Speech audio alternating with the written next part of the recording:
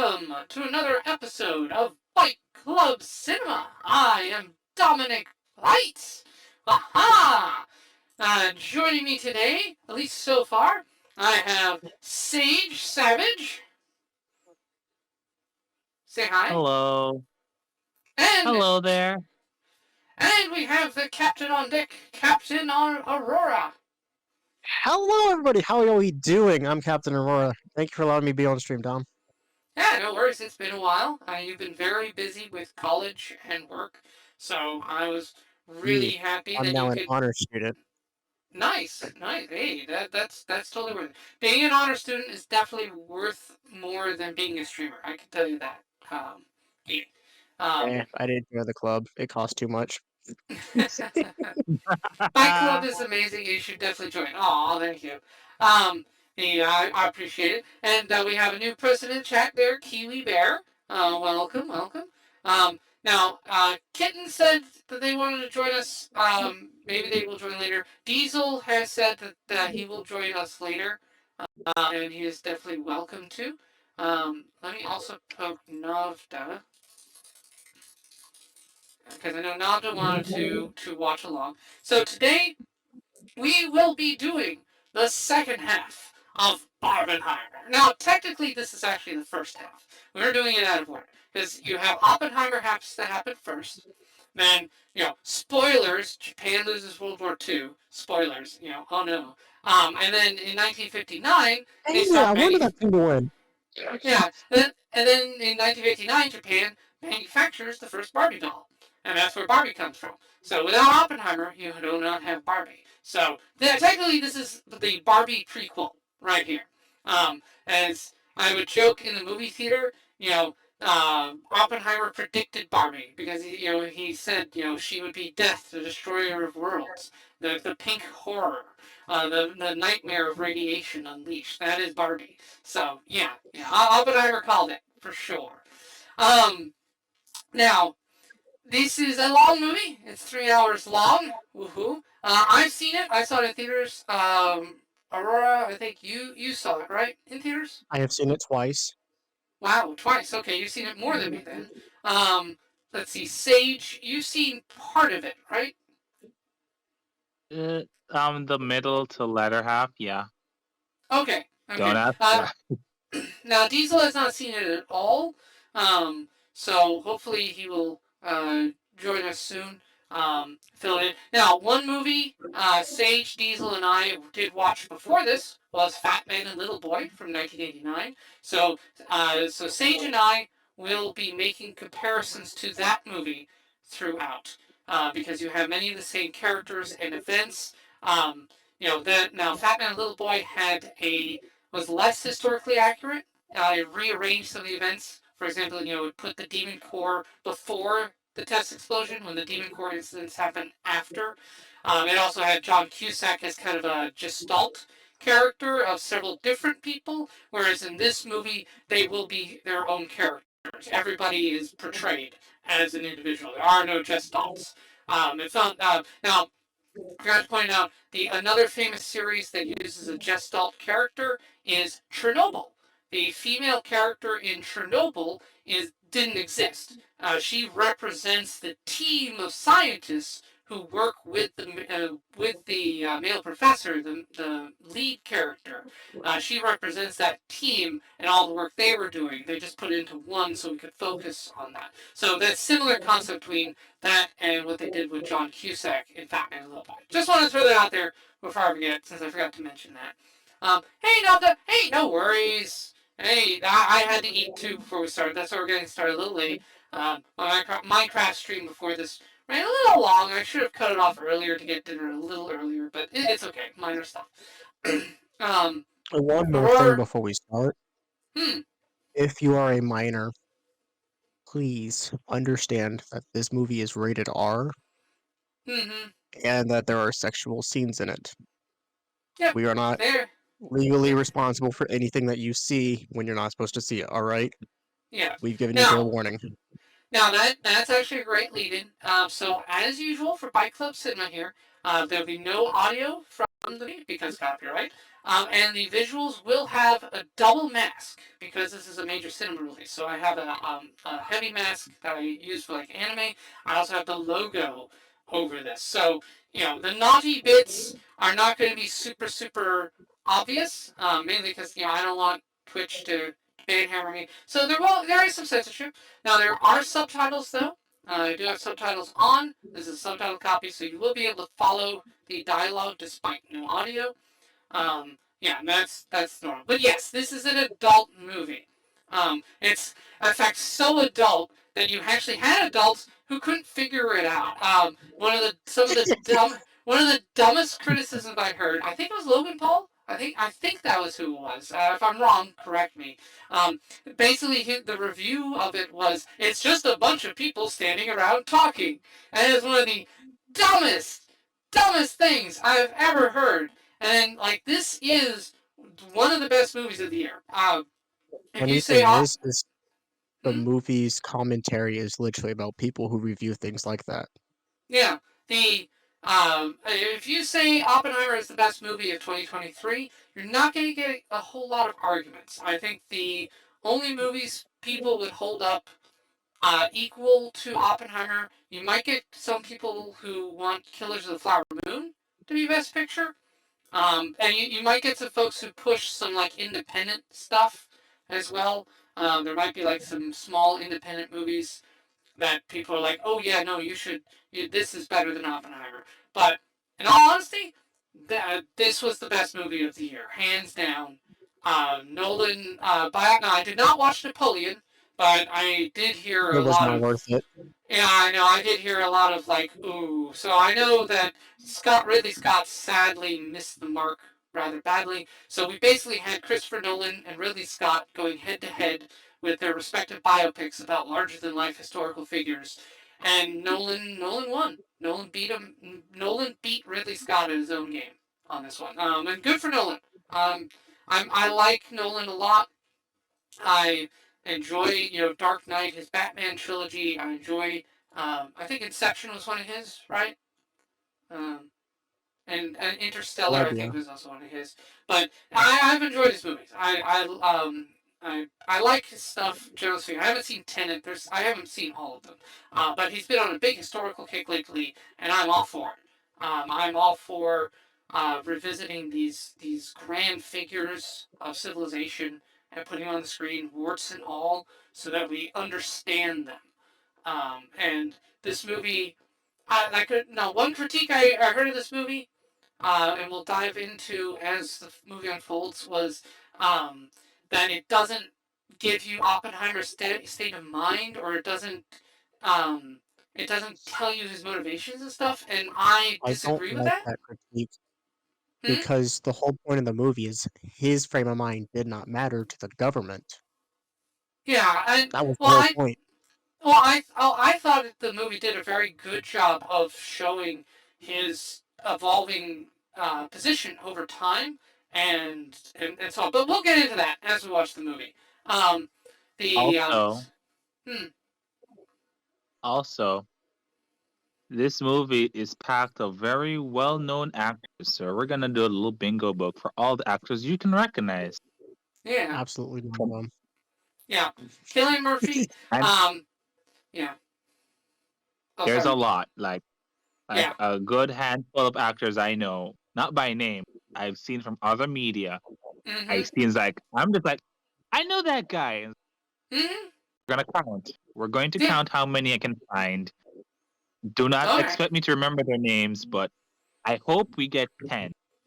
Yeah. Now, for me, it's less about the actors; it's more about the historical figures that are featured in the movie. I'm a big history nerd, and I absolutely love turn of the century, the 20th century, that period of science, because it was so fascinating what was going on. So many legendary figures and discoveries, and so many of them are involved in the Manhattan Project. It's great. Yeah. When someone said that Oppenheimer is the Avengers for science nerds, and yes, they're right. You're goddamn right. The Manhattan Project was essentially the Avengers moment of history. It was Oh, the Tony amazing. Stark. Even though Robbie Downey Jr. is in this movie as He is? Yeah, Oh. Robert Downey Jr. is well, yeah, he's in here. Yeah, he's See, I don't know hopefully he'll actors. get he'll hopefully get nominated for best supporting actor. He earned it on this one for sure. He probably won't win, but I think Ryan The best Gosling. supporting actor, for my opinion, I don't even know the actor's name, but the big Jewish guy, you know, the one that was on the train. no, Big Jewish That's guy the best supporter. I Okay. think I know who. I think I know. Yeah, I know Put him who out you when we mean. get there. Yeah. But it also a quick question: is Oppenheimer better than Barbie? Yes. 100%. Absolutely. There's no contest between, in terms of technical mastery, Oppenheimer blows Barbie completely out of the water. I actually have a coworker who's like, no, Barbie was excellent. I'm like, no, you're a fucking idiot. And it's like, no, you shut up and you stop saying that, because that is a moronic statement, and you work in a movie theater, you should never say that.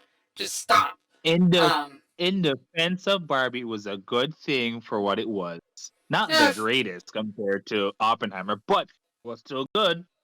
Well, the first 90 minutes were okay. Then it fell smack into its face. Had it been put out in 2020, it probably would have been the best motion picture because no movies were being put out.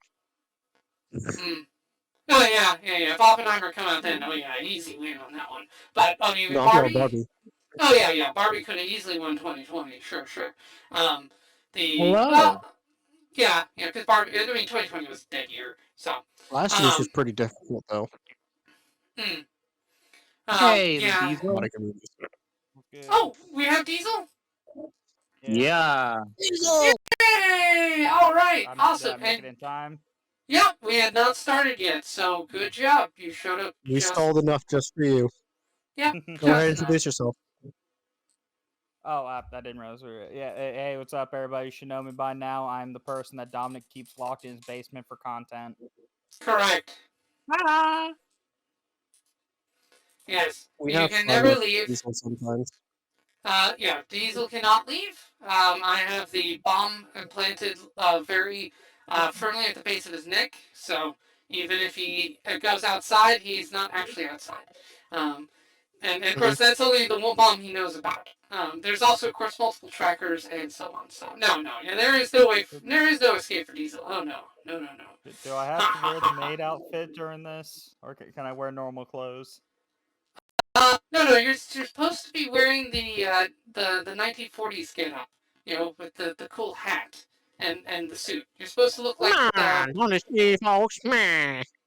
What? No, not that getup. I mean, like Batman.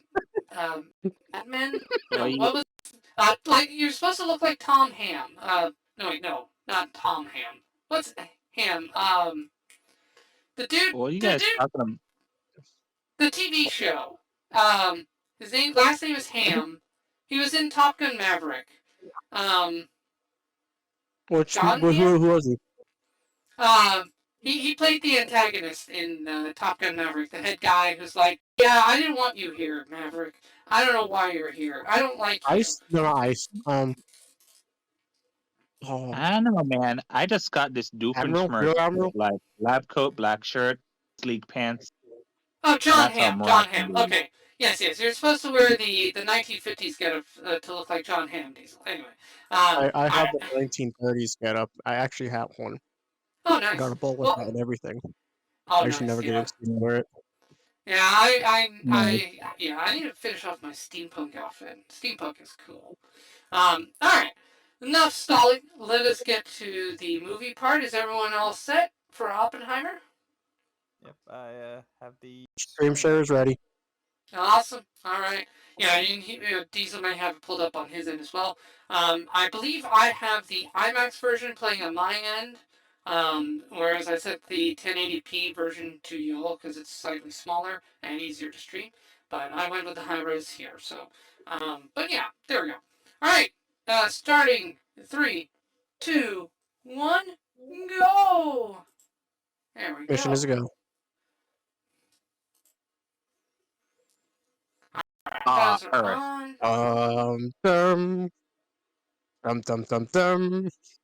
Before the carpet bomb.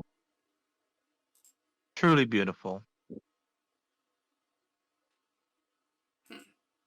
audio is So very quiet. quiet on my end. It's quiet. Yeah. I'm glad I'm not the only one who knows. It's kind of quiet. That's the point. Yeah, I'm having to crank it up a little bit here, but we'll see. Maybe it'll catch up. I bet if it now obviously people watching the stream, you won't notice if it's quiet or not because yeah. Dude, I love his eyes. They're so pretty.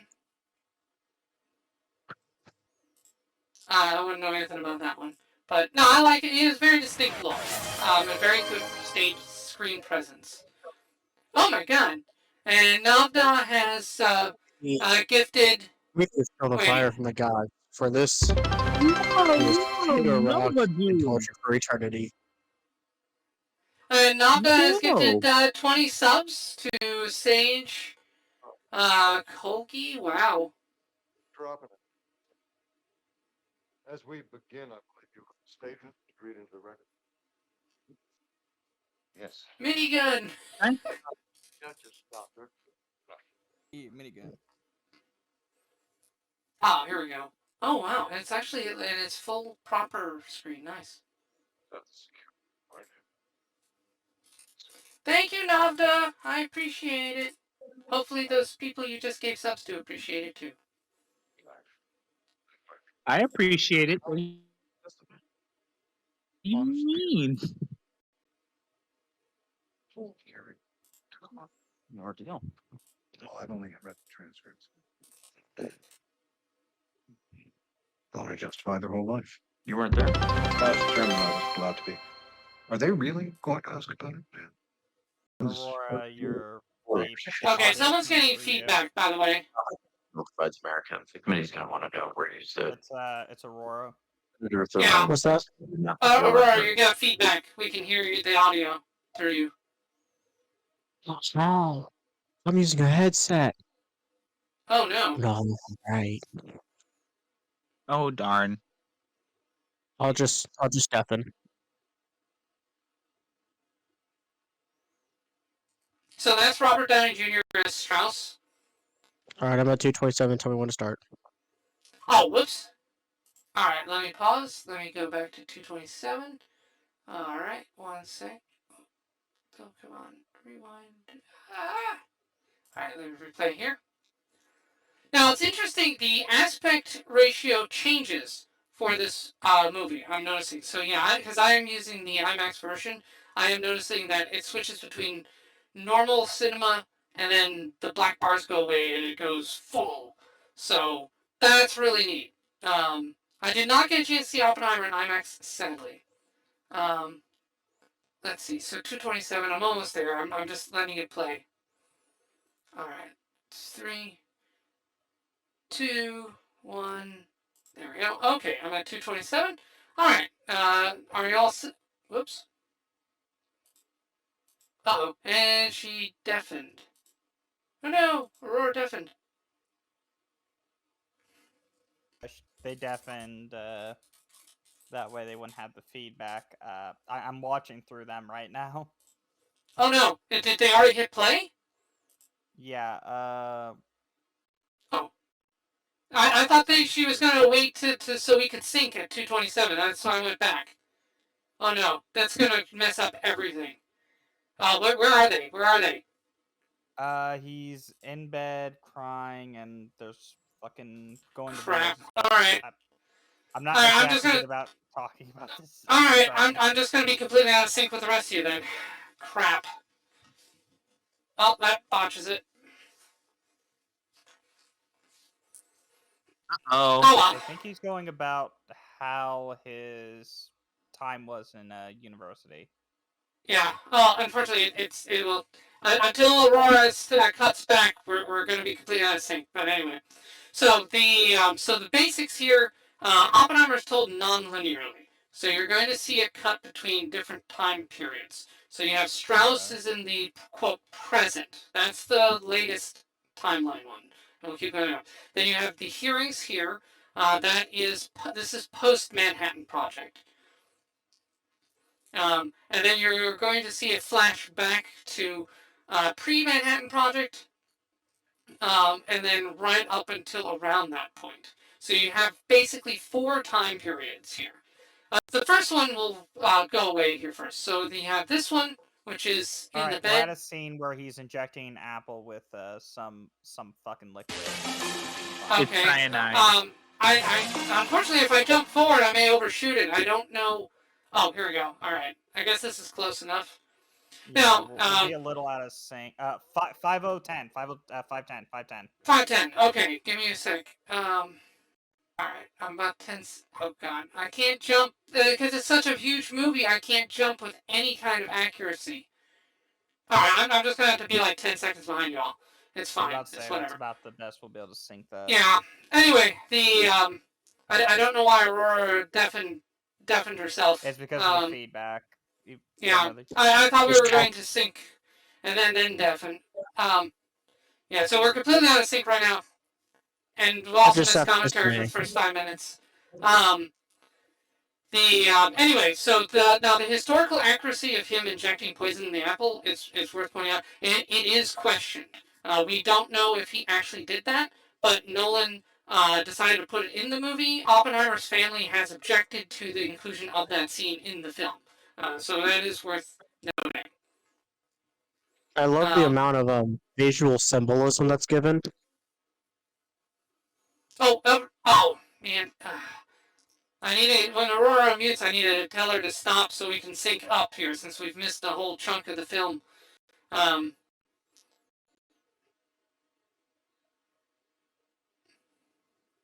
Eat the apple. Eat it. It'll be funny. Yeah.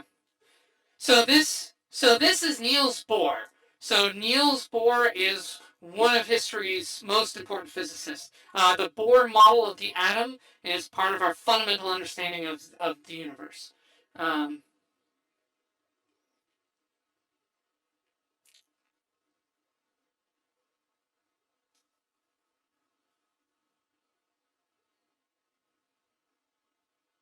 Turn this up a little bit so I can better hear it. Yeah. Yeah, this also establishes that now Max Born, another famous figure in physics. Oppenheimer can hear music. That's good to know.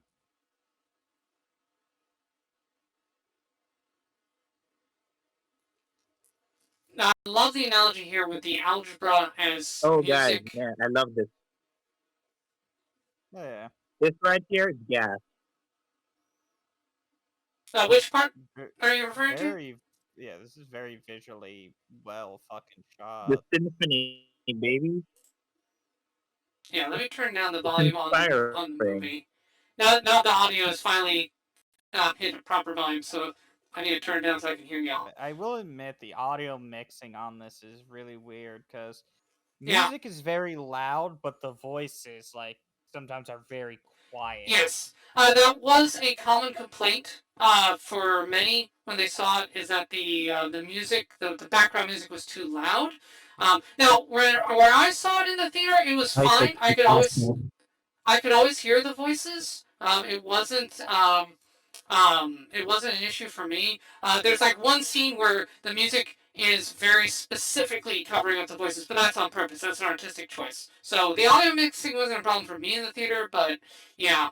Nolan apparently does that on some of his movies, and yeah. But one of the things they're establishing... Oh, sorry. Sorry. Go ahead. Things they're establishing, though, with that scene between him and Bohr is... Oppenheimer is not a lab physicist. He is a theoretical physicist. He prefers the equations and the theory and the imagining as opposed to the hands-on practical side. That was a big difference between physicists. It still is, but the lab versus the theory. The lab people try to prove, and the theorists try to guide them in terms of what they should look at.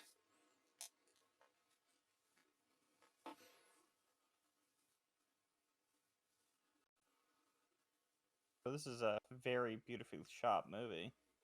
Oh, yes. Cinematography is amazing.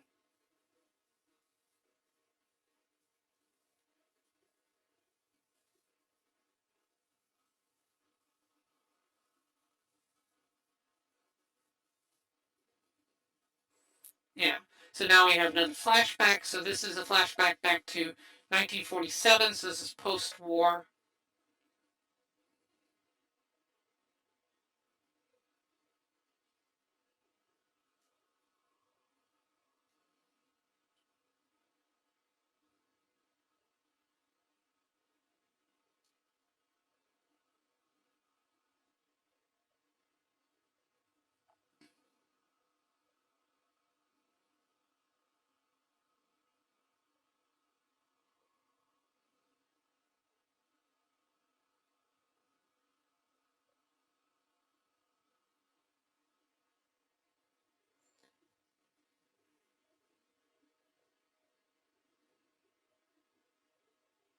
Yeah. Now this is also interesting. Strauss, a self-made man. He's not.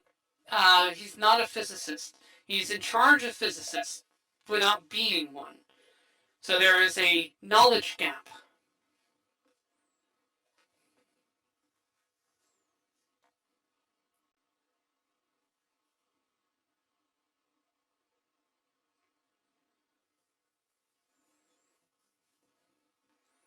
Yep. Yeah. Einstein. Yeah. Einstein rejected quantum physics. He couldn't wrap his brain around it.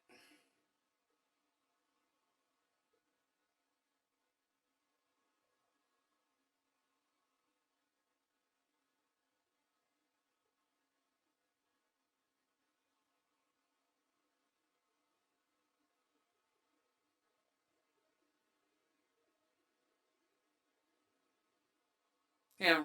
But because of his background in sales, he's, Strauss has, yeah, a little bit of an inferiority complex, as one would. I mean, when you're rubbing elbows with Einstein, one of the great minds.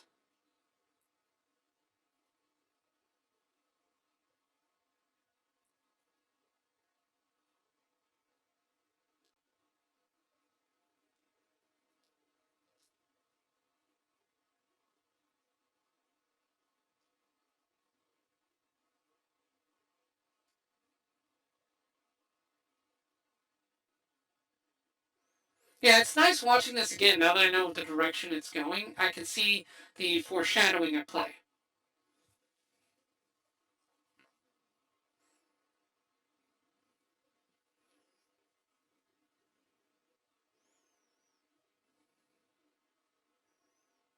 Oh no, this is very interesting.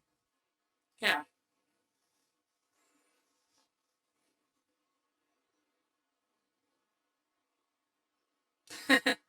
It's like, yeah. And it's like, this is one of the greatest physics coaches. It's like, yeah, I know. Yeah, I'm thinking about it. It's like, wait, what do you mean you're thinking about it? You're not just jumping for it? No.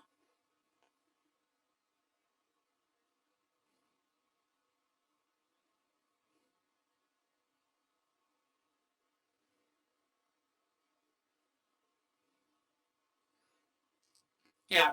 Pay attention to Strauss's attitude um, towards various things. It's, yeah.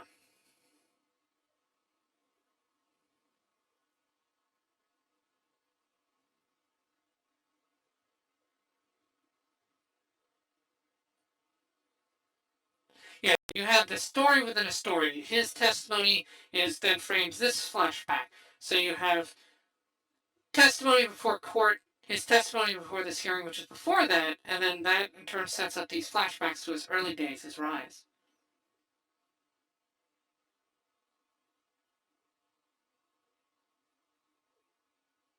I like how the one dude's like, I'm here to see it as an American. Let me know if you need me to translate anything for you. Oppenheimer immediately starts speaking. He's like, okay, so what is he saying? Yeah. Yeah, Oppenheimer was that smart. Yeah. It immediately tells you, this is a smart man. He can learn a foreign language.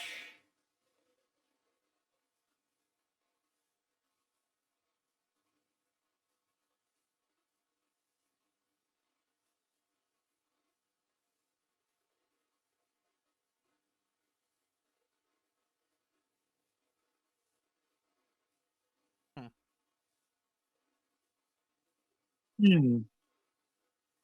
Well, like how competitive he is in this LA.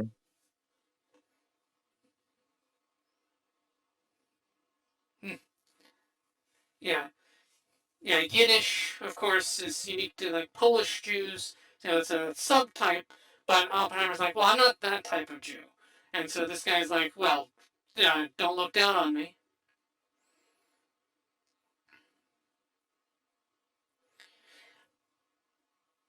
Yeah, and it is interesting. The physics of this era was dominated by many Jewish academics. This is where they found a area where merit and intelligence were valued over their ethnicity. So it allowed them to take a step forward. One small critique I have with this scene right here I like your paper on is Hopefully because you inspired. who's in the crowd. Let me know. We could publish together. I have to get back to America. Why? What do you mean? Who's in the crowd?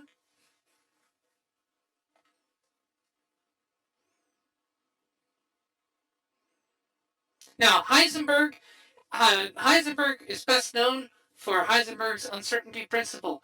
The whole thing of you can know the momentum or the position, but not both, which is so much fun. Oh my god.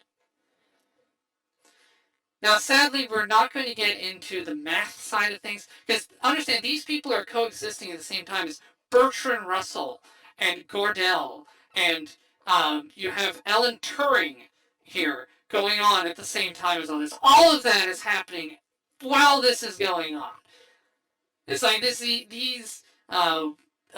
is a fraction of some of the greatest minds who have existed in human history, all connected here. That's how cool this is.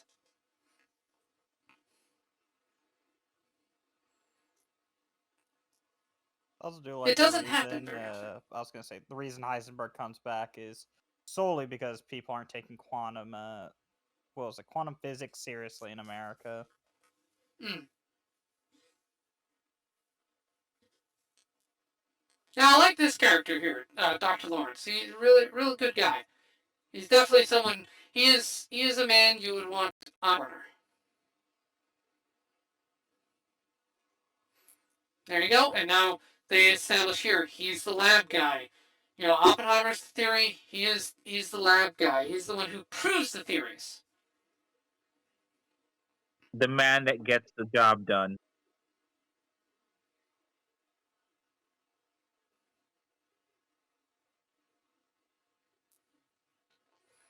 Now, and also important, this is at Berkeley.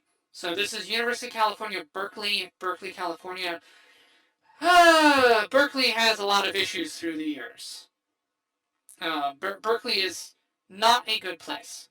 And unfortunately, the rot of Berkeley is present even in this time, in the 30s. And you'll see that pop up here over time.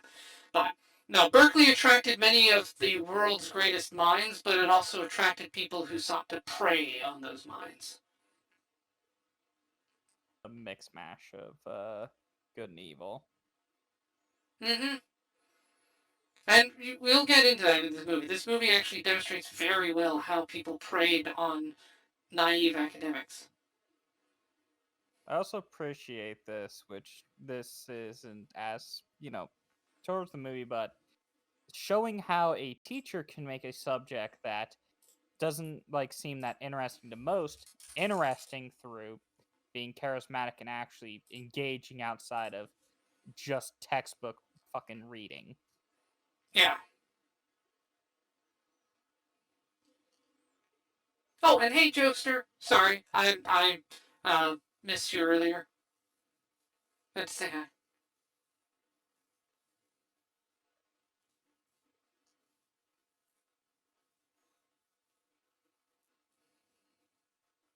Yeah, he has a natural style to him. He has some charisma. This is what they're establishing with the way he leads the class and encourages others. They're planting the seeds that would go on to this is why Oppenheimer led the Manhattan Project. Oh, doing pretty good.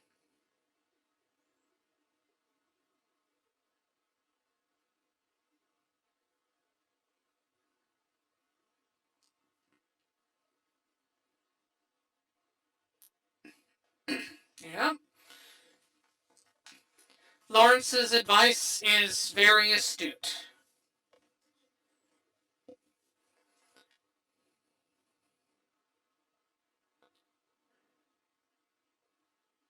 Yep. Lawrence's summary is very apt here.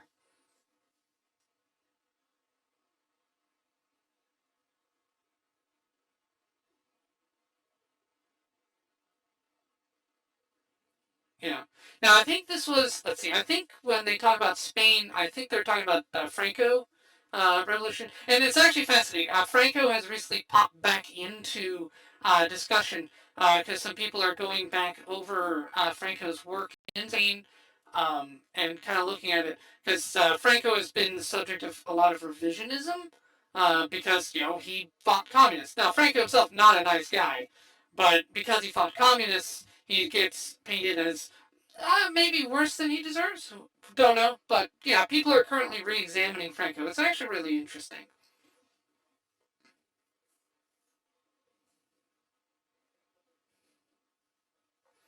Yeah, Chevalier, languages. So this is another professor.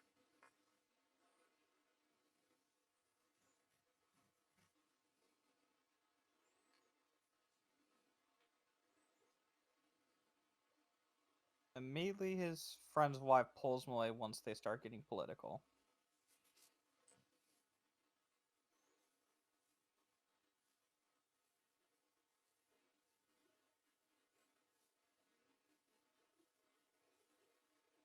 Yeah. Now this is important here. What they are setting up for Oppenheimer is he's not an ideologue. He's not like, yeah, Marx, yeah, communism. He is, I want to help people. I want to do the right thing. So in his opinion, he sees this group, hey, this government's being overthrown by people who seem nasty. You've got Nazis over here doing nasty things to my friends. I want to help them. Oh, you guys are helping them? I'll give you money to help them. Right. This is what you're seeing here. This is the setup. This is the setup of how the communists hooked people like Oppenheimer. And it's like, hey, we're doing good things. We're not the bad guys. You can trust us. We're helping people. Let's Yeah. pause right here real quick. Okay. All right. So I Yeah. paused at 22:35. Okay, I'm about 10 seconds ahead of you. Yeah, I know. Yeah, we went out of sync when you deafened, because you told me to pause and rewind, and then you deafened and started playing before we coordinated again. So It's yeah, fine. we ended up out of sync. Like the first 5 minutes or so, we ended up with no commentary. But yes, so I was saying on my end was one thing the movie does really well is it's showing how the communists marketed themselves to academics like Oppenheimer, because Oppenheimer is not like he's well read, like he says there. He's read Das Kapital, but he is not necessarily a politics person or a philosophy person. He is naive. His thing is he wants to help people, and so the communists were like, "Well, we're helping people. No, really, you can trust us. Give us money." There you go. That's how they kind of hook you in. That's how they start getting you into their orbit. That's what Lawrence was warning him. It's like, hey, be careful. I've sampled the Berkeley political scene. It's not great. You should maybe keep your distance from it. And Oppenheimer's like, yeah, well, they're just helping people. It's fine. I Well, want to do the big something. I want to thing make a is, difference. the big thing right here is you have to read up on what you're doing. I mean, they present Mm-hmm. themselves as this, but they mentioned it right there. He's read all 3 volumes of Marx's published. Mm-hmm. Um, I mean, I hate to get political on the internet because of how offended people can get, but this is not really controversial because it applies to all sides. Mm-hmm. The majority of American politics is filled with people that do not actually read into what's going on in the parties. They have a basic understanding of what party value is, but not the individual value or what's actually going on in the current political scenario. I mean, there's 2 Mm-hmm. sides to the coins on everything, and if you don't look at it, all you get is a lot of fear and hate and that causes things like the Red Scare, like the annihilations of certain minorities and things like that.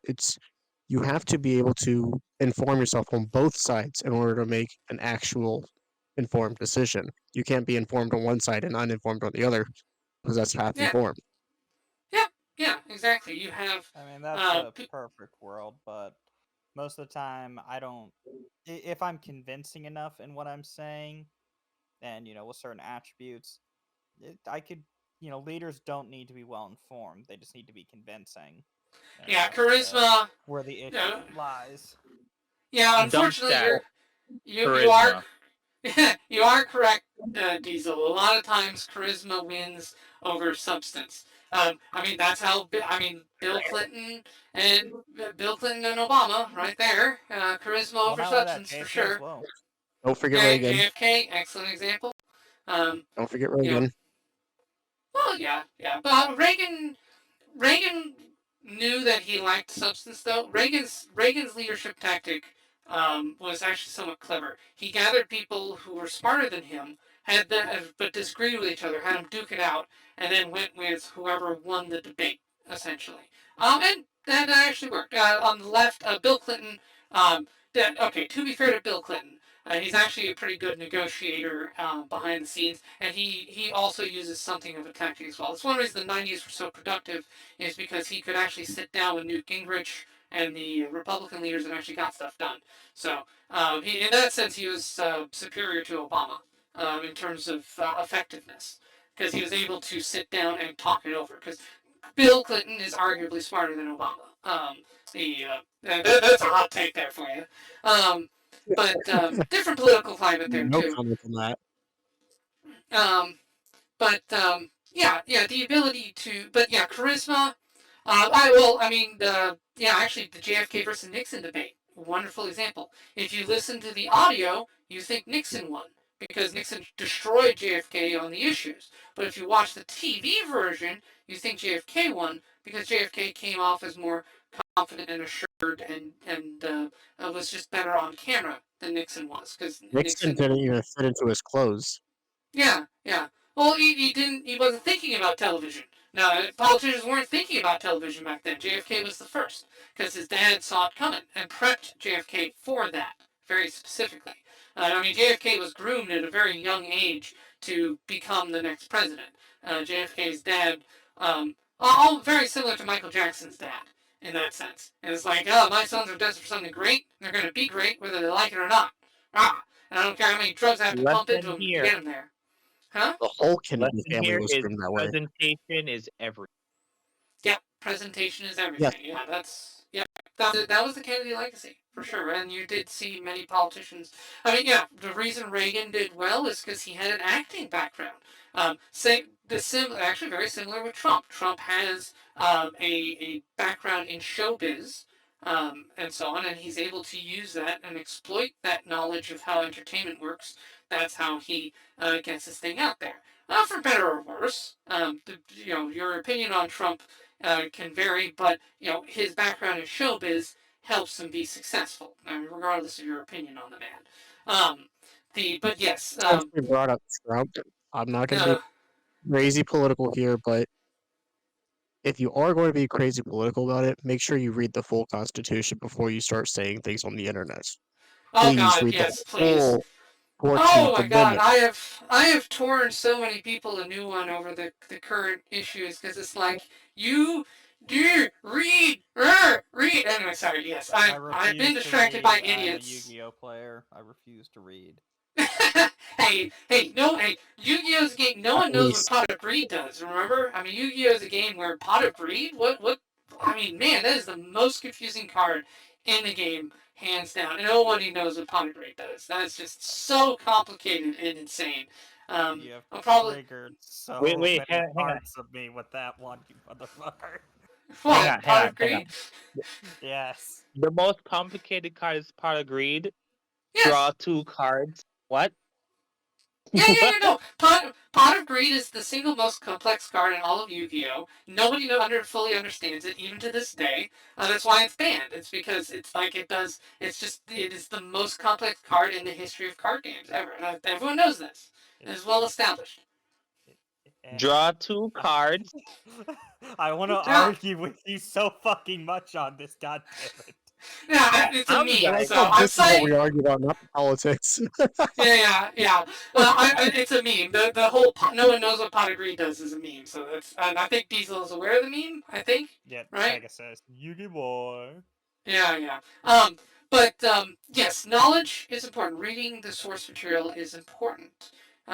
Two books people should read, and I still haven't. I need to. Is you have Anarchy and State by Nozick, and you have I think it's Ted Rall did one, which Anarchy and State was a response to. I still need to read them myself, but the two exist as a pair. I find it as you can be well read on something, but it's sort of a double-edged sword, as it comes into the case of your example.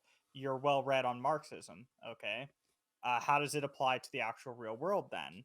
Which goes from book smarts into street smarts. You got to be able to communicate with people and be able to see how it's acting compared to how the book says it should be. That's a great I've point. only read the first volume of Marxism, and as far as I can tell, the way you can apply it is charity. You can have a sense of Marxism without communism. You can have a sense of Marxism within capitalism by sharing the wealth, but you Like can still Mr. keep B. your own wealth.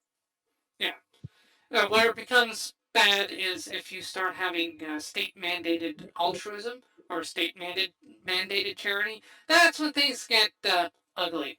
Because that's when you start having. Everybody knows Russia was at the greatest point when Stalin got into power.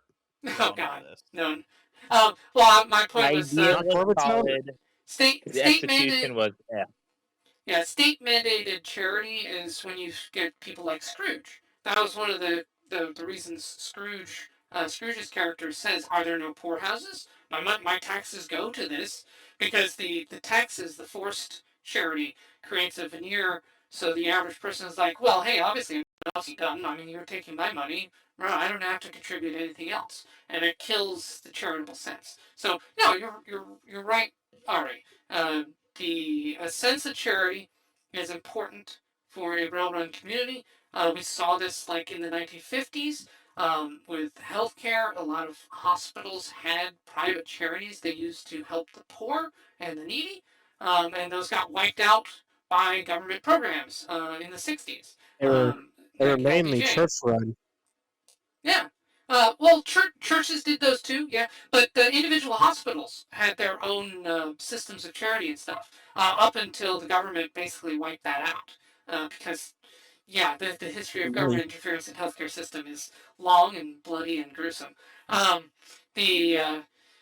was I going? Oh, but the important thing here is, and Sage and Diesel raised a very good point, where it's not just about the theoretical knowledge; it's also about how do you use it. And what we're seeing, what the movie is already establishing at this point, Oppenheimer is a theoretical physicist, not experimental. He leans on theory. He leans on in the head and the thought. So he's read Marx, so he has a theoretical understanding of Marx. And that gives him some credibility now that he's mingling with the communist types here. But as a practical matter, he's going to struggle with that socially. The practical social aspect of mingling with these people is going to catch him off guard and is going to surprise him because he's not so good with that. And we'll see that evolve over the course of the movie. So that was a great point in terms of reading is one thing, but you also have to know how to apply it. And that is a definite theme that this movie has with regards to Oppenheimer's flirtation here with communism.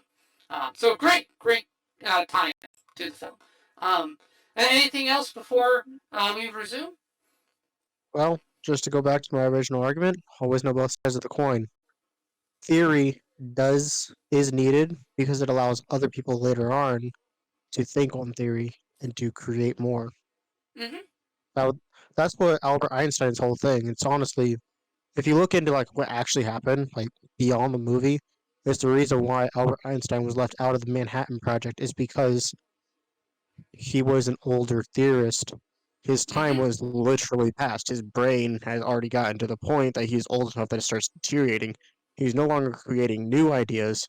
He's just teaching the old ones. Right. And well, Einstein believed in he believed in relativity, but he believed in hard determinism kind of thing. Newton and Einsteinian. He rejected the uncertainty and the statistical and the probabilistic nature of the universe because it was too alien and foreign to him. He didn't like the subjectivity to a degree. He wanted things to be much more solid. Einstein and Bertrand Russell have a lot in common on that, is that they were very much hooked on a solid, sturdy frame, whereas reality, as we find out when you get down to the little bits, becomes a bit more squishy, and that's where you have types like quantum physics and Gödel's uncertainty principle, and things like that start to poke holes in the idea of like a hard, definite underpinning. Now, interestingly, though, you would be people like Alan Turing who comes back and reasserts a hard, definite reality because it turns out that despite the squishiness follows a pattern, and we can understand that pattern. So so it may be Jello, but the Jello is in a mold. You just have to analyze the mold, and then you've got it. If that makes sense. That's a very, very rough analogy. All right. Anyway, let's see. I'm at 22:35. Do you want to back up to match where I am? I got about 36. We can start when you want. All right. We're gonna resuming the film. 3, 2, 1, go. Property.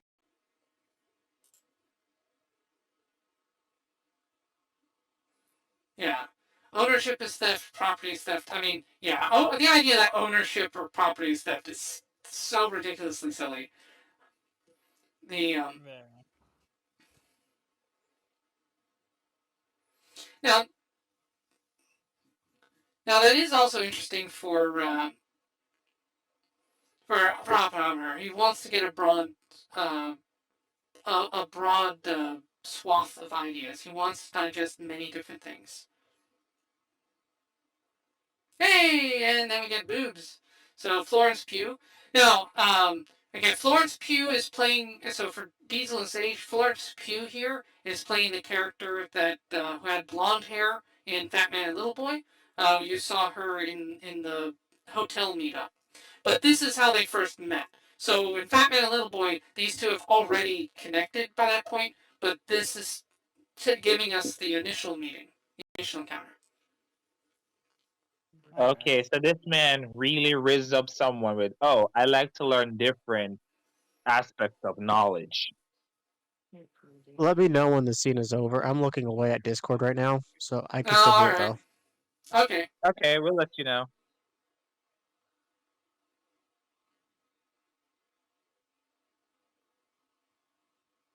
But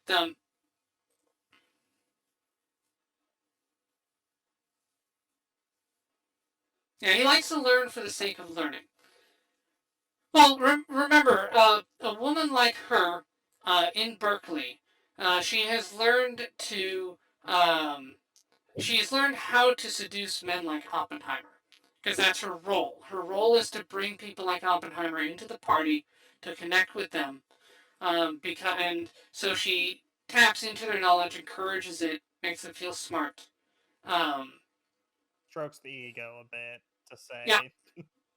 Yeah, gives them a connection that they may lack because people like Oppenheimer are not entirely used to be taken seriously or being found attractive for their intelligence. This, by the way, would be one of the ways that with second wave feminism, which was where Berkeley incubated that. Oh, it's all done. You can look. You can look. Yeah, I know there's a second part to this scene, but what I'm going to say is it's not just his intellect that caused that, it's also the fact he was Jewish. Never forget that.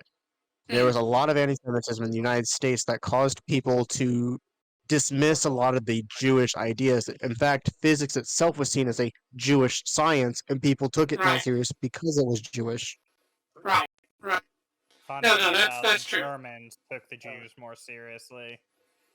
Well, sort of. You'll actually see some of the consequences of Hitler's policies here.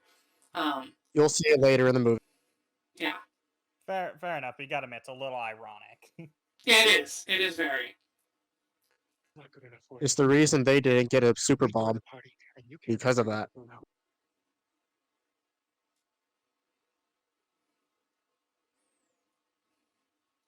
Yeah, but now part of like the romancing based on intellect, the that you see here happening towards Oppenheimer, you will see it later historically, like in the '60s with second wave feminism. One of the techniques that men would use with feminists would be to engage them intellectually, make them feel like they're smart, and then men found out that, oh hey, yeah, feminists will, like, I can, like, get married to one just by making them feel smart. Well, sounds good. So it was an interesting shift in the mating rituals, essentially, that took place back in the '60s. But it has its origins here with the communism thing. Just an interesting historical note. Fair enough.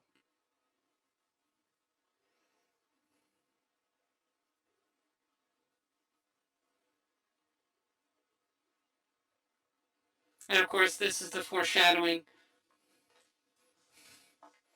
of how he fundamentally changed the world forever. Yeah. Well, that Well, he didn't quite get New Mexico. It was another state, but close enough. Nevada. Well, no, I mean, Nevada. Bingo. Well, that's Los Alamos is yeah. Look, they went back to the tent to recreate Brokeback. Oh no! Oh no!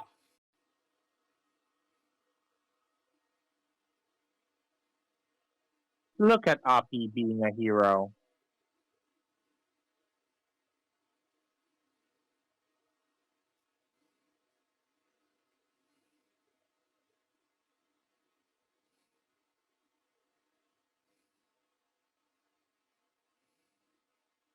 Also, I found it interesting how earlier he was talking about how a star collapses and such, which creates with it collapsing brings a very destructive force with it, which I feel like is either foreshadowing or hinting towards his thinking on how the atomic bomb should work with an implosion to create a more powerful explosion.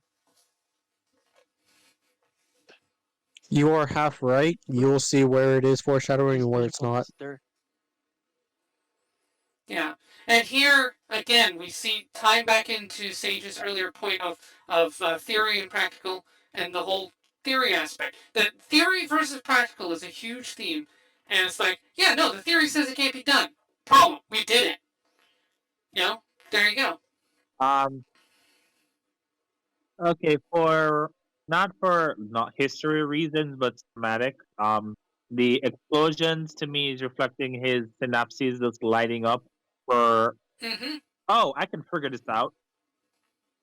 Yeah.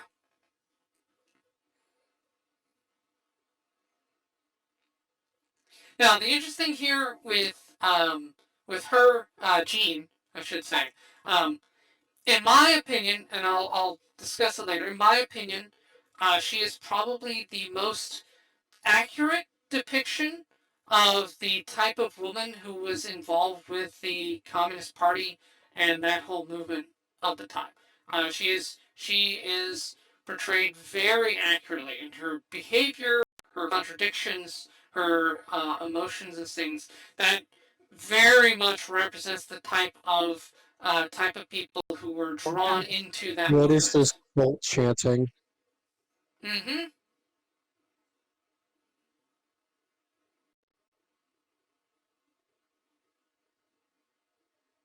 Intelligence and charisma dump stats, baby. Yeah. Yeah, actually, that's right. Aurora, you raised the whole point. Remember that he's Jewish. That's right. We do know, like, at least in Russia, a lot of the early communist revolutionaries and activists were Jewish. That's actually one of the That's what I was reasons. about to say. You should notice the number of Jewish faces in the crowd, and they're very easy to see because of their noses. Yeah, the well, and it's true to history. Yeah, well, that's what also caused the Tsar to go on the pogroms against the Jews, is because he was like, "Oh, you're all a bunch of communists." I mean, not all of them were, and that was the problem. A lot of innocent people got hurt, but that was the motive for it. The pogroms was he was trying to purge the communists unsuccessfully.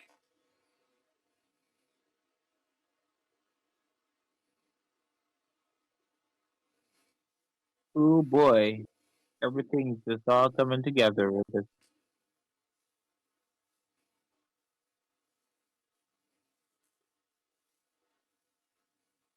As time goes on, I'm seeing more people crowding for this quantum mechanics class.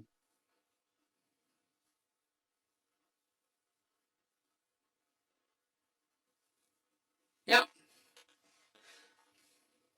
And now we go back to middle period here.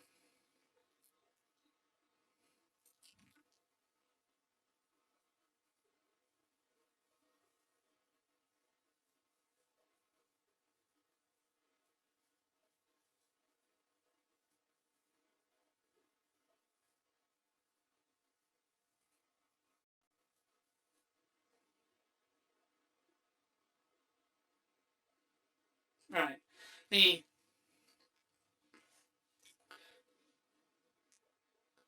Yeah, it's interesting. See, yeah, Oppenheimer is extremely well read, but he's also still naive, and that's I would say that he has all the knowledge about the world around him, but he doesn't have that factor of him to guard himself from certain people right. Yeah, or his read between the lines. yep. Yeah, and He's, his he's interpersonal skills, like he's charming enough, and he has enough charisma such that the women around him in these academic circles do find him very attractive because he is more attractive and more charismatic than many of the other professors. But the problem is he lacks the restraint to, not seduce other people's wives, as in this case. Here, she's married. She's married to one of his colleagues, no less. and at the same time, when he's being gassed up, he doesn't know that they want to use them before it's too late. As a case, he's not very good at reading people's intentions Mm, or trying to actually read into if there could be. He more or less just seems to take everything at face value.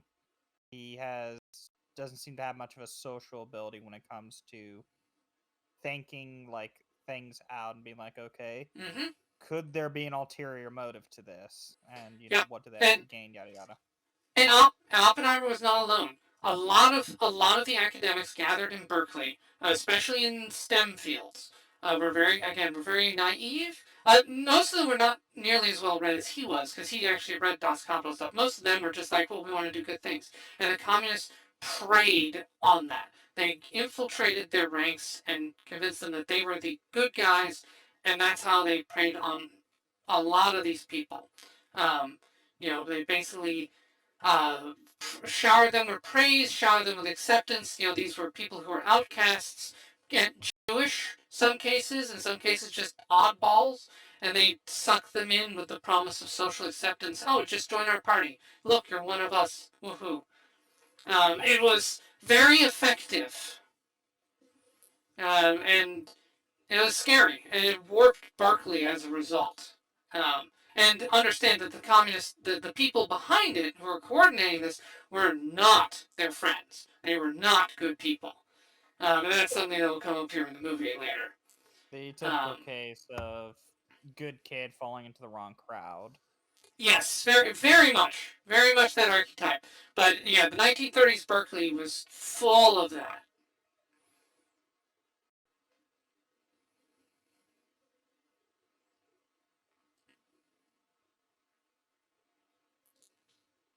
Bruh, Yeah, here's a flower. I mean, at least that bruh. was kind of funny. I don't know why, but I just remembered this fun fact about Einstein, which could maybe relate to them. So I think they had scanned his brain and found out that in the part of his brain that I think was responsible for like creative thinking and such, he actually had an extra fold in his brain, which Neat. increased the how that worked. So Well, that's cool. by all technical means, even though he was well versed in what he did, technically he was born with an advantage to be smarter. So intelligence can be born with to a degree. I love how And right here, one sorry for indefinite again, not knowing what y'all are talking about, but right here, they're discussing how everybody else understands how reputation works, but he's so naive to even see it. Yeah.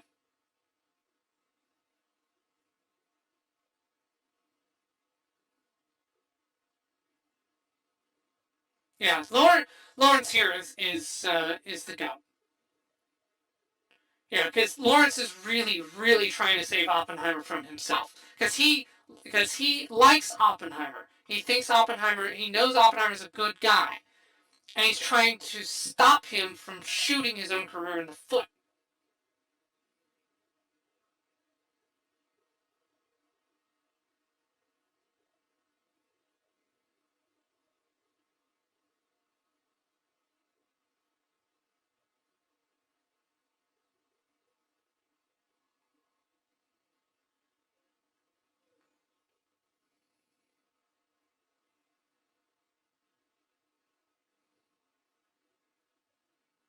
We know her do's and Yeah. don'ts. We just play hide and seek. Oh God. in No, attic. let's not make Holocaust jokes. That Twitch would not be friendly to that. Okay. It's topical.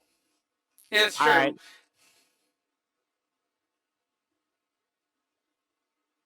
Yeah, Keith. However, Yeah. however, Yeah. you are right. This man is trying to save Oppenheimer from himself. But sometimes you can do the best you can, but sometimes you need to crash and burn to learn, you know? Yeah. Now Lawrence didn't want to see him crash and burn. And Lawrence also was like, I want you on board, but if you keep pushing this garbage, you're not going to be able to help. You're essentially your involvement with communists is going to hinder your ability to stop Hitler. Like, come on, man, make the right choice here, and he did ultimately. Yeah, I do like it. It's like, we really need you on this. So please, for the love of God, shut the fuck up. Yeah. Well, stop being a tool for these people because they don't have your best interest in mind. Like the Communist Party is going to exploit you and prevent you from being actually do good and help. God, I wanted to make another fuck joke, but I had to stop myself.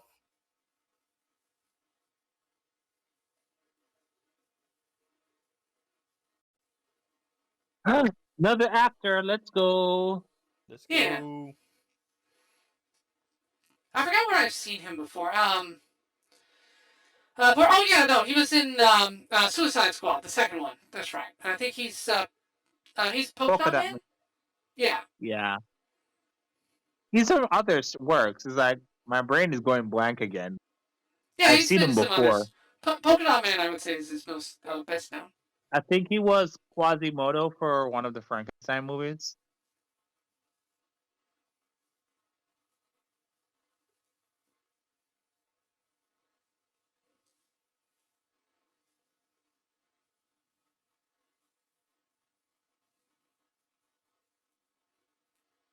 Yeah, see that I'm again. treating him like a god. Yeah, no, but we see here that what Strauss is commenting on plays off what we just saw with Lawrence. Lawrence is warning Oppenheimer, "Hey, don't reputation. Reputation matters. Make the right choices so people listen to you." And we see that Oppenheimer would later not listen to him, and so on, or at least that's what we're led to think.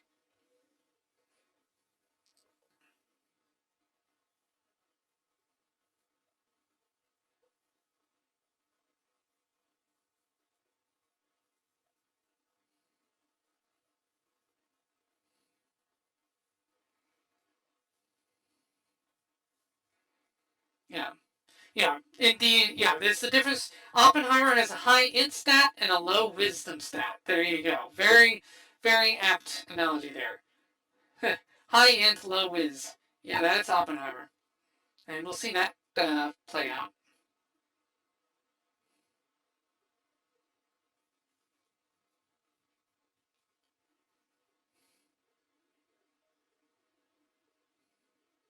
I hear a crying baby. Yeah. So does he.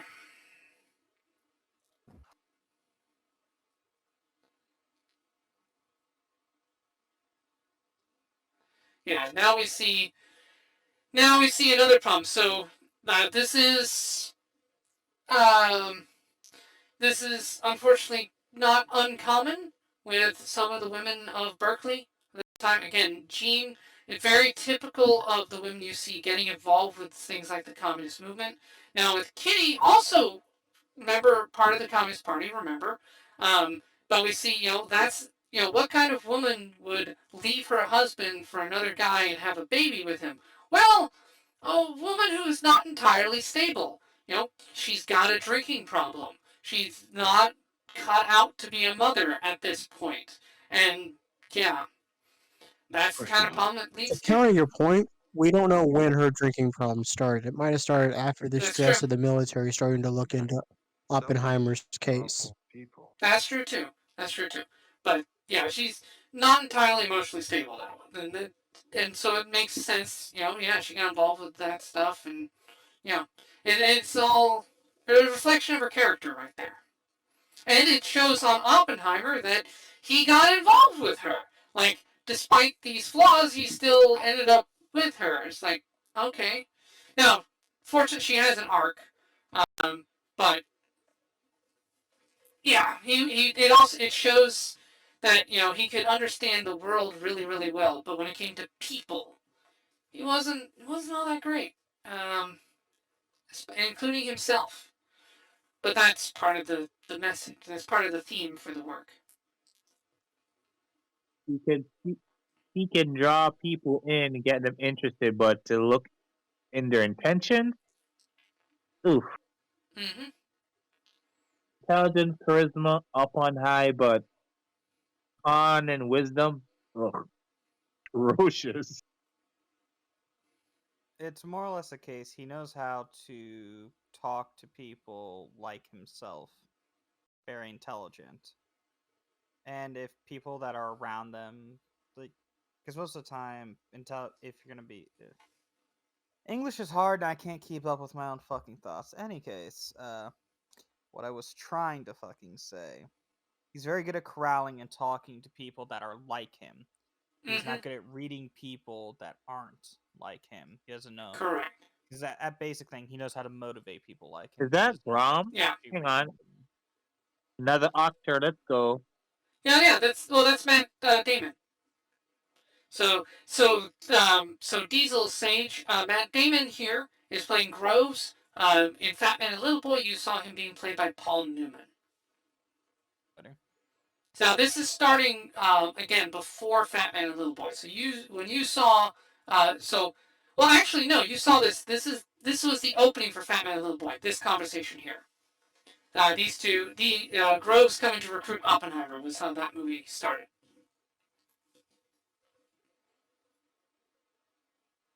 New Deal Democrat. Yeah, I know you're suspected.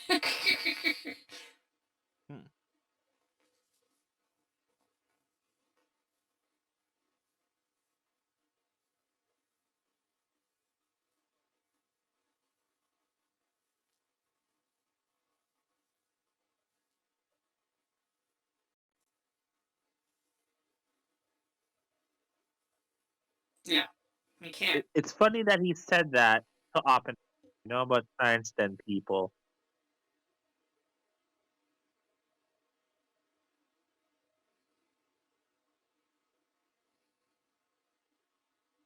Okay, the lesson of this point conversation is make a bomb, get a Nobel Prize. Yeah.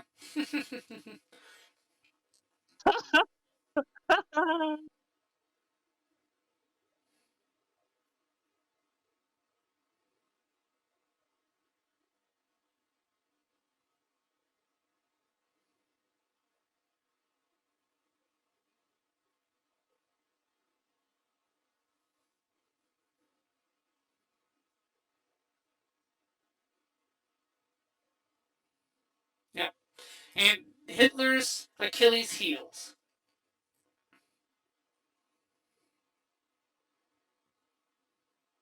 And thankfully, There's he your was. answer, Diesel.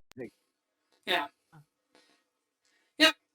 This is why science must trump ideology or biases like this. If you allow petty things like racism and bigotry to interfere, you end up with less. And that's what this, again, on a broader sense, this represents. Hitler lost because of his hate, because of his discrimination, because he allowed his bias against Jewish scientists to blind him to the fact that they were right. Fair enough. Meritocracy over bigotry. At the end of the day, as a sad truth of the matter is, that's human nature. We dislike what is different.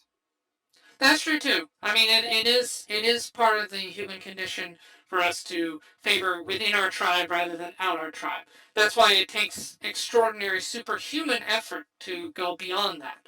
And the most successful things do that. And understand, you have an interesting contrast here, right? Hitler hates Jews, anti-Semite, and he gives into that when it comes to the pursuit of the bomb. He treats it as, quote, Jewish science, blah, blah, blah, and that hinders him. Groves here also has a bias. He has a bias against, communists or people sympathetic to communists. But in Groves' case, in the U.S. military's case, they're able to overcome that bias. They bring in Oppenheimer despite his bad politics, because they recognize that he's the best person for the job. So despite their bias against his politics, they still put him in charge, and that's what gives them the victory. The American government overcame its dislike for Oppenheimer's questionable politics, and it won. Hitler could not do the same. He lost. There you go. There's a takeaway from history. Again, merit above all, meritocracy above all. So the takeaway is only stop your hate till you get what you want, aka a bomb, and then you can begin your hate afterwards. Oh, another actor. Let's go. Ooh, somebody threatening to step on my balls. Yes, let's pay the nerds to make us a bomb. Yes.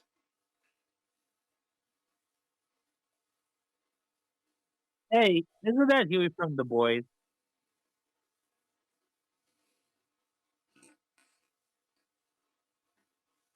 Still waiting for the John Cena guest appearance.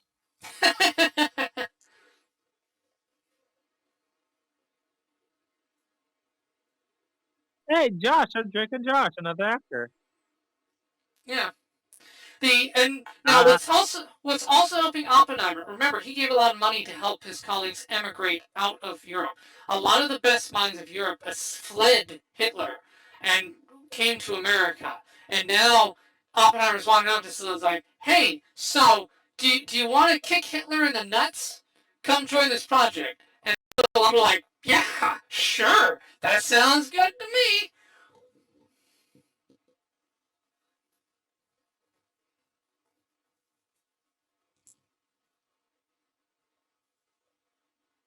They need us until they don't. That is also true. That realization and that facial expression was like, I didn't consider that possibility. No, he didn't. Uh-oh. They didn't consider they dislike me, but they need me, so they must, not hate me that much. Didn't consider the aftermath of, okay, we got what we wanted from you. Fuck off now. Basically.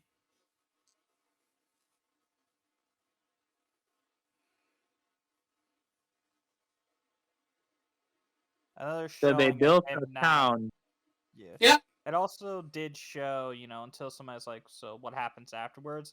He, again, took that all at face value, did not even bother to try to think ahead of, what happens after. Yeah. Yeah, and of course we see what happens after. What happens after is he gets dragged before a made, and his loyalties are questioned.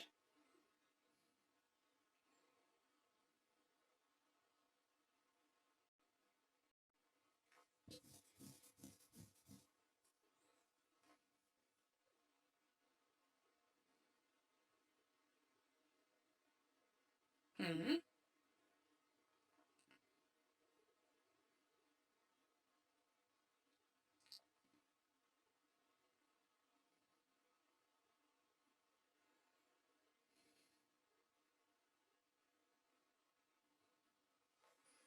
Yeah, there were people. Yeah, there were people like him who had that concern. And now, interestingly, that view, by the way, that I don't want physics to create this kind of weapon. This actually stems from World War One, but is commonly cited.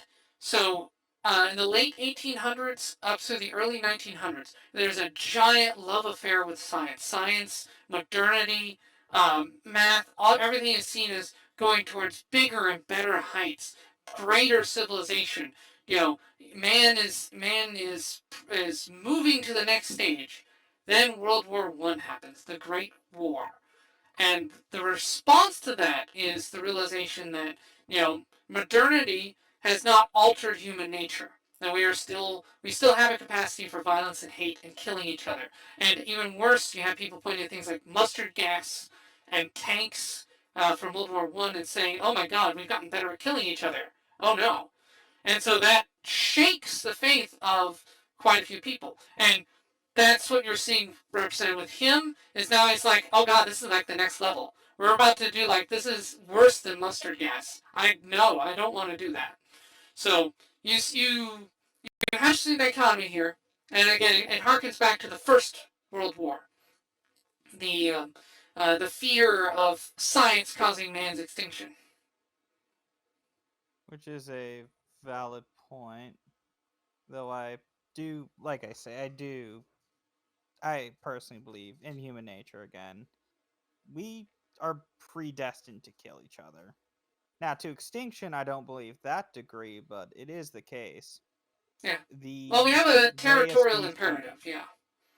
well, not only that, the way a species survives is through evolution, evolving to adapt to your environment, meaning, in some cases, evolving to kill better than others. Hence the need for better and bigger weapons. Not only to threaten, but once the threat arises, you have the adequate amount to eliminate it, sustaining minor injuries at best. Yeah. Now I like this scene. Also, now the actor who plays him is another one I recognize. I forgot where he's from.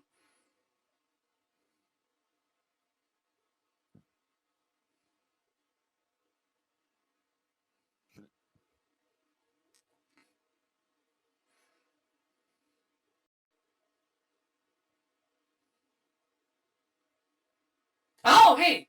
So, okay, I keep saying Gordell. It's Girdle. So, Girdell is the man who kicked Bertrand Russell in the nuts. Because he basically proved that it's impossible to have a mathematical system that is perfect and all comprehensive. Now Turing would come along later and say, but and like show that we can still know a whole heck of a lot, so it's still worthwhile. Don't worry. But yeah, Gödel is man. The fact that you have him and Einstein walking together, it's like, oh my God, two of the great minds of the first half of the 20th century. They're just casually having a stroll. I also do like how the actor playing Einstein is able to come off as very kind, as from what I've heard, Einstein was a very kind person. Yeah, he had his problems. Like he had severe marriage issues, for example. Similar to Oppenheimer also had marriage issues. A lot of the great men had problems with marriage because they were so lost in there. And Einstein did also have problems relating to people and so on. But yeah, he tried to be nice when he could. Yeah.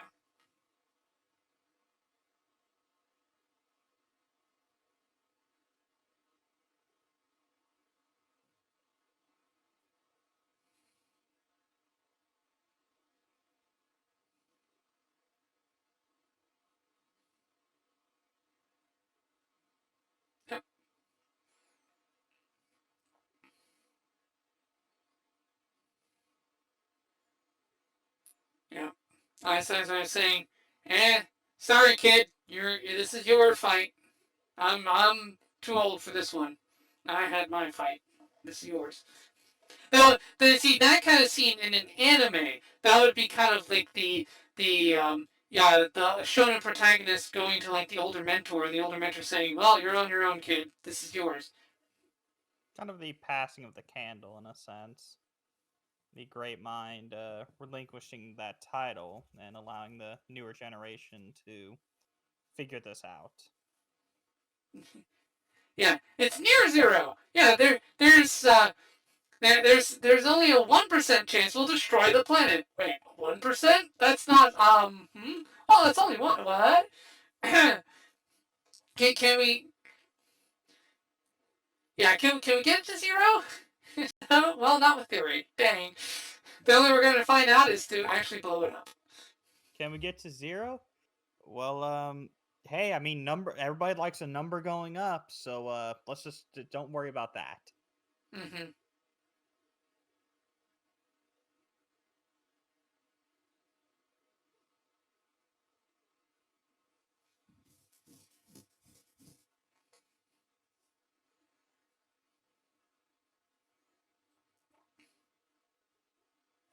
Now this is critical. So this is Chevrolet. This is the guy from languages. You see how he frames it. He doesn't frame it as his idea. He frames it as idea of somebody else.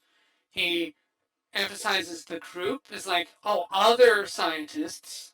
It's like, oh, hey, we should help our allies. We should be good allies. We should help, similar thing as like with the Spanish Civil War. Very similar phrasing.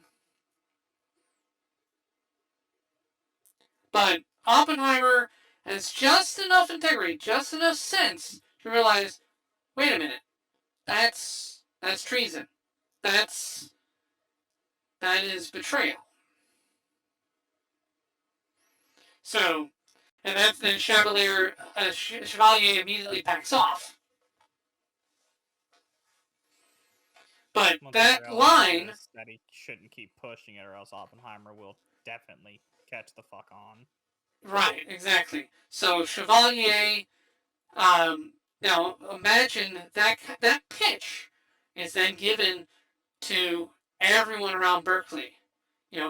That's how Russia did it. Chevalier is a Russian spy. He's a Russian agent. He is a traitor to America.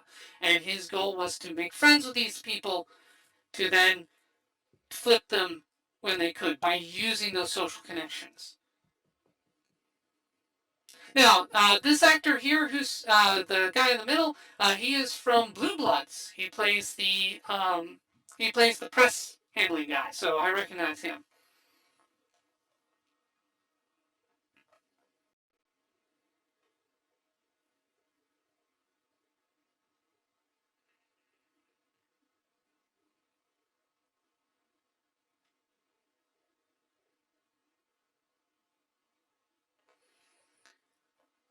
Now, it is interesting to see here, too, with Strauss. Strauss has a very us versus them, inside or outside. He's a tribalist. And he's acutely aware that, in his opinion, that he is outside the scientist tribe. He is not one of them. And it's easy to see how he comes to that conclusion, as one, bit of inferiority of being around them. Two, it kind of makes sense. It's the case of, how are you going to boss me around if you have no idea what I'm doing? Mm-hmm. I can definitely see some of the scientists having that regard. How are you going to lead us if you have no clue on any basis of what we talk about? Mm-hmm.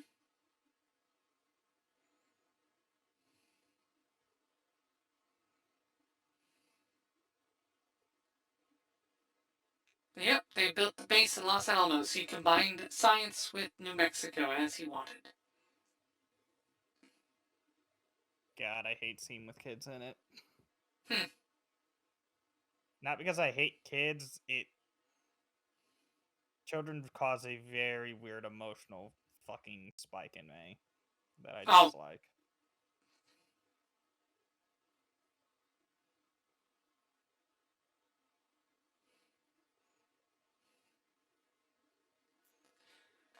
Oh, actually, interesting historical note. So while this was out, one of the people who came in to see it was a 90-year-old guy. His son brought him. The 90-year-old guy had studied under Oppenheimer at Berkeley. So he was one of Oppenheimer's former students, and he loved the movie. He thought it was really good. So.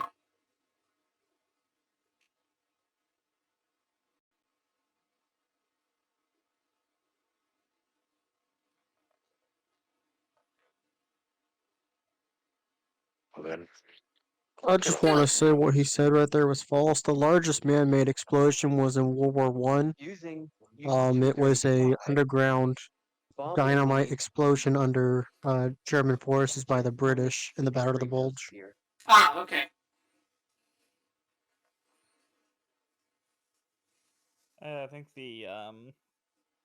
think the quote for that was, "Well, gentlemen, we may not win the war, but we'll certainly change the geography."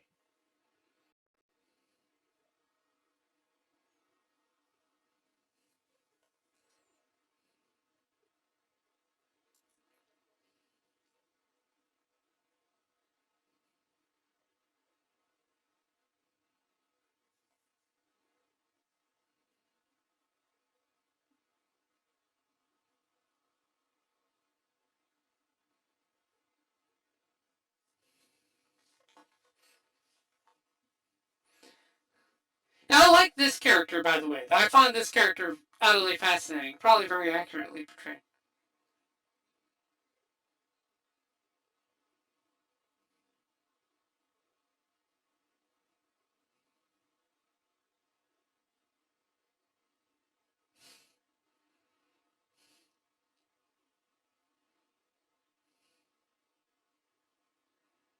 But he was right though. He was right. That's the fun thing. And he knew he was right. That's the interesting thing. He was literally 5 steps ahead of Oppenheimer, even.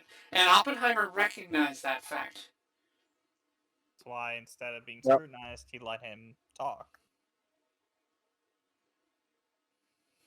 I mean, he did admit that there's a lot of more people smarter than him. So. Mm-hmm. Yeah, no, Oppenheimer.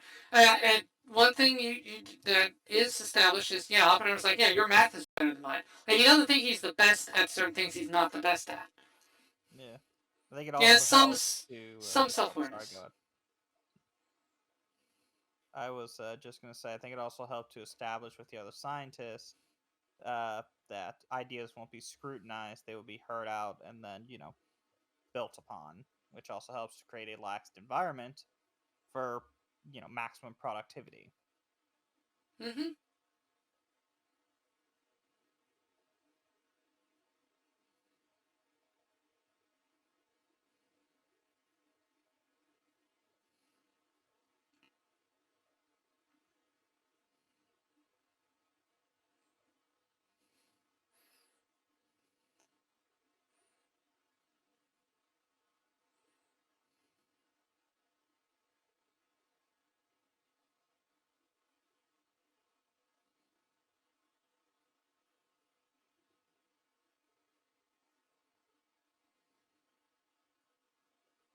So that's the right. So if you remember in Batman Little Boy, you have the guy crushing the orange implosion.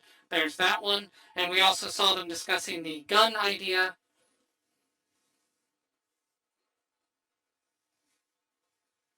Which was what the idea for the Fat Man? Now, Fat Man was uranium. Little Boy was plutonium. Yeah, you need less plutonium. There's something there that I want to make a point of. Hmm. He mentioned I started being British when Hitler told me I wasn't Jewish. My own family has similar style to that, to being Polish. I'm Polish Interesting. French because my family isn't German anymore because we were told we aren't. Oh, that's interesting.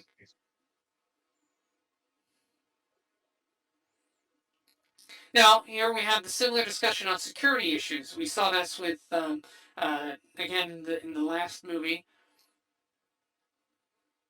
You know, Grove's concern is security,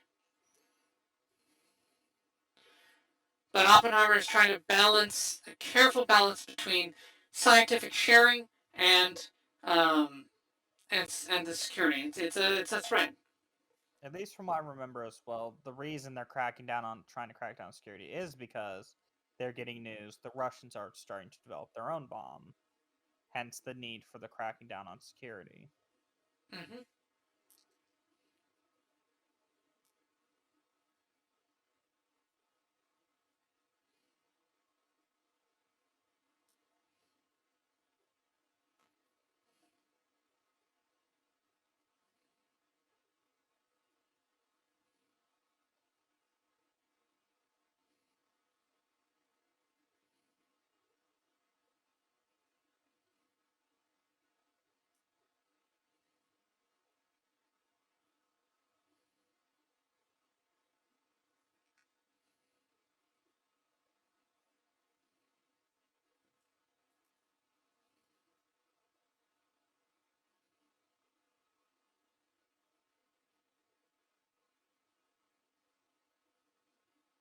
Yeah. Now, we see Lawrence still there. So this is after World War II. So this is just as the Soviets get the bomb, and yeah. So they call.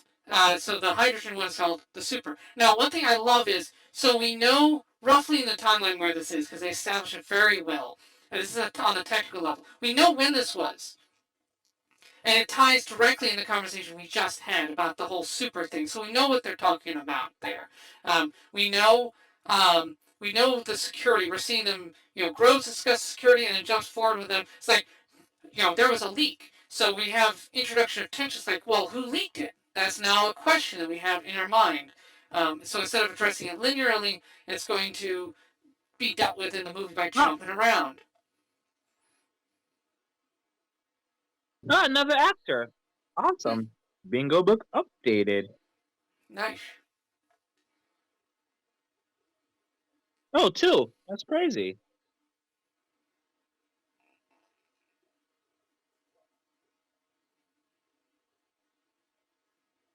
Oh, is this the Demon Core?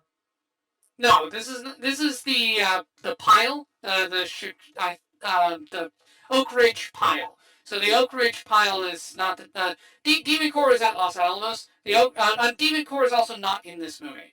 But the Oak Ridge pile was one of the key nuclear developments. Oak Ridge is also another nuclear energy location.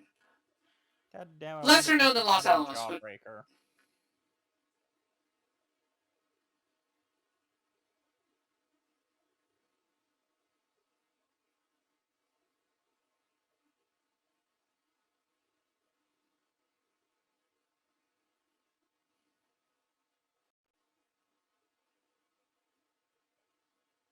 Earlissimo? I'm gonna point out he's been promoted again. He's no longer brigadier general. He's now a major general.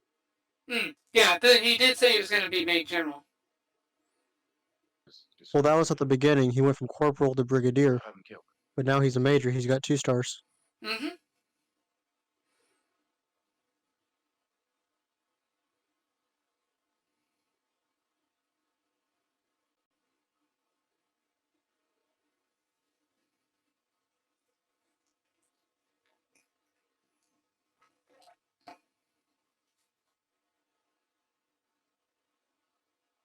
Yeah. Now Oppenheimer's smart enough to think that maybe you hired me so you can control me. Groves is like, not really. Now, and to an extent, I think. Oh, go ahead. No, you go. You go. I was gonna say it's a case of Oppie putting some thought into somebody having ulterior motives, just in the wrong person.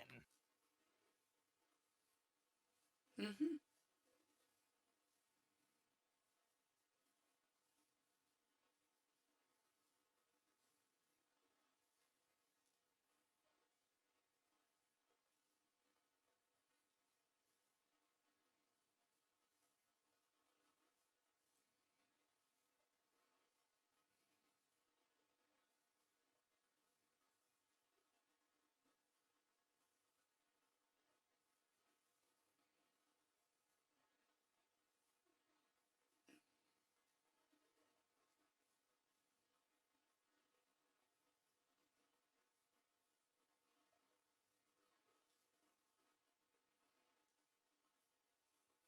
Yeah. So we see that Groves also went to bat for Oppenheimer, which was interesting. Again, Groves put aside his personal dislike of Oppenheimer's politics because he recognized that Oppenheimer could get it done. I think not only that, I think he also, especially the way Oppenheimer was, I think he also became to understand that you're not really a communist, you're a very naive man. Yes, that's what I mean. He once he met Oppenheimer, and I think Lawrence also, because he met Lawrence and he knew Lawrence was a good dude, and Lawrence was vouching for Oppenheimer and basically probably telling him, it's like, no, the dude's just naive. Like, please give him a chance.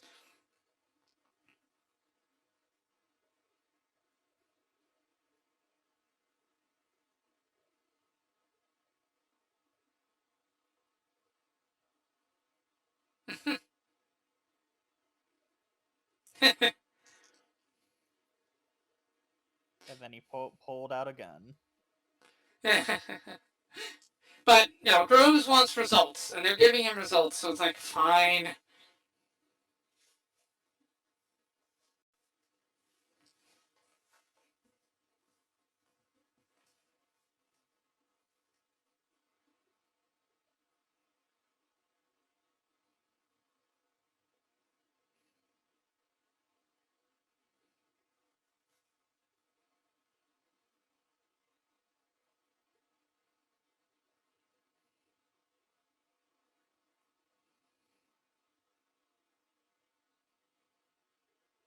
Gotta take a quick Yeah. smoke break.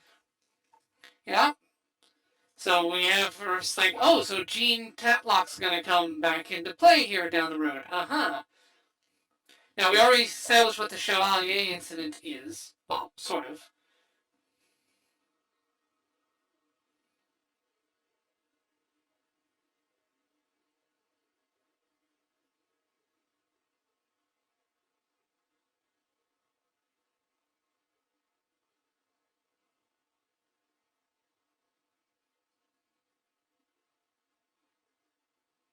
Yeah.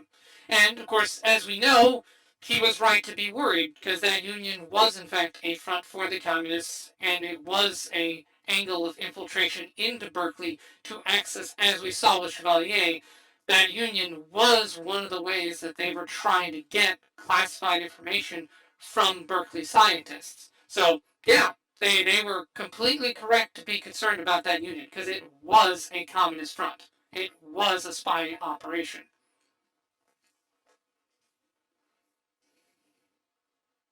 Yeah, that's another thing too. Like, people said that this movie downplays the threat of communism. It's like, no, it pretty much nails it. Like, the way the communists operated, the way they infiltrated, the way they gathered the information. It wasn't some big, like, gun to the head, tell us what you know. It was subtle things like, hey, we're friends here. You can talk to me. That's how they did it. And that's how they portray it. And that is doing the intelligent way of getting information, which was, instead of through threats of violence, do it through kindness. Yeah, exactly.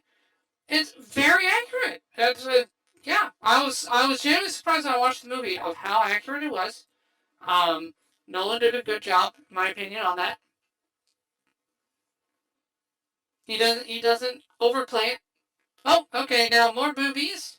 So, all right. So I guess Looking away no. again. Let me know when it's. Okay. Yeah. Apparently, in some versions of the movie, they put like a towel or something over Florence Pugh here. That Now this honestly would have one, been better because this scene added nothing to the plot itself. They could have just been sitting down and talking to each other, honestly. well, in The this case, the nudity was nudity unnecessary. the nudity is symbolic though, because it is them being open to each other, or rather, it's contrasted with like they are naked in front of each other, but he is still holding back from her. She is fully revealed to him, And but with the he, symbolism also here, obviously. yeah, but he cannot reveal to her. Like, he can reveal like physically, but he cannot open up the actual thing. Now we see the wife's perspective, because she is imagining the two of them, which is something that Look away, Bob Circus. Captain. Yeah, because The wife is imagining Jean and him, as when the infidelity is a bad thing, but she has no room to play with because she cheated on her husband with him, so it's like, okay. But now, I mean, now yep, she knows what it feels like to be the one cheated Yep. on. yep. Yeah, no, I think the nudity here is tasteful because, again, symbolic of them being completely open with each other. Though I To an will extent. admit, I would have liked to seen Oppenheimer's dick. Not gonna lie. I know. I'm glad they went away from that. I won't look in further into that. Yeah. Although I will say, in terms of looks, I do prefer the Gene Tatlock in Fat Man and Little Boy. Comparing the two side by side, I think the one in Fat Man and Little Boy is just a bit prettier. Florence Pugh is probably more realistic to how Gene Tatlock was, like the hair and stuff. But like Florence Pugh's face, when you get close to it, is not as pretty as the one from Fat Man and Little Boy. I think it was Natalia Richards. I want to say. Hold on. The scene's over, right? Yes, Yeah. now Yeah. it's done. You can watch again. Yep. Maybe we'll be lucky and see some more booba. Actually, I think that's it. I believe that's it for the boobs. Damn it. Yeah, Natasha Richardson. So Natasha Richardson was Jean Tatlock in Fat Man and Little Boy. I think she's more attractive than Florence Pugh. It might be a hot take. I don't think that is.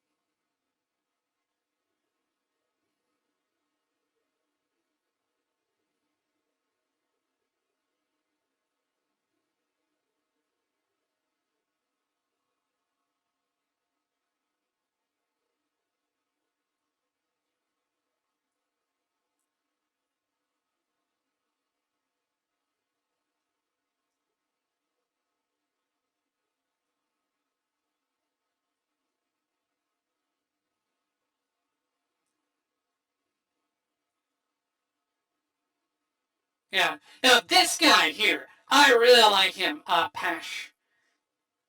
Yeah, Colonel Pash. I want a movie about this dude because this dude sounds freaking amazing. When they talk about his backstory.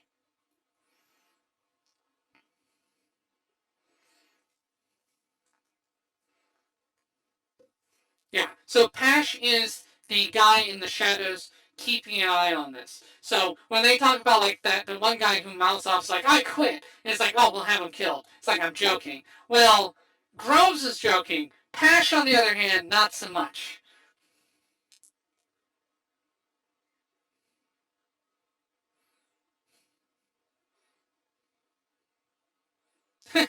yeah, yeah, the Russian matter, like removing the teeth. Here's another actor you've seen around.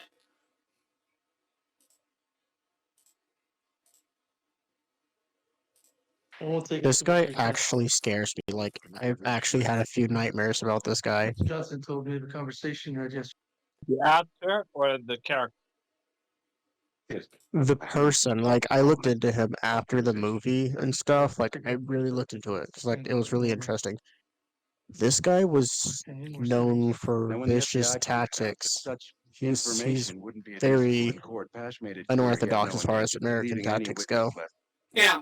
Oh, I want a movie about him. I mean, geez, yeah, like a man who signs up to go fight communists in Soviet Russia, like to try to stop the Red Roses, like that is cool. He fought in Spain against the communists. Remember that. Yeah, He went to again, Spain just to fight communism. yeah, no, to me, that's a fascinating character. I want a movie about this guy. I mean, I don't trust Hollywood to do it correctly. They'd be probably way too biased. But he sounds like a fascinating historical figure, and I wasn't too familiar with. For context, we don't see him in We don't see him in Fat Man and Little Boy. Russian. Yeah, he's a Russian Orthodox. There you go. Yeah, so which means he's religiously driven. Yeah, but notice he presents himself as quiet and unassuming. But this man kills communists. Like, he is anti-communist. He will root them out, and he is dead set on not allowing them to copy the horrors and atrocities in America that he has seen them commit in places like Spain and Russia. So this is a man very dedicated to preventing atrocities in America, because he knows what they're capable of firsthand. Bizarre. He's very unassuming, very quiet. Yeah. Typical Sun Tzu art of war. When you are strong, appear weak, and when you are weak, appear strong.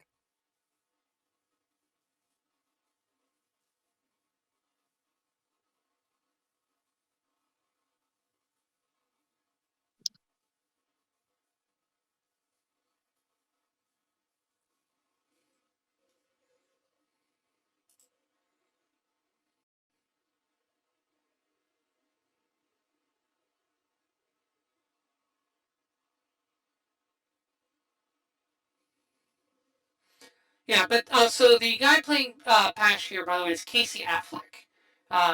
So probably related, if I had to guess. Yeah, he's young. He's Ben Affleck's younger brother. I like him. I think he's got great potential. Oh yeah, so he was in Good Will Hunting. All right.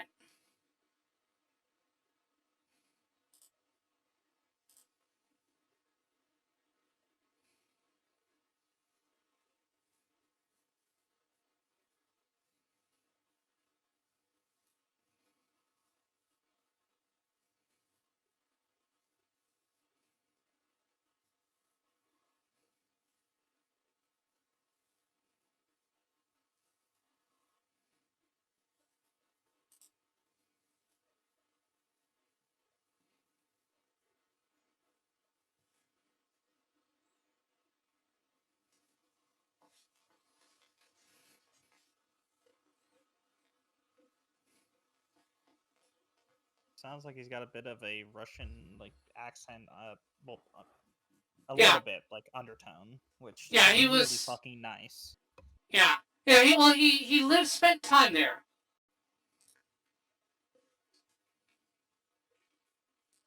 Assign the name. They did a very good job on depicting Colonel Pasha's character. When did you receive the name? Mm-hmm. I was gone by the time Oppenheimer I mean, finally offered it up. Oh, they did a good job showing how fearful he made Oppenheimer feel and other people Mhm. around him.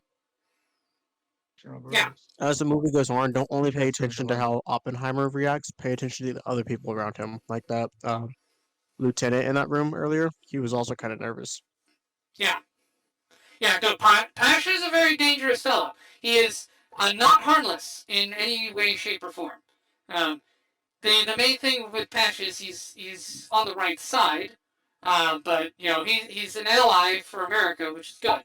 But yeah, that guy, yeah, glad he's on our side is definitely the words to use for Pash. But again, I want a movie about him. He sounds like a fascinating man with very interesting motivations, very interesting achievements.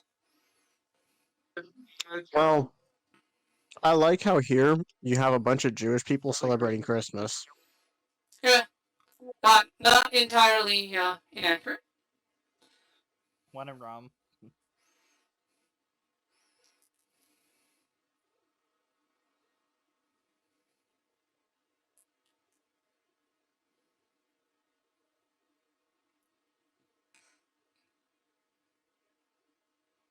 Hmm.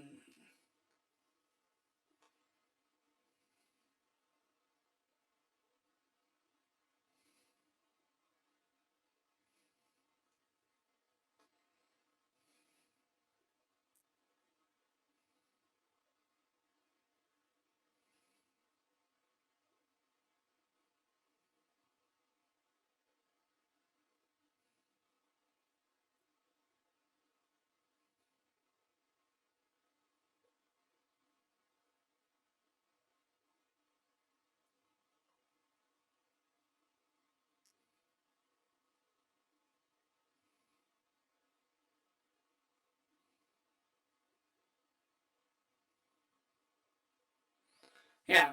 So yeah, I like how it's Bohr who tells him, "Hey, you guys made the right call." So because Germany is basically, Heisenberg is the only man in the room, essentially, on their side.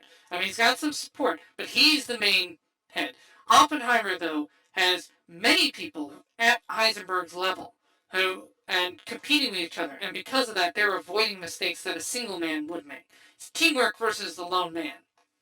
So in some ways, again, it's kind of like a shonen anime. The power of friendship and teamwork. Well, less friendship and more teamwork. I will defeat you with the power of friendship and this Mhm. bomb I made. And this nuke, yes, that's Oppenheimer's.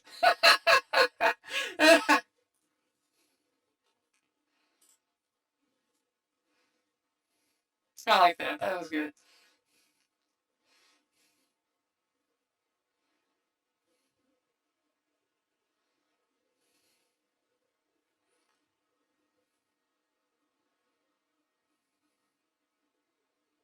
Yeah. So now compare this scene with the scene in Fat Man and Little Boy. Um, how his grief over Gene's suicide is portrayed. Now, also interesting here too. In Fat Man and Little Boy, it's strictly portrayed as she committed suicide. Here, they She did they not. show that. Yeah, here She they was show murdered. that. Right, here they show that the suicide part, but they also entertain the theory that she may have been murdered, which is we don't know. I believe This that is was a lot the to interpretation, but what happened is not exactly research, but it's believed that people in association with Colonel Pash killed her. Yeah, which has been set like the movie sets it up too, because Pash is a scary dude. He kills communists. She's a communist and a threat to America. Like getting rid of her is completely within his MO. But we don't know. Like historically, we don't know. Tatlock is portrayed as an emotionally unstable person. That's why she's involved with communism because they exploit women who are mentally unstable. We said that with Kitty. Like Kitty was a communist. She was unstable. Now, as she's pulling out a bit, we see her starting to stabilize a bit, growing into the role as a mother and a wife. And we saw that too also in Fat Man and Little Boy with Groves, telling her off and being like, hey, you should try to be a better wife. Oppenheimer kind of needs you to be a better wife. We saw that in there. Here it downplays that interaction some. But, but, um, but The way I see Gene it, is Gene's a very unstable person, so suicide is completely plausible. But yeah, Pash may have been like, hey, we can't have this X factor in the mix. I have to eliminate Gene, otherwise, this whole thing could fall apart. And so he did what he the had way I did see what it, did what he the had to do. movie, the way I see it, the movie puts it to where it's in Oppenheimer's perspective. Mm-hmm. Oppenheimer, she did commit suicide. However, in his brain, he entertains the possibility of her being murdered. Right, I However, agree. outside of like the movie, I I found yes, she was definitely murdered. It's just who murdered her is not exact. It's just What? suspected and to do with Colonel Pash. Huh? No, I thought there was a debate between whether it was murder or suicide. Like there is discussion on that. It's very loose possibility for suicide. It's just people want to believe that because communism, and then they had 40 years to cover it up because of the Red Scare. I mean, it's pretty easy to cover things up over 40 years. Okay. Well, if Pash did it, I'm not gonna fault Pash if he eliminated her because she definitely was a liability for the Manhattan Project. Um, yeah.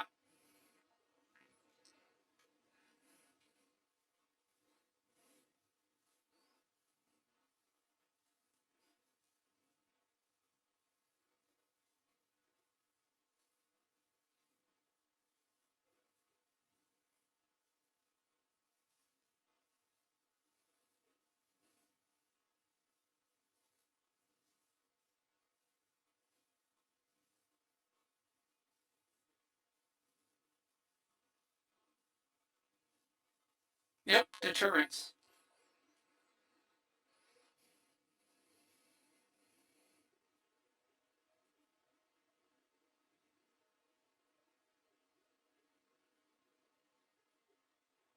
Now, the sound mixing here is good because you see the pounding of the feet and so on as, yeah.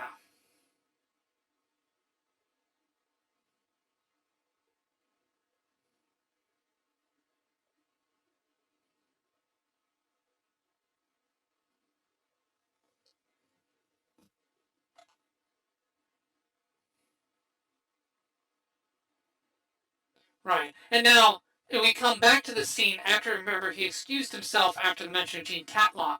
Now we have flashed back and caught up to, oh, that's what happened to Gene Tatlock. Oh, boy. And if we build, I love how this guy condemns Oppenheimer for suggesting world government, yet Truman's 14 points literally laid out a world government called the League of Nations. Yeah, quite true. But that was saying, yeah. Well, I remember Oppenheimer said, "I am a New Deal Democrat," and Groves is like, "Well, you're only a suspected communist." So yeah, there were contradictions at play for sure.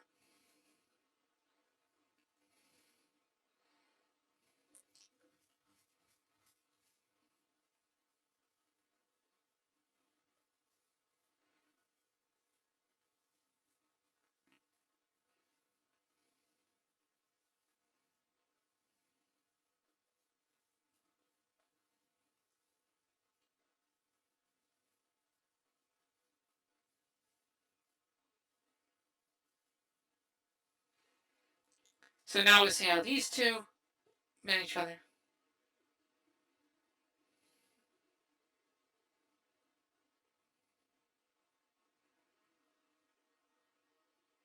Yeah. Yeah, the V2s, the predecessors of the ICBMs.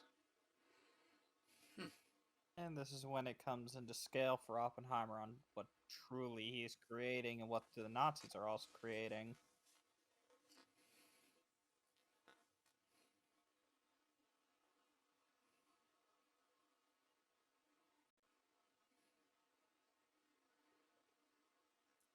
Yeah, that's sage advice there. Very man who would be king right there. If they see you bleed, they'll know you're not holy, and that's the end of the thing.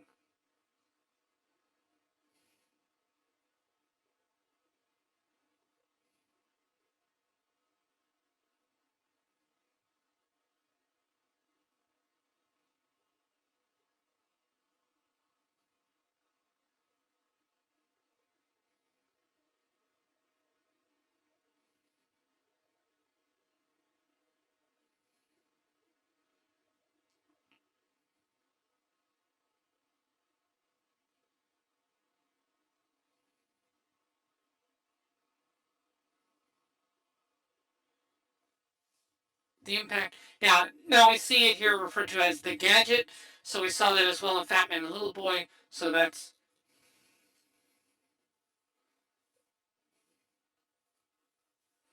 I like So now we the know. dressing of him in complete black as well. Yeah, and now this is after World War II, or I mean after victory in Europe, because Hitler is dead at this point.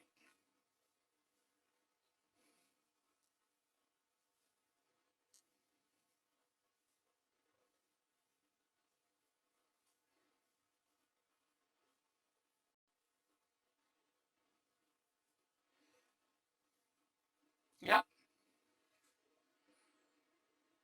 Yeah, no. Well, we hashed that one out during the Fat Man and Little Boy thing, where it's like the argument over bombing Japan. So we see that here brought up here. Now, I will say this movie does a much better job with it than Fat Man and Little Boy did, in my opinion.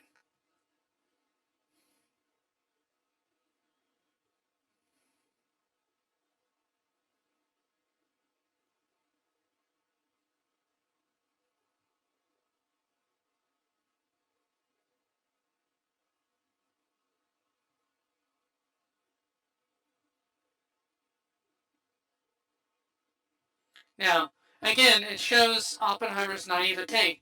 He doesn't understand political realities. Yeah.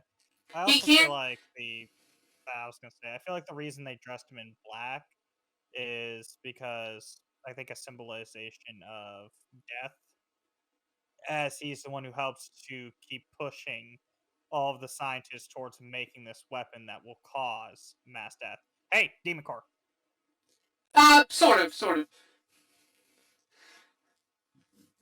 Not But just that, it's also the fact that the scientists are starting to be unloyal to him, and he's starting to yeah, be seen as a bad guy to the scientific community, yet a good guy to the militaristic community. And military has always been a symbolism of general just ickiness, you know? yeah. Yeah, they're starting to see him as an outsider. He is starting to become as out of touch to them as Einstein is to him. He's turning into Einstein now as things, and the world is leaving him behind with this his last touch, and he's vaguely aware of that fact too. Well, that's a bit later on in the movie, but that also is explored. Yeah. Oh, I know. The what was I going to say? Actually, with that actually makes the symbolism of him in all black actually mean a little different. Black sheep. There you Dressed go. him in all Yeah, black to represent him as the black sheep. yeah. Yeah, one of the things consistent here with Oppenheimer, he's a very rational person. He's very logical, at least with science. His structures are very logical. So he struggles to understand irrational things. For example, lust. His attraction to Jean and to his wife Kitty, and Kitty's willing to cheat on her husband for him. These things puzzle him and catch him off guard because they're not rational. Likewise, politics is not rational by any stretch, so it catches him off guard. So he thinks that, with confronted with a bomb, people will react in a rational way. So the idea of an arms race, or the idea that people would race for the vague chance of maybe getting the upper hand and then using it, doesn't compute to him because it's not rational. Um,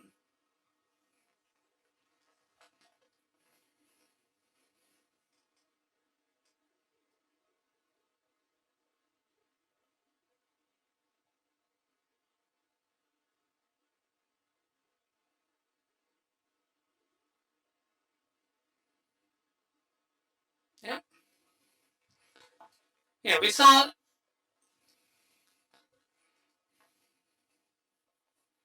At this point, I may be wrong in thinking this, but I think the reason why Oppenheimer is not pushing it is because he's focused on making it possible.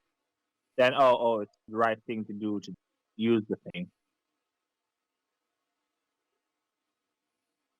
Well, he also has a clear understanding that the Japanese won't back down until they see this power. That is also true. Now, in that sense, Oppenheimer was correct. If simply having it as a theory, because that's an interesting thing here. Oppenheimer is saying we have to be practical in this. We can't just leave it theory. We have to make it practical and real. And he is correct on that. Republic. Enough to unleash The crazy thing is about the atomic bombs is Hiroshima and Nagasaki put together isn't even a quarter of how many were killed in the fire raids. Yeah. In a single night of fire raids.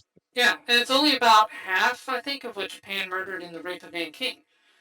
So it's not even the worst event. Yeah, the Dresden and the rape of Nanking were both worse than the nukes.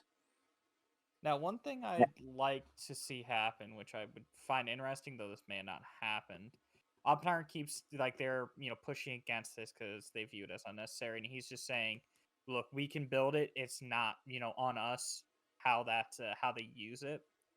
I would find it interesting if one of these scientists drew the comparison of just like how the Nazis were following orders. It's not their fault, right? That wouldn't be until 4 years later, though, that the trials would take place, so they couldn't even know that yet. That's true. Yeah, and historically they couldn't do it in the moment. Yeah. Fair enough, but it would have been interesting to see that drawn to Oppenheimer.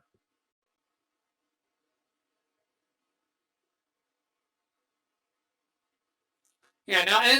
Now again, we had this discussion in the Fat Man and Little Boy, but one of the interesting things is even after the first bomb, Japan refused to surrender. If we hadn't been for the second one, we would have had to invade. Oh wait, no, I just thought of a better comparison. Because they did talk about the invention of mustard gas and how those. Yeah, well, we did. Yeah. Well, not that they did mention mustard gas in the movies, didn't they? Oh, right. Okay. In the movie, they had mentioned the use of mustard gas. I would have found it interesting that scientists have brought up the fact of that invention. Oh, another famous actor. Yep. I would have found it interesting. He brought the use of, well, would you judge the scientists who helped to create mustard gas, and then the implications that came of it?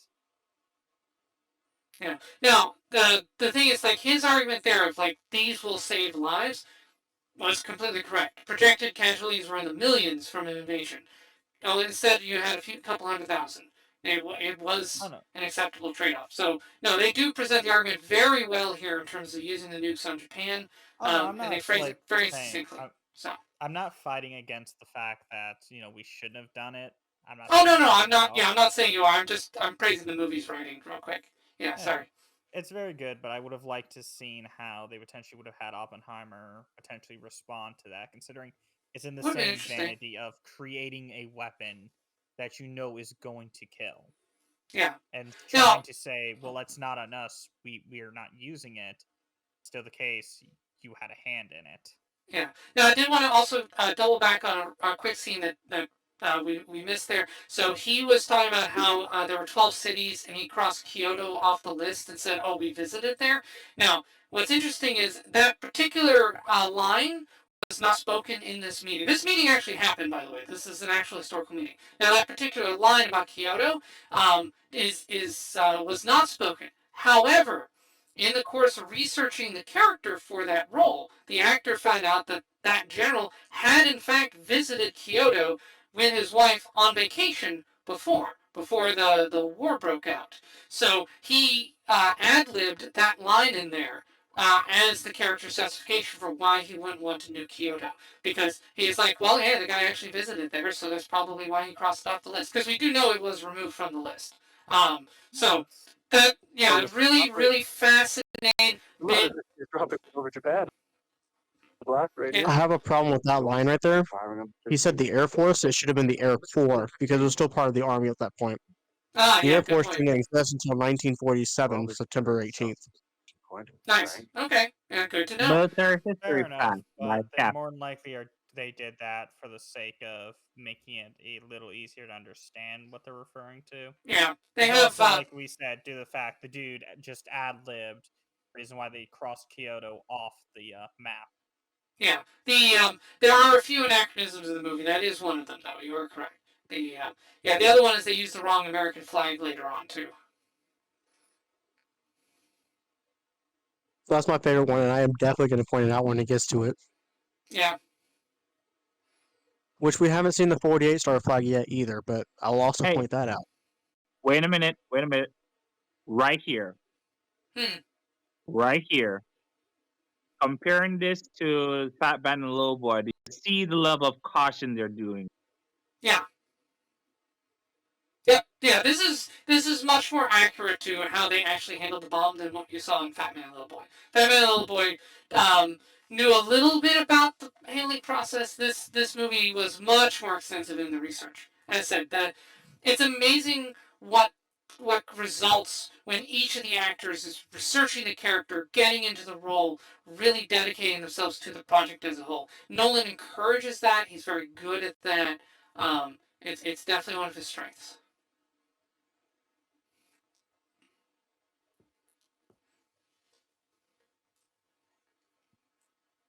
I wonder how big nuclear bomb. This scene gives me so much dread for the fact that a single mistake. There's another issue right there. If there's a woman wearing pants, that was not at all a thing at that time yet. Now, well, I'm gonna say, we did see, didn't we see his wife wearing pants when riding a horse, though? So, his wife was a feminist, though. That was known. Yeah, but respectable, exactly. And I use that word really loosely, respectable women of the time were not wearing pants. True. It has been established that there were several women who were not of respectable nature involved, but yeah, that's true. That could have been. Could be another anachronism.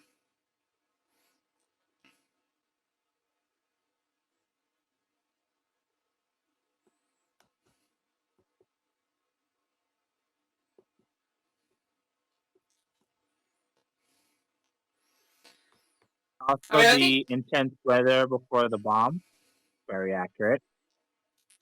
Mm-hmm. I think it also helps to they're also doing it for the artistic thing of, bombs about to go off, a storm's coming in. You can tell something is going to go down.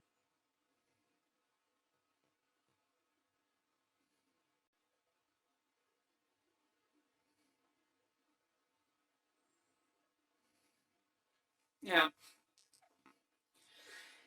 Yeah, now it's interesting here. The wife's arc in this movie is less explicit than in Fat Man and Little Boy, but you do see her grow and evolve and become more stable and become someone he can lean on as the movie goes. So she goes from having a drinking problem to being a bit more dependable here. She sorts herself out essentially over time, which is nice to see. Contrasts with Jean Tatlock, who not much less so. So two women with both got tangled up in the Communist Party because they had issues, but one of them got one resolved it, the other didn't. Look, for the my grace of boy God, Oppie just said I can fix her. You're not wrong. You're not wrong. Yeah, no, yeah. That's basically what he was doing, and To be fair, women don't work like it'd be that. a challenge, Neither and do we all guys. know Oppenheimer loves the challenges. Hey, let's not limit here. People don't work like that. Yeah, that's what I mean. Yeah, men, yeah. People do not work like that. Yes.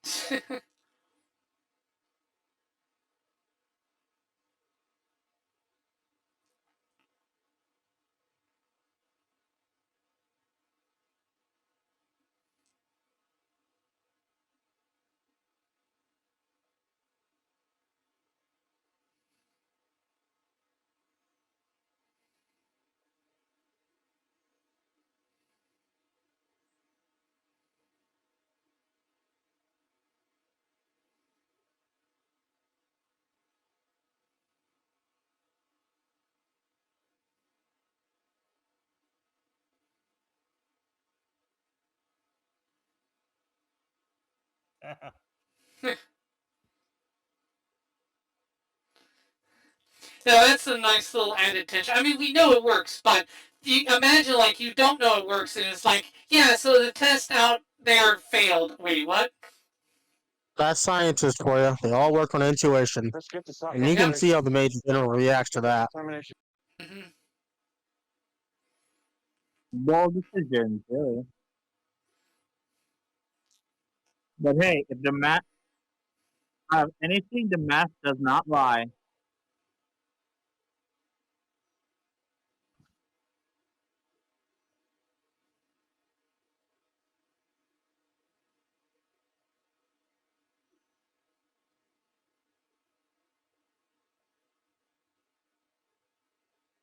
Not where I am. That rain can go from day to night sometimes, and night to day. I do like how Oppie's using his knowledge of these desert climates. Yeah. No, that is nice. That is a very nice touch because they establish his connection to the land, and then his knowledge of the land is what enables the test to happen. His connection to nature allows them to play God.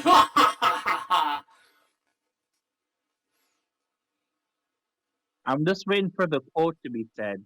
You know.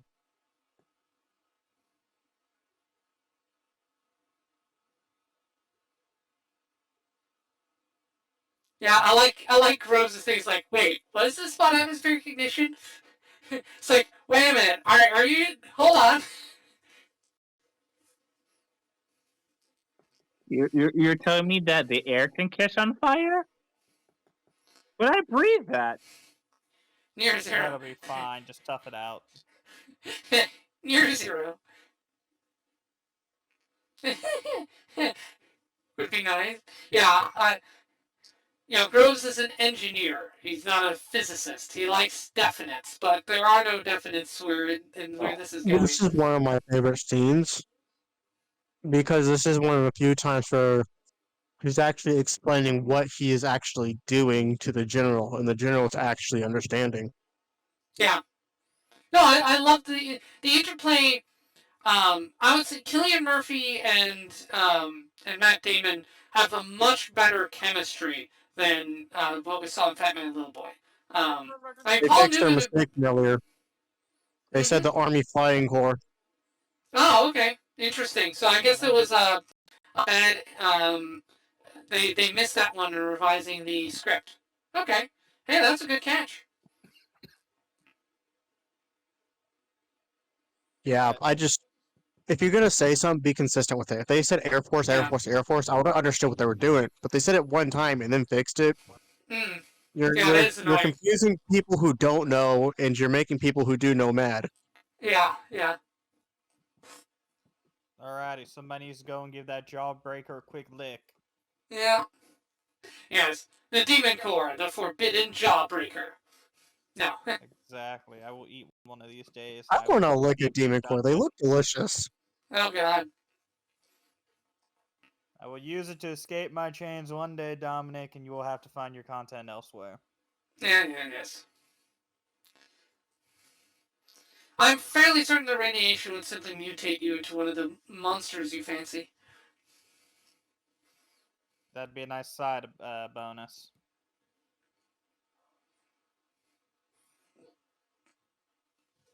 Then I could literally go and fuck myself.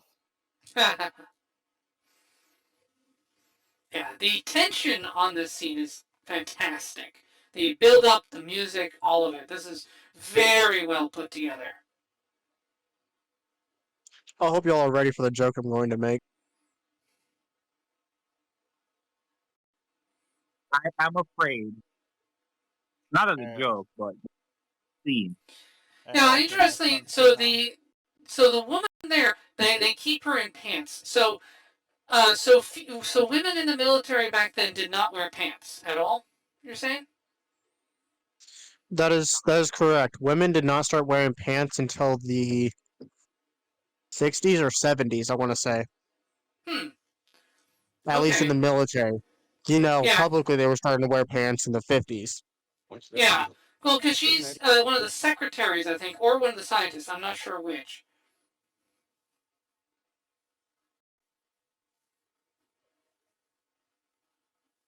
Wow, this is the most. That would be me, though. A shaky hand. Oh, yeah. Bruh.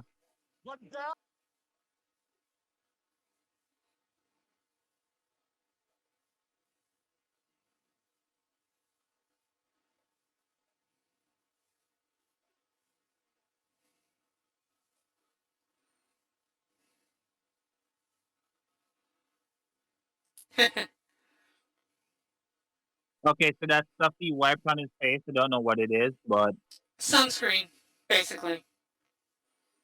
They actually took 90 seconds from 90. Bunker. Would it have saved it? It's just meant to protect against the UVs that are about to be fucking blasted at them. Yeah. Yeah, I understand. No one had done this before, so no one really knew what would work or what wouldn't. Like, okay, bright light, welder's glass. Alright, UV, radiation stuff. Alright, sunscreen. Sure. I mean, despite him piling it on, that sunscreen is probably still weaker than what we have today. Like, we've got SPF 100 is super common now. I mean, even when I was a kid, SPF 15 was considered peak strength, so... 10. That motherfucker right 9. there is Doc Ock from 8. Spider-Man. Yeah, he does, you're right. 6. 5. You idiot! Why would you do that? He wants to see it with his own eyes. 2. Happy New Year's! History has been made, baby. Oh, yeah. I want to go Happy New Year's with one of those fireworks. Yeah, I think they were fair to do that because your eyes probably be fucked up seeing that. Oh yeah. No, the nuclear explosions will burn your retinas. Oh yeah, a Um, very unique form of blindness that was named after Hiroshima. Mm-hmm. I forgot what it was, but it was named after the city because the shape was burned under the cornea, Yeah. Oh, and they fuck could, Cloud. yeah. Yeah. Oh, I saw this in theaters. Like I was so impressed. Like the music just stops. You appreciate Mm-hmm. the explosion. Oh So yeah. It's so again, pretty. now that explosion, as Nolan said, that was all practical effects right there. There was no CG on that. They Yeah. replicated the shape and nature of the nuclear explosion using practical effects, obviously in miniature. They did not actually build a real nuke and set it off. What you saw was a very creative use of miniatures as sort of Coward. practical. it would Oh be man, funny. It would they really should be have set off a funny if real they one. actually made a nuke and did. Yeah. How much money does it take to pay the United States government to set off a nuke in Nevada? Who Not knows? enough. Not enough. Could I do it for Yeah, 3 trillion? yeah, no, but that'd be a all right, people. We cannot fuck this up. This is a one-time deal. Yeah. He said the thing. Yes. Yeah. Yeah. It Man. destroyed And other worlds. yeah. And in the Last. theater, by the way, that explosion shockwave is loud. Like, oh man, that is bass boosted to all Kingdom Come. But it's not like excessively loud. It is wow. It's meant to fully immerse you into how fucking much power they could put behind that. Mm-hmm. Also, I everyone and that got dust blasted have radiation. Yeah, and I really liked Teller's reaction there. Like Teller's like, "Yes, we did it. We have unleashed." Because for him, all right, step one is done. Step two, I'm That gonna was build a bigger one. crazy. Yeah, That was crazy listening to with surround sound on. Oh my yeah, goodness. yeah, I felt that in my chest. These, what have yeah. you monsters done? They have tamed All the the atom. bongos. Humanity Yes, an takes appropriate this next. reaction. Yeah, humanity takes this next step.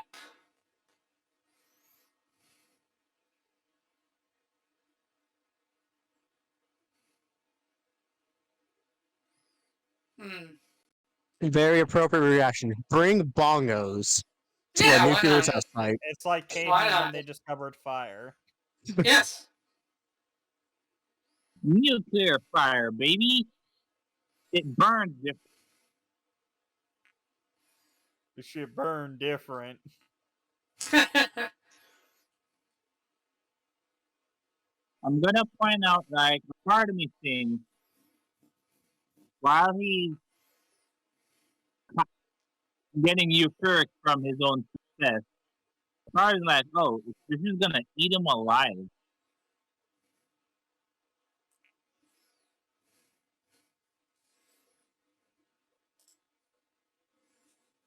Yeah.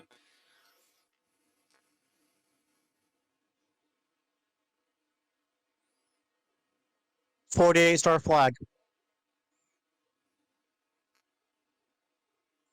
There you go. Perfect Yeah. array. It's honestly a nice flag with a perfect array. Yeah.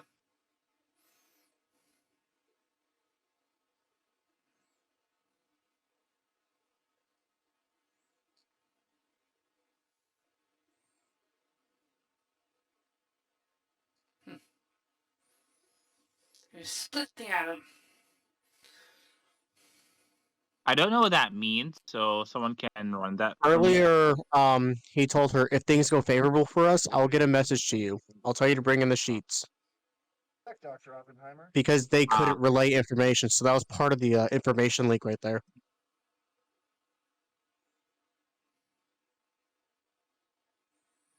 Fat man and little boy. Here we go. They're babies.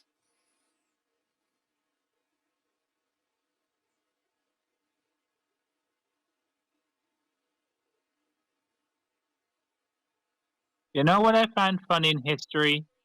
In this point of time, there's only going to be one guy who actually survived both Hiroshima and Nagasaki. That he went to both, one after the other, and was like, "You are the most unluckiest man." Yeah, but he survived both, correct? Yeah, Yeah, so actually, I would say he's the luckiest man because he's the only man to ever get nuked twice and live. I mean, he died like 5 years after, but from I was cancer. about to say he survived 2 of them. We need to drop a third on him. Yeah. We Well, I can't mean, risk the mutation. once you survive the second one, at that point, I'm just like, okay, God, just stop. You're embarrassing yourself now. We can't run the risk of the man in the Godzilla suit catastrophe. Well, we know the answer to that one. The answer was no. There was another inaccuracy I just realized. Hmm. Back in the 1940s, they would not have danger do not cross signs over streets. I'm just saying. That's something that they were required to do, probably in California. Who knows? But they're the only. You know what really suck if someone really hit that truck, boom, out. That really would have sucked because of what that would implicate with the World War. Nuclear war becomes unthinkable. It is true. But now, the only one thing that has kept us going is that cooler heads have prevailed. That the threat of mutually assured destruction was enough to keep things in check. At least for now. Like Until 3 years ago. the one group who would actually be dumb enough to use nukes are probably fanatics. Like basically people with no fear of death or no fear of their own destruction. That's the group you absolutely don't want to have nukes, because those are the ones.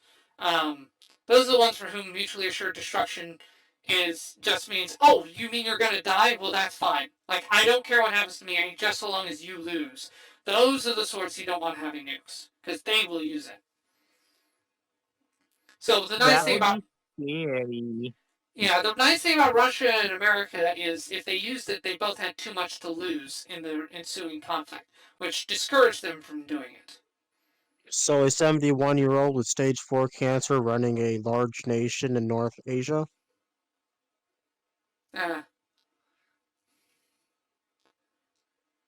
Oh, here we go. The reaction to the dropping. What have you monsters done? You can see the vast different reactions. Yep. Scientists are not happy, though the military are very pleased. Yeah, the military is pleased. Some of the scientists are pleased. Like Teller is totally fine with it because he understood what it was.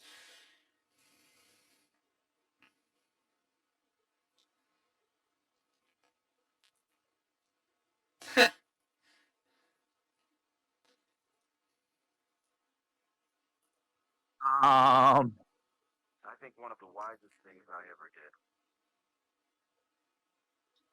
I can't not look at his eyes and not fall in love with this man. Aw.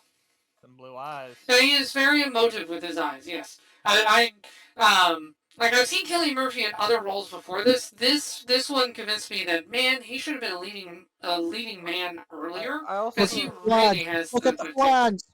Yeah.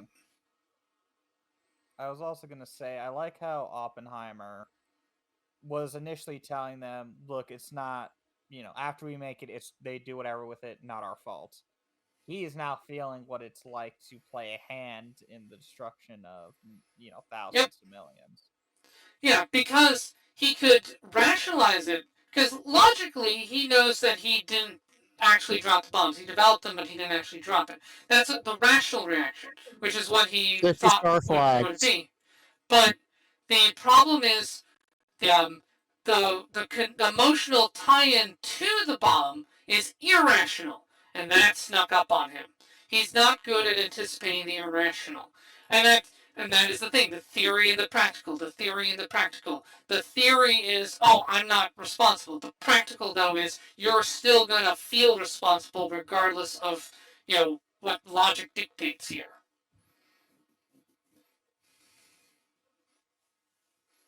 All right, they made nuclear bombs. Now time to kill a star. Yeah.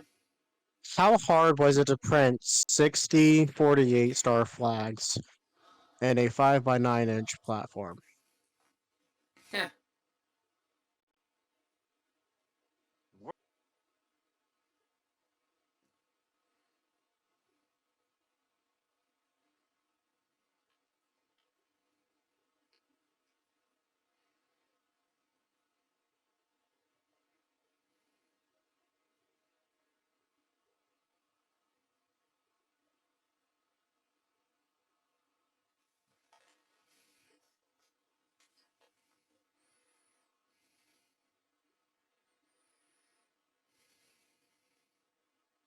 In on him.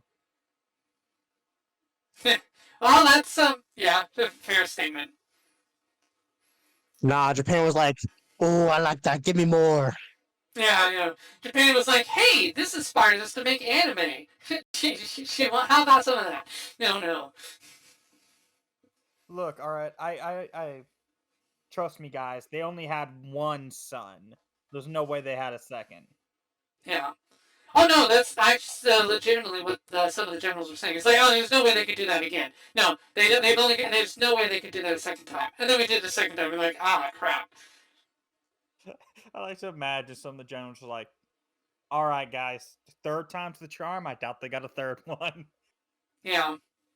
Well, no, that's the thing. Like And after the America's happy second, they didn't call it because yeah, we no, did not have the resources to build another for another year and a half. yeah, no, and no joke. Even after the second one, there were still some of the generals saying, "Oh no, we should still keep fighting." It's just by the second one convinced enough of the generals that the emperor was finally able to say, "No, we are surrendering because otherwise we face complete and utter annihilation without honor. We can't do that. I won't do that. I'm surrendering." You know, I want to point out extra symbolism that most people don't realize here is he keeps looking in the crowd and seeing people laughing, not just crying but also laughing. That's the that's him being the black sheep again. Yeah. Yeah, he feels like the outsider because he's not connected to them. He doesn't feel yeah. And it's surprising him too. It's catching him off guard because he wasn't expecting it.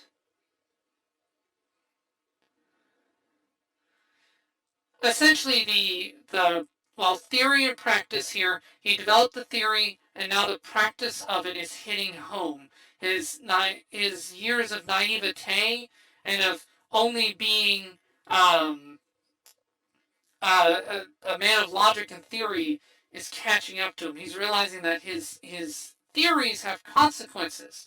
The same way that aligning with the communists has consequences. Bad stuff happens when you get involved with those people. He's now realized that, oh hey, developing weapons, yeah, people die because of that. That's again, it was justified. It was justified to end the war, and it did save lives and so on. But yeah, it did kill people, and that is hitting him more than he thought it would. I don't like the way they presented President Truman in this.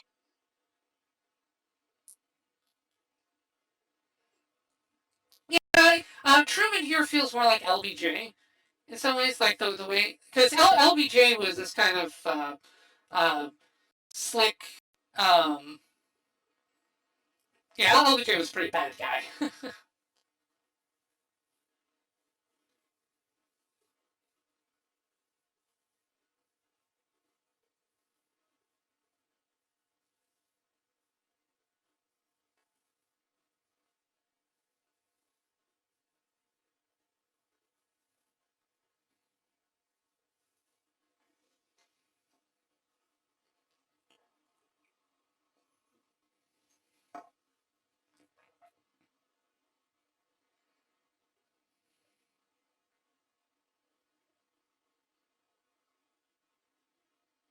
Yeah.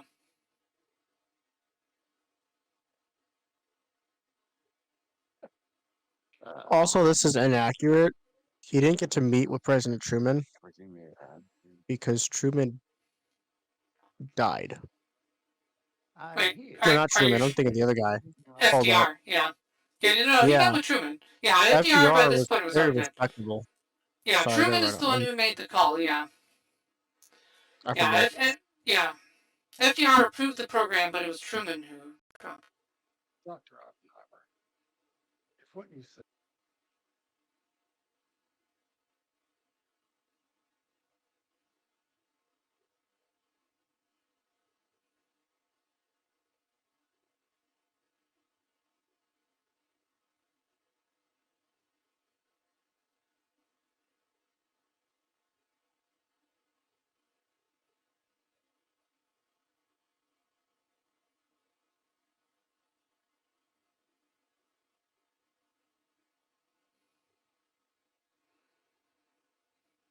Now, we do know that that exchange happened. Like, that line, I feel like blood on his hand. That happened. His reaction was probably not that nonchalant, though. Yeah, Truman, to his credit, did feel guilt over the order. He did say that he made the call because it was his call to make, and he made the right call, but it's like I just unleashed the power of the sun twice. Yeah, like that. Yeah, what Truman is calling out here also is, Oppenheimer is retreating into self-importance. He's retreating inwards. He's not thinking about others. Truman is reminding us, like, you're not the one who gave the order. I did. Like, you want to say you feel like you got blood on your hands. I'm the one who ordered it. Like, I've got some on here too. So don't come to me with that. You're not the only person here. It's not like you single-handedly made the bomb. You're just the guy who led the nerds to the bomb. Yeah. Yeah, it's like you're You're not the the guy only who person. dropped the bomb. Yeah. You're not the only person involved in this, and don't act like you are. And it's Truman's negative reaction to that makes sense.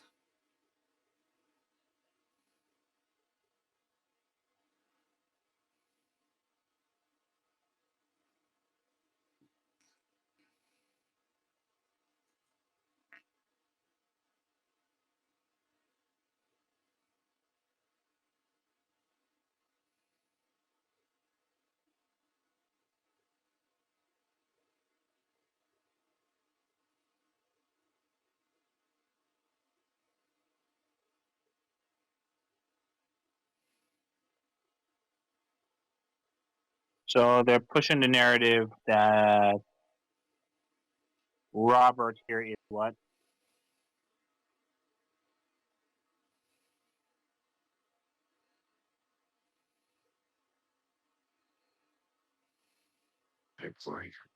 That's another thing about this movie is a lot of the progression of events is shown in a newspaper. These kind of things weren't in the newspaper because they were top secret. Yeah. Well, some of it. I mean, he was on the cover of Time. The splitting of the atom did make the papers because it was a science thing. It didn't have, at the time, military application. The H-bomb was not, though. That was a matter of national security through, I think, the 50s, if Yeah. not the 60s. I think this is their way of showing that the program went ahead and launched, considering at this point Oppenheimer isn't involved in that program. So they don't have a narrative way to really push that Unless program's continued. Yeah. Unless, I don't know about this, I'm gonna have to look into it. Unless there was a specific newsletter just for Los Alamos. Yeah. So I would prefer in the case where, because Oppenheimer wasn't part of that program, the information would be the movie telling that yes, they're pushing it, but Oppenheimer wouldn't know about it. Yeah. Now, it's also important here, Carl Fuchs, he is confirmed as he was the spy. So it's understated, but essentially, Chevalier made the offer to Oppenheimer, but he realized what that would mean, and he remained loyal to America. He was not, he had hard scientific principles, but his philosophical principles, he was more flexible and loosey-goosey, but one line he didn't cross was loyalty to America. He had that, and that led him to the correct answer of rejecting Chevalier's answer. Fuchs, on the other hand, not so much. He fell for it. The offer was made to him, and he took it. And he betrayed America because of it. I'd like to point out they were using the wrong flag again. That conference was held in 1947. Alaska and Hawaii did not join until 1949.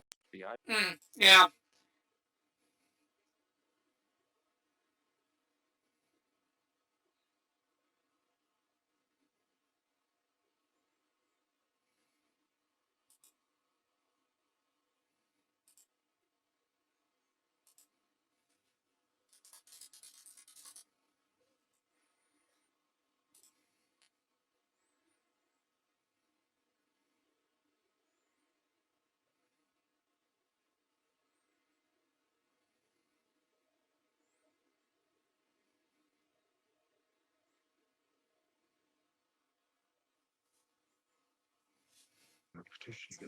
Chicago was the one that started the petition, if you don't remember earlier from the movie.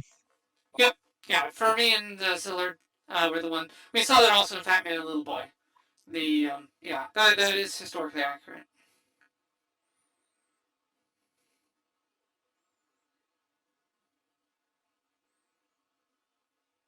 Yes. Yep, the biological impact of explosives when you're.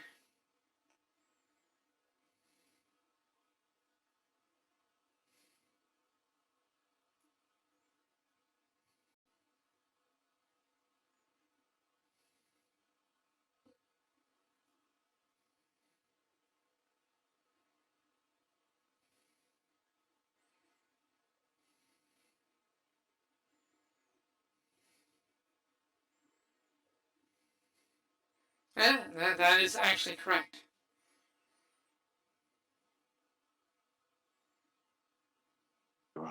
Should have given him the cyanide.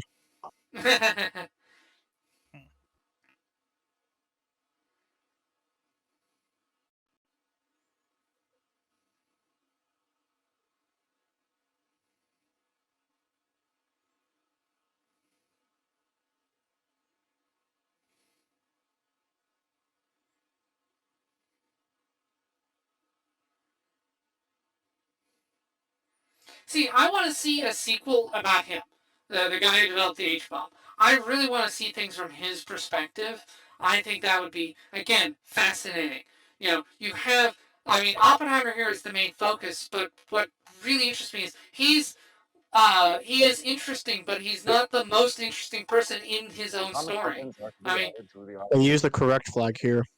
yeah, that's interesting. Guys like Pash and Teller, to me, are far more fascinating. Heck, tell the story about the guy who was the spy. Like, what motivated him? Like, what made him cross that line to betraying, The problem Western is, we don't civilization? know. We couldn't really accurately put a movie together on him, like a full-length movie, because there's not enough information. You could put a documentary together on him, but not really a cinematic movie, because there's not enough connecting stuff. You'd have to put in a lot of filler information that's not true. And Okay. for it to That work would as good as this movie, it would flop like Napoleon. probably, I don't know if you've seen Napoleon, but Napoleon had a lot to do with his personal life with his wife and what happened in Egypt. Yeah. And they put Yeah, in no, I a heard. lot of extra stuff that did not happen, and it just I'm aware. flopped because of that. Yeah. Oh, yeah, no. Ridley Scott was very upfront saying, no, we're doing a lot of this stuff symbolically. We are not going for historical accuracy. Yeah.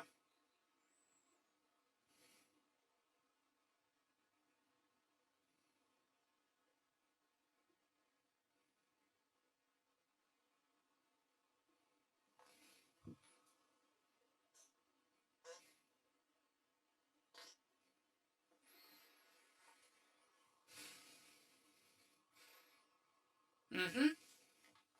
Now we see it tying back.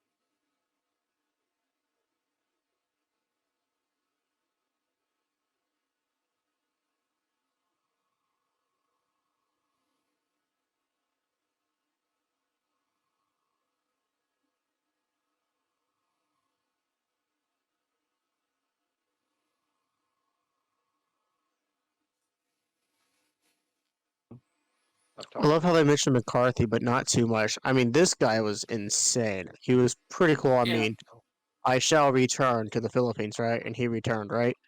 But this is also the same guy that in the Korean War suggested that we carpet nuke China. Credibility, so we can never Yeah. again speak on matters of national security. McCarthy was Wait, something else, yet people loved yeah. him. Yeah, the yeah. Well, what was interesting about McCarthy was when he talked about the Red Menace and the infiltration of things like Hollywood and so on. He was correct. We now know that historically McCarthy's warnings were spot on correct. The problem was as people at the time said, his methods were not were wrong. And he used the wrong methods for dealing with the problem at hand. That's why he ultimately failed to address the infiltration. It's why the communist infiltration of Hollywood, the FBI, and other institutions proceeded after him. He ultimately failed to deal with the issue that he recognized.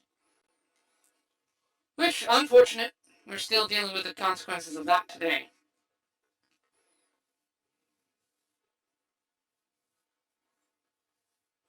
But now we're seeing the answer of Strauss's hand in this. He's been something of a background character. We've been hinting that he's the main, but we've been treating him as something of a sympathetic. But now, mask off.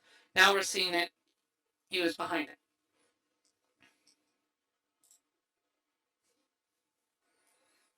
And we've also got the thorough explanation of why. It's pettiness, jealousy.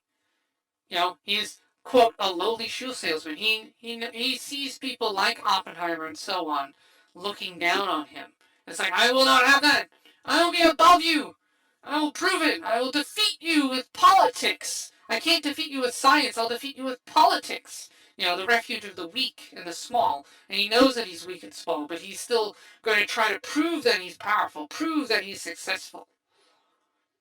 He is the small man seeking power at the expense of great men.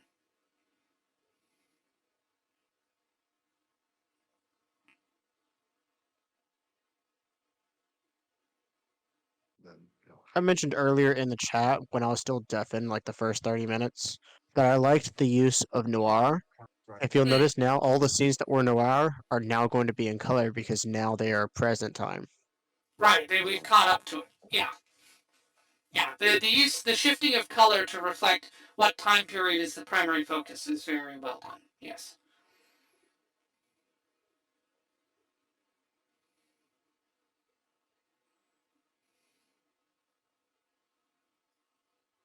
Yep. Strauss took advantage of Oppenheimer's trusting nature to deceive him. Strauss deceived Oppenheimer in a manner similar to the way the communists of the 30s deceived Oppenheimer. Chevalier pretended to be his friend while essentially grooming him to be an asset for the Soviets and Stalin. Strauss pretended to be his friend while, prepping the knife to set him up for failure. And the wife catches it because the wife is a little more, has a bit better knowledge of people than he does.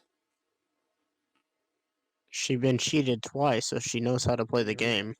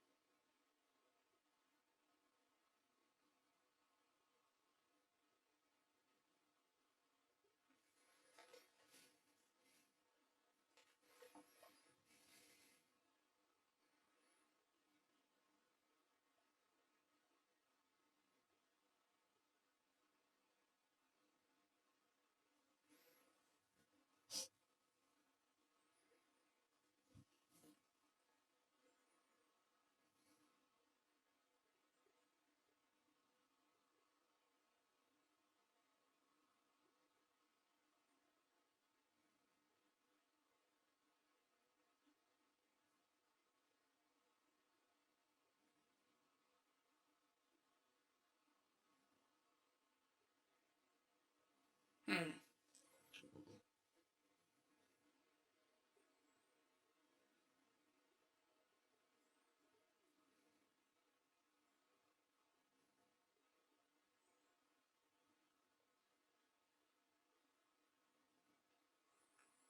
Yeah. Yeah. So this is yeah, and so here we have yet another thing. They kind of gloss, they hint at it, but yeah. So he cheated on Richard Tolman's, on Richard. Yeah, was sleeping with Ruth Tolman, cheating on wife. So yet another infidelity with the wife, Not with Tallman, Kitty. Lawrence. Yeah,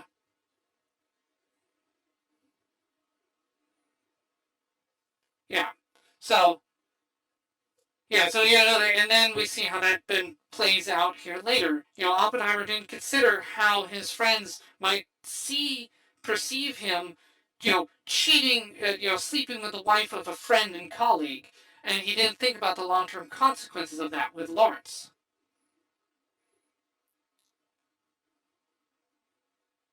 That was enough to shake Lawrence's thoughts.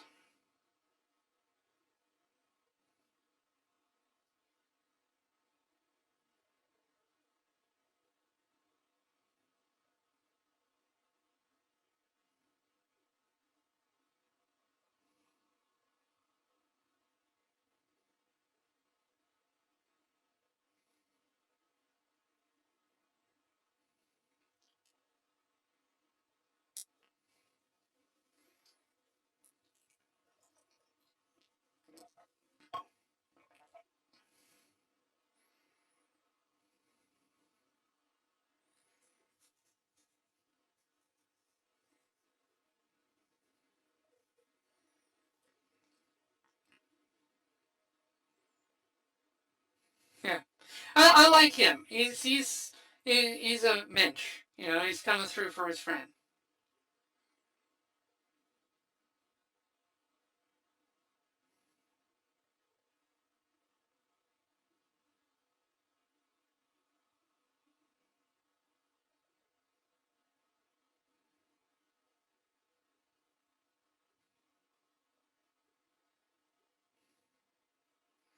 Yeah, now we see the parallel. You have the unfair hearing here with Oppenheimer. Now Strauss is on the receiving end of something that is also unfair. We see him squirming, getting a little taste of it, which he brought upon himself through karma. Hmm.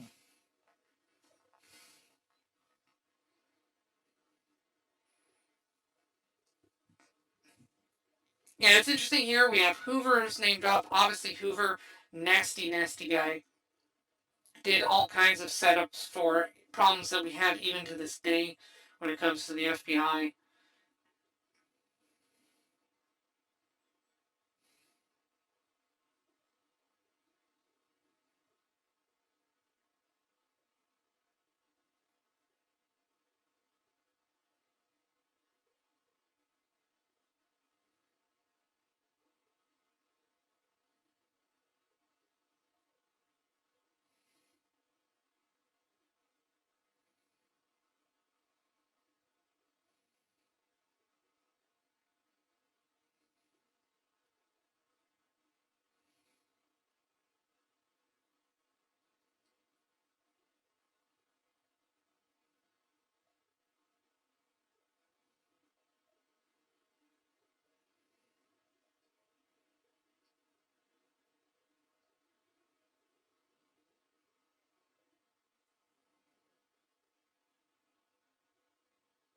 Yeah, so this was, as Strauss set up, this was, your conclusions will be novel. You'll use existing evidence, but you'll twist them in a way.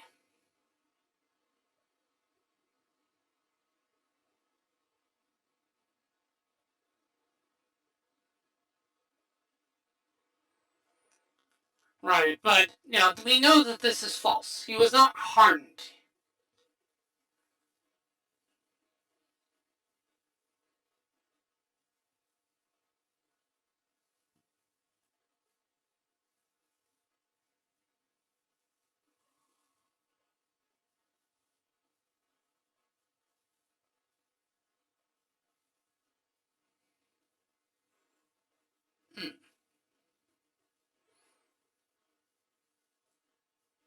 Now, Hill, I believe this actor is somewhat famous.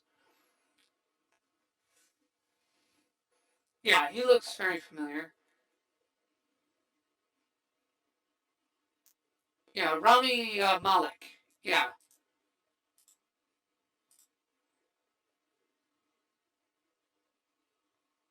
Oh, okay, that's right. So this is the guy who played Freddie Mercury in the Queen movie.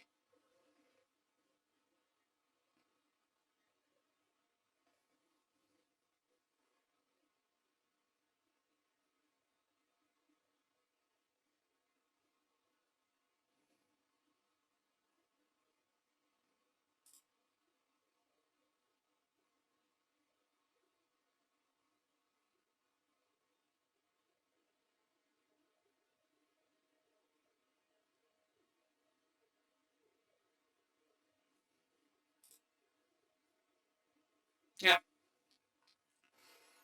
Yeah, and it's the same way, now we see it here. Oppenheimer.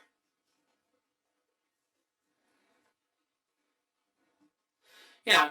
Oppenheimer failed to consider the consequences of his actions when it came to, sleeping with Ruth Pullman, when it came to Gene Tatlock, when it came to these things. Strauss similarly failed to consider what the impact would be, of being petty, of giving in to the impulses to lash out and seek revenge. Over time, he acquired more and more ill will from the people that, it became a sustained loop where basically Strauss would say, "Oh, these scientists, they're looking down on me. They think I'm lesser. I'll show them. I'll get revenge and strike back against them." Which would in turn make the scientists say, "What the heck is this guy doing? Why is he acting like this towards us? We don't like this. This guy sucks." And so that negativity would then come reflect back on him, and he'd be like, see, they really do hate me. I'll be even meaner to them. Rawr! And the cycle would continue because Strauss is a small, petty man who never deserved a position of leadership. He is a man who lacked merit, and unlike Oppenheimer, didn't earn his position.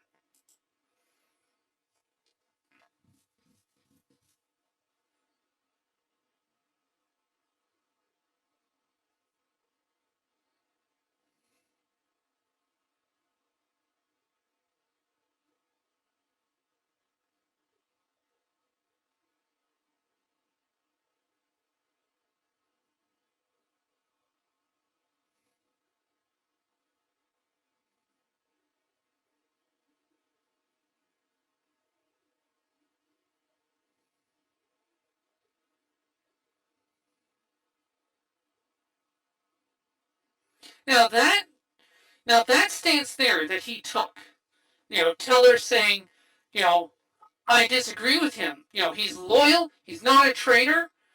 But I can't say that I can't say that I like him. That's a principled stance. That's him saying like it's not personal. I think this guy is a little too unpredictable for my taste. Sorry. And that's fine. That's one reason why Oppenheimer is like, it's okay with him. Because it's like, yeah, you're not coming at me dishonestly. You're telling me to my face. You're telling this committee what you've already told me to my face. You're taking the same stance. We disagree. It's professional. You respect me, but you disagree with me. And I like that. That's why his character is so interesting. I want to see the development of the H bomb. I know very little about the development of the H bomb. I think it would be a fascinating subject for a movie.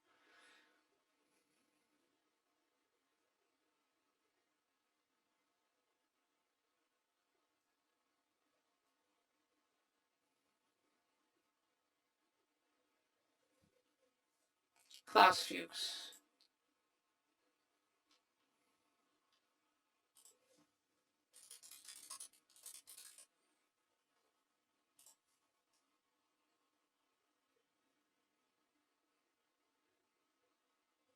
Yeah. Now Groves is trying he's doing his thing. Groves respects Oppenheimer, but there's not much he can do. At this point he doesn't have a lot of influence left. I think by this point Groves has already gotten kicked out.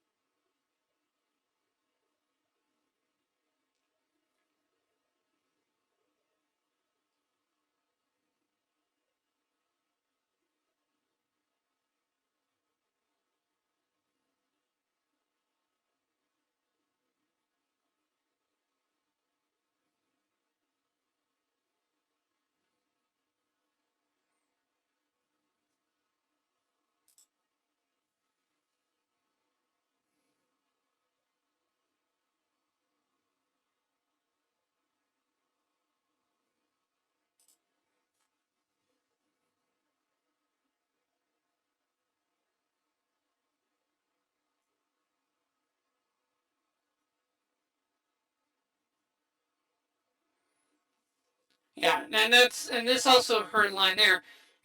That's another way that they seduce. They're like, oh no, we're the American Communist Party. We don't have anything to do with Stalin. Yes, they did. They were a front for Stalin. All the communist parties, generally speaking, were a front for, generally became fronts for the Soviets. They did not operate very independently at all. It's very similar to arrangement what happens now.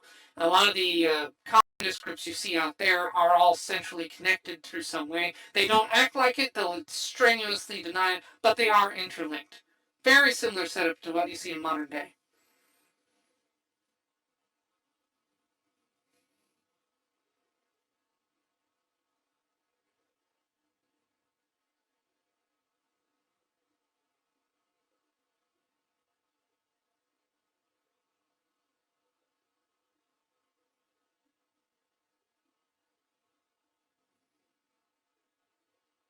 Like how the lawyer is going from smug, I got this in the bag, to getting frustrated.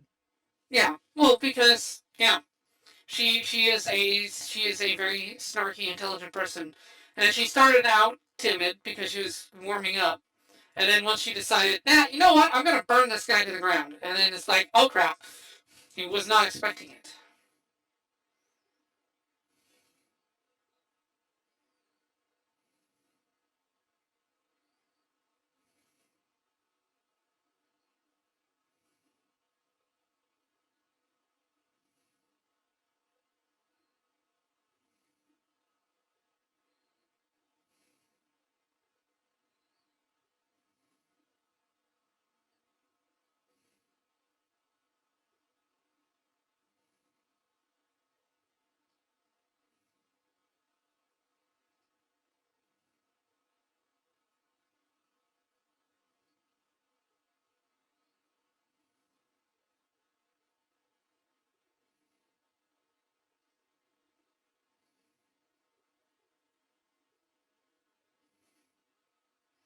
Yeah, but see now we get here. Strauss again, self-importance. He's convinced that everyone is talking about him and that like they're positioning against him. He doesn't even realize that it's his own actions that poison people against him, not Oppenheimer. Basically in a schizo rant at this point. Yep. Yeah, essentially. It's all about me. It's all about me. Ego, ego, ego. That's what Strauss is. Strauss is ego without talent. Oppenheimer has ego, but he has talent to back it up.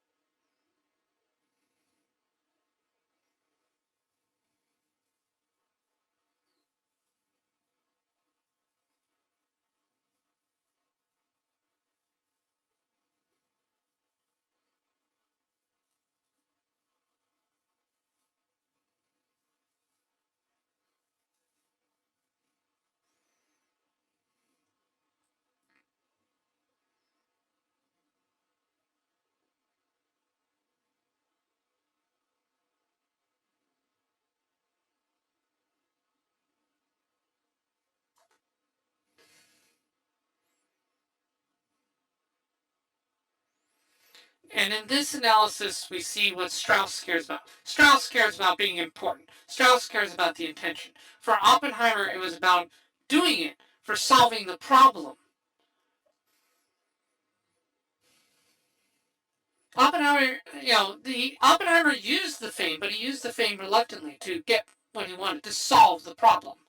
Strauss is the one who's all concerned about the politics.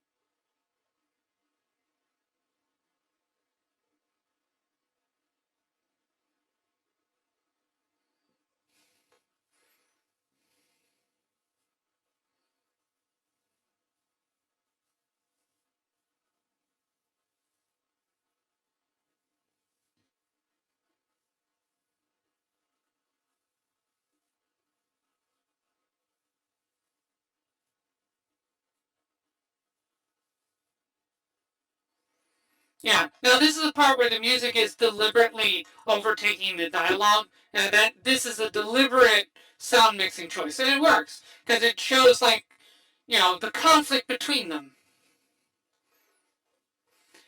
Essentially, the prosecutor is essentially confronting Oppenheimer with his contradiction.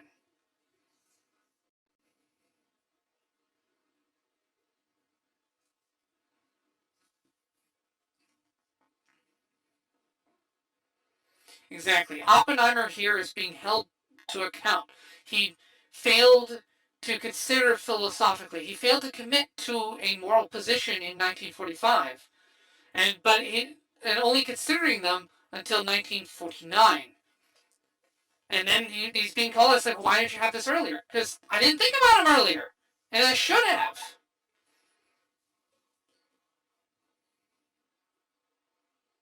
Yeah. Because by 1949, he realized that, oh God, the people in charge are not rational. The people in charge should not be trusted. And to some extent, he's correct. To some extent, he's wrong. But it's understandable. He gets shaken out of the notion that those in charge just know what should happen. They don't. Dangerously so, in many cases.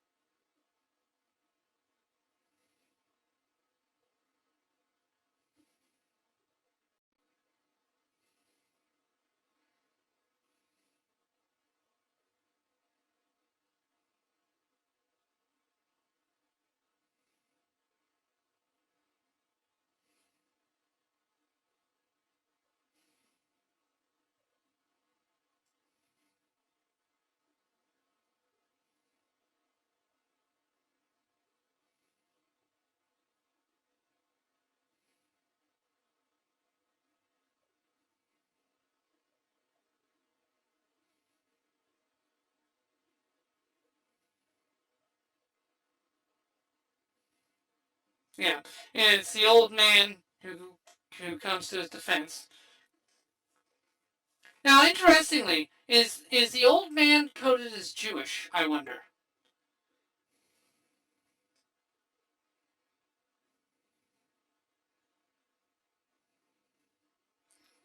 That's something I didn't consider about the first time I watched. I wonder if Evans is also Jewish, and that maybe that um, there's a little bit of symbolism there.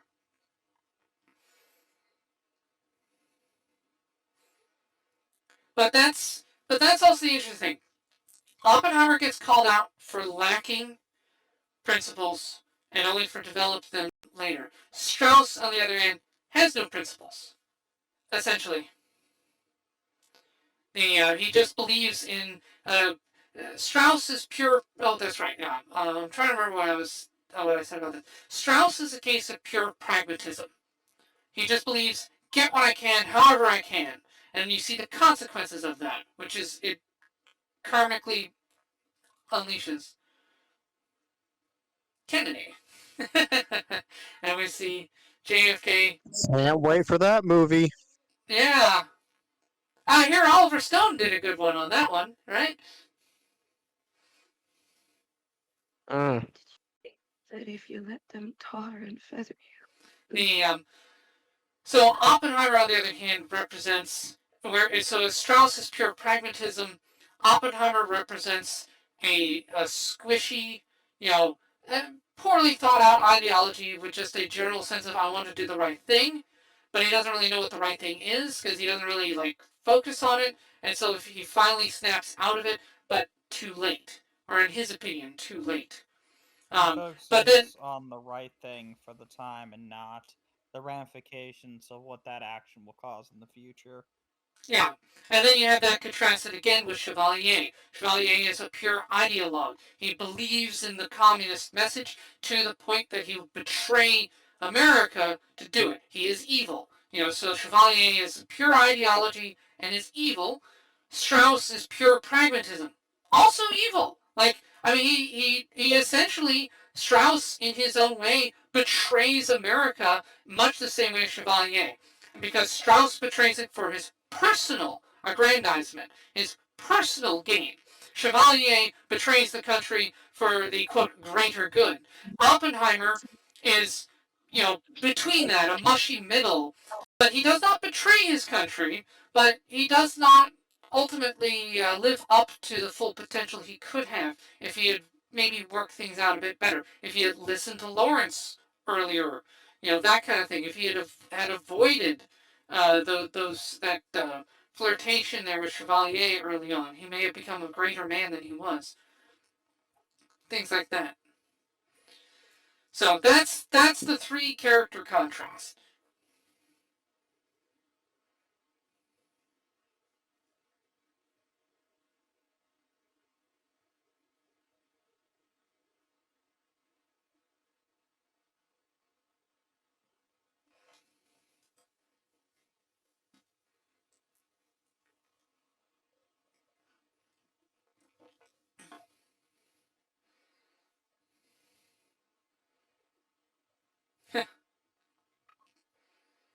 They'll give you an award.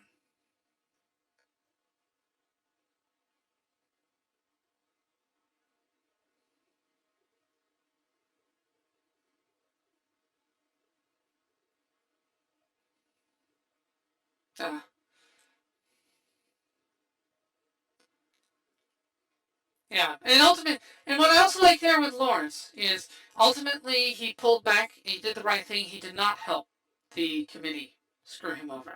He was reminded at the last time. He's like, no, wait, I can't do this. I'm not going to sell him out. And that's the nice thing here with him. Again, Teller has nothing personal against it, but he understands why the wife doesn't like him. He understands why she sees it as betrayal. Even though he didn't mean it as such, he understands.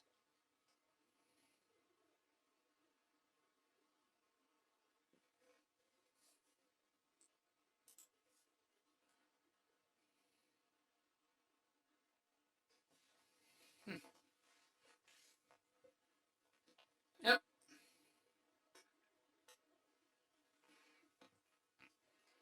Yep. A chain reaction of a different sort. A political one. One that he could not anticipate. Or he didn't anticipate, I should say. He could have, he just didn't.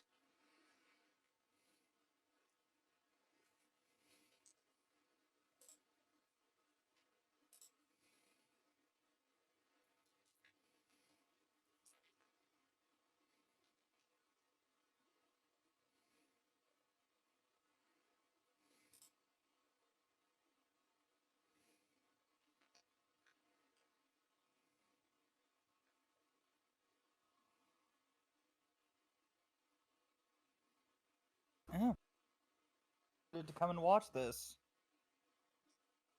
Hey, alright, and that is, based on the book American Prometheus. Okay. I forgot if there was a end scene or not. Did you get to see Cthulhu? I don't believe so. I don't think there was. I don't think so. I don't think Nolan went for that because it's a bit You're right. gimmicky, you know. Yeah, it's kind of Disney's thing. You can never have enough Cthulhu. What the hell? I love how they set up the JFK thing because it's like this was the big thing of these centuries. That's what's going to be the big thing of the next coming centuries. Not centuries, decades.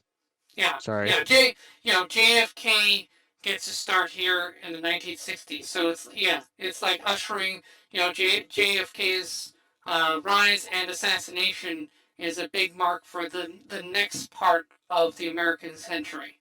Yeah. Like, we got the nuke, boom, JFK, and then, of course, LBJ after that with Vietnam and all that nonsense. So, I need to use the restroom real quick.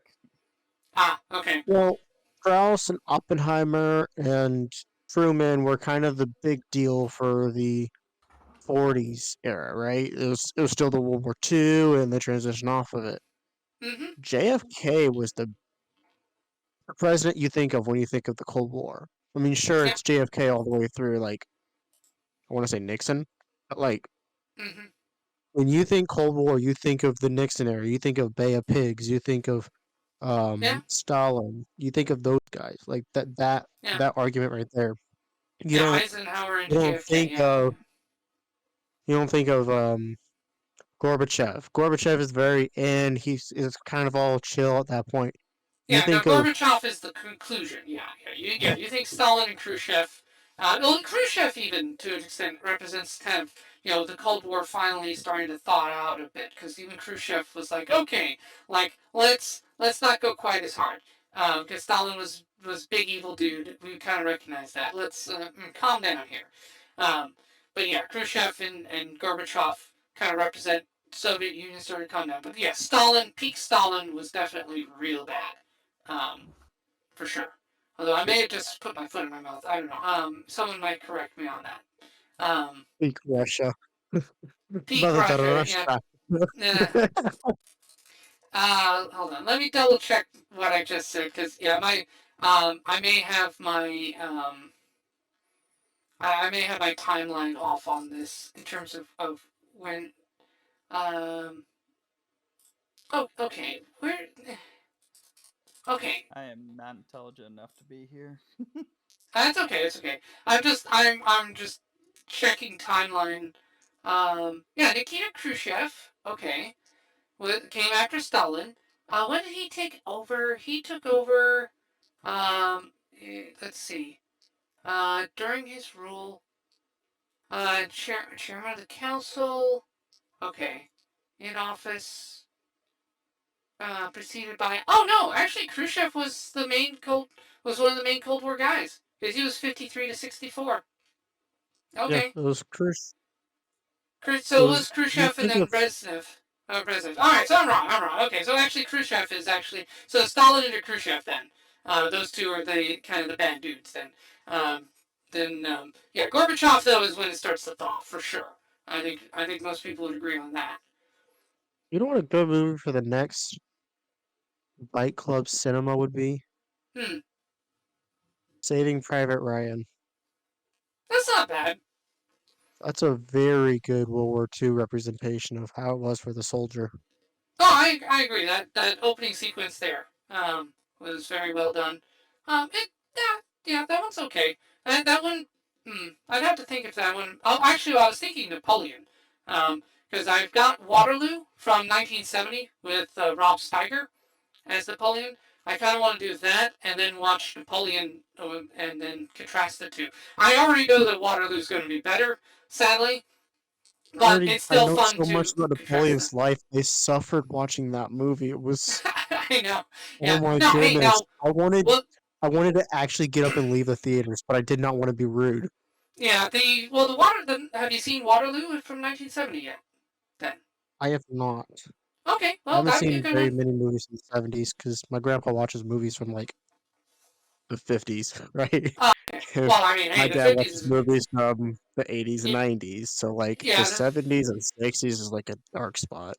Dang. Okay. 60s is actually a really good high point too, because you have so many great classics from the 60s. I mean that's when you get like Ben Hur and Ten Commandments and stuff. But no, 50s had some good stuff. 50s had some good stuff. So, um, But yeah, so I was thinking that. So like here, the contrast between Batman and Little Boy versus Oppenheimer. So Diesel's gone to the restroom. So let's see. I'm Is back. Sage? Oh, okay.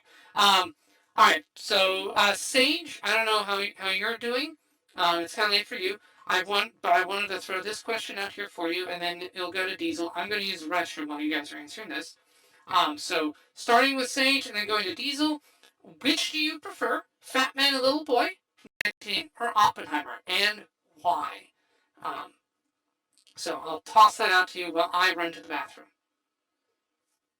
And I will enjoy.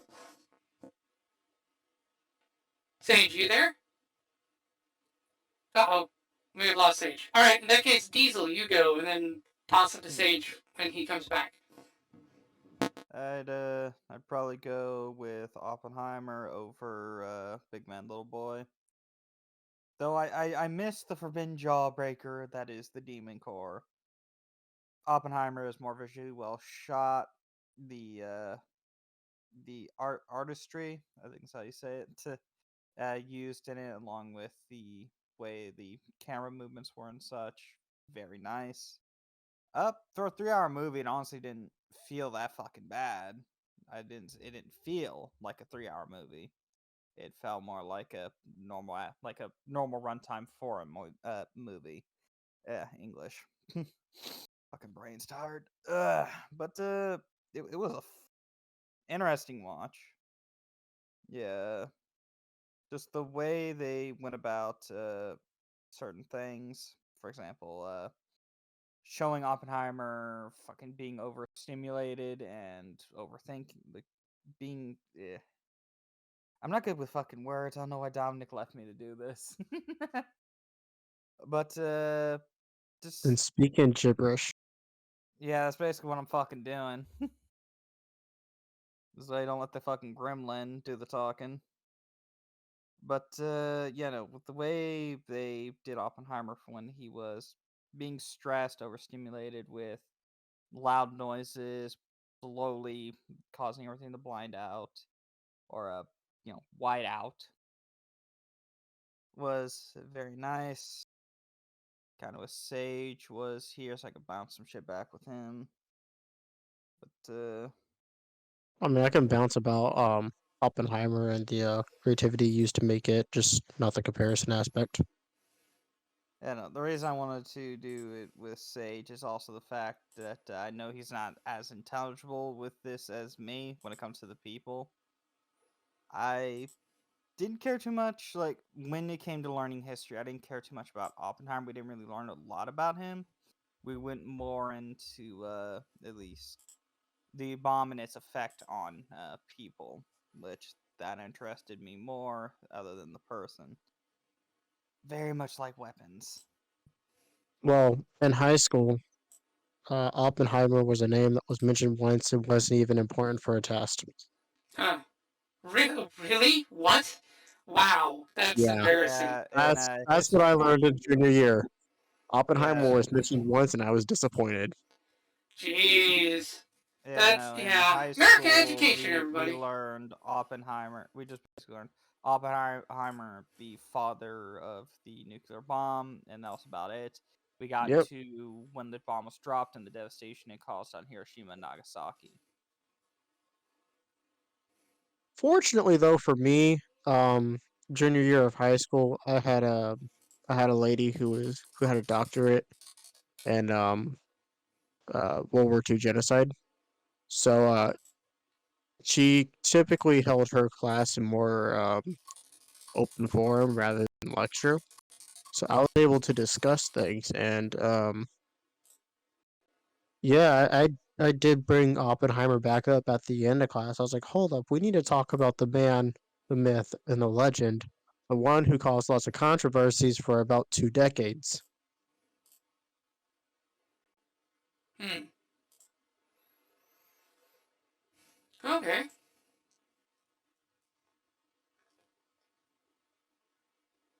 The, um, let's see. Oh, okay. Oppenheimer was honestly created at a very good time because with the elections next year and all these people for some dumb reason predicting civil war, like, geez, shut up about that, and all these people talking about um taking names off of ballots without even being without even being convicted, just indicted. There's so much more necessary to be more aware of the fact that you have to be learned before you say something dumb because other people will do the same thing as you. They see the dumb yes. thing that was said and take it to be fact and then twist it even more. Yes. That's the Yes. beauty of the internet. You don't have to be smart, you gotta be convincing. Hence Yeah. why Yeah. there's a group of people who believe the government's run by psychic vampires who are harvesting us for our blood. That way they Mm-hmm. can impregnate the Lincoln statue. Yeah. Well, It I don't is know. though. Hey, speaking. Well, hold on. It's so funny you mentioned that. So one of the more disturbing things, and like I don't actually believe this. To preface this, I just think it's funny. But one of the things about the whole like aliens thing. So there's been this big uptick about talk about, oh yeah, aliens are a thing. Yes, our governments are talking to aliens. Yes, aliens are a thing. Why are they secret? Well, for the longest time, we thought it's like, oh well, aliens are secret because they don't want to cause panic. Well, and they've confirmed. So some of the people said, yeah, there's religious reasons behind why they don't disclose the existence of aliens. And it's like, oh, what? Like, we're going to think the aliens were Jesus or something? It's like, no, not Jesus and the angels, the other ones. And it's like, wait, what? It's like, yeah, like all our various cultural myths of like demons and evil and devils and all that, aliens. And aliens apparently inspired our concept of evil from the past several thousand years from contact with them, because that's what they Nah, look like. So no, that's been one of the angles that has come out on it. And again, I don't believe in any of that. I think that's ridiculous. But I didn't have space demons on my 2023 bingo card. I wish I did. hold up. I did not, Yeah. and of course the first thing that comes to mind is, okay, so when is Doom Guy going to come and save us all? Because let's get the Doom Slayer in here. Sounds like he's got some demon aliens to clean up for us. Because What Oh, that was go the to complete my opposite where my Discord? mind went. Let me go to my Discord and find my shower thoughts real quick because there's one thing I want to bring up in relation to that. Quite early. It was like a couple of us. There it is. What if Earth is like one of those uncontacted tribes in South America? Like the whole galaxy knows we're here, but they've agreed not to contact us until we figure it out for ourselves. yeah, no, I'd be fine with that. If there was intelligent life and they were just deciding to leave us alone, I'm fine with that. That's cool. Hey, that's nice. Figuring back, We I we should change expect my it. shower thought. Earth is more comparable to South Sentinel Island in India. We're just too aggressive to even touch, you know? Like, you walk up here, we're just shooting bow and arrows at you, even though we got like a giant boat. Yeah, You're like, nah. yeah. If you like that premise, by the way, that Earth is basically humans are just ridiculously aggressive and very good at it. I recommend John Ringo's. John Ringo did a series for Bane, basically with that very exact premise. The aliens are afraid to contact Earth because they're worried that once they start giving us access to alien technology, they're afraid that we will get very creative about finding ways to kill large numbers and just take everything over. And they are I mean, very look at worried about that. Oppenheimer. We How fast we discovered quantum mechanics and made a bomb out of it. I just Yeah, like to basically. imagine it's like we gave them a seed, an alien seed. They made a fucking sun destroying bomb out of it. Yeah, basically. Yeah. Oh, I like. There's an old Tumblr post about Star Trek about hey, what about an alternate world of why do Vulcans love humans? Oh, it's because we do absolutely ridiculous things. It's like yeah, so one of their posts is like the Vulcan science committee is like yeah, so we gave the Earthling a couple warp drives. Oh, okay. What have they done? Well, they turned their sun into a Taurus. It's like wait, what? Yeah, we don't know how they did that, but they somehow did. It's like, and then the Vulcan Science Academy is regularly like, oh, it has a class on crazy stuff the humans have done this week. It's like, okay, so this week the humans have completely rewritten our understanding of physics 7 different ways from Sunday because they're just that crazy, and we're trying real hard to keep up. This is why we keep them around. Because our pure imagination and bloody-minded stupidity has us stumbling into revolution. So. I love that Crazy old thing Tumblr is, post. most of our modern technology came from developments of the Cold War or World War II. True. Like NASA. medicine, all of our Yeah. medicine has to do with all the crazy testing that the Germans and Japanese were doing, and like all of our like modern like comforts, like computers and refrigerators, that came from the Cold War and the space race. Like It's Yeah. real our funny how when we violent, Yeah. kill each other, we are really good and inventive. Yeah.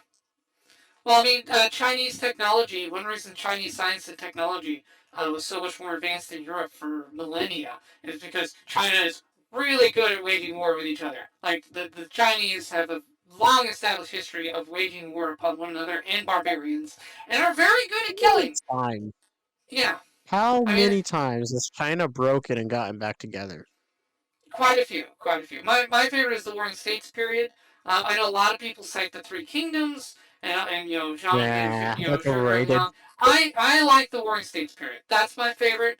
Because it's also a high point for a lot of Chinese intellectuals. I mean, that's where geometry was invented for the first time. I mean, Euclid's four axioms were first stated by the Mohists in China, for example. I mean, that's where you have Confucian and Taoism and all kinds of fun stuff. But Is yeah, it the that's Qin dynasty that had the gunpowder?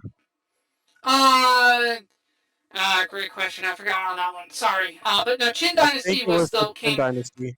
Yeah, Qin Dynasty comes after the Warring States period. That Qin Dynasty is what Yeah, merges yeah, them, it was and then Qin. the Han take after that. The Warring Yeah, States then the period Qin is the dynasty is my favorite period of China. oh wow, that was a brutal one. The Qin Dynasty is where all the books got burned. Um, Oh yeah, the it was hilarious. It was great. All Yeah, the no, fire. God.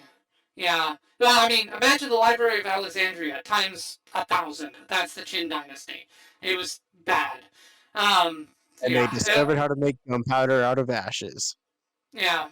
Well, yeah, the Qin Dynasty represents possibly the single greatest deliberate loss of human knowledge in our history.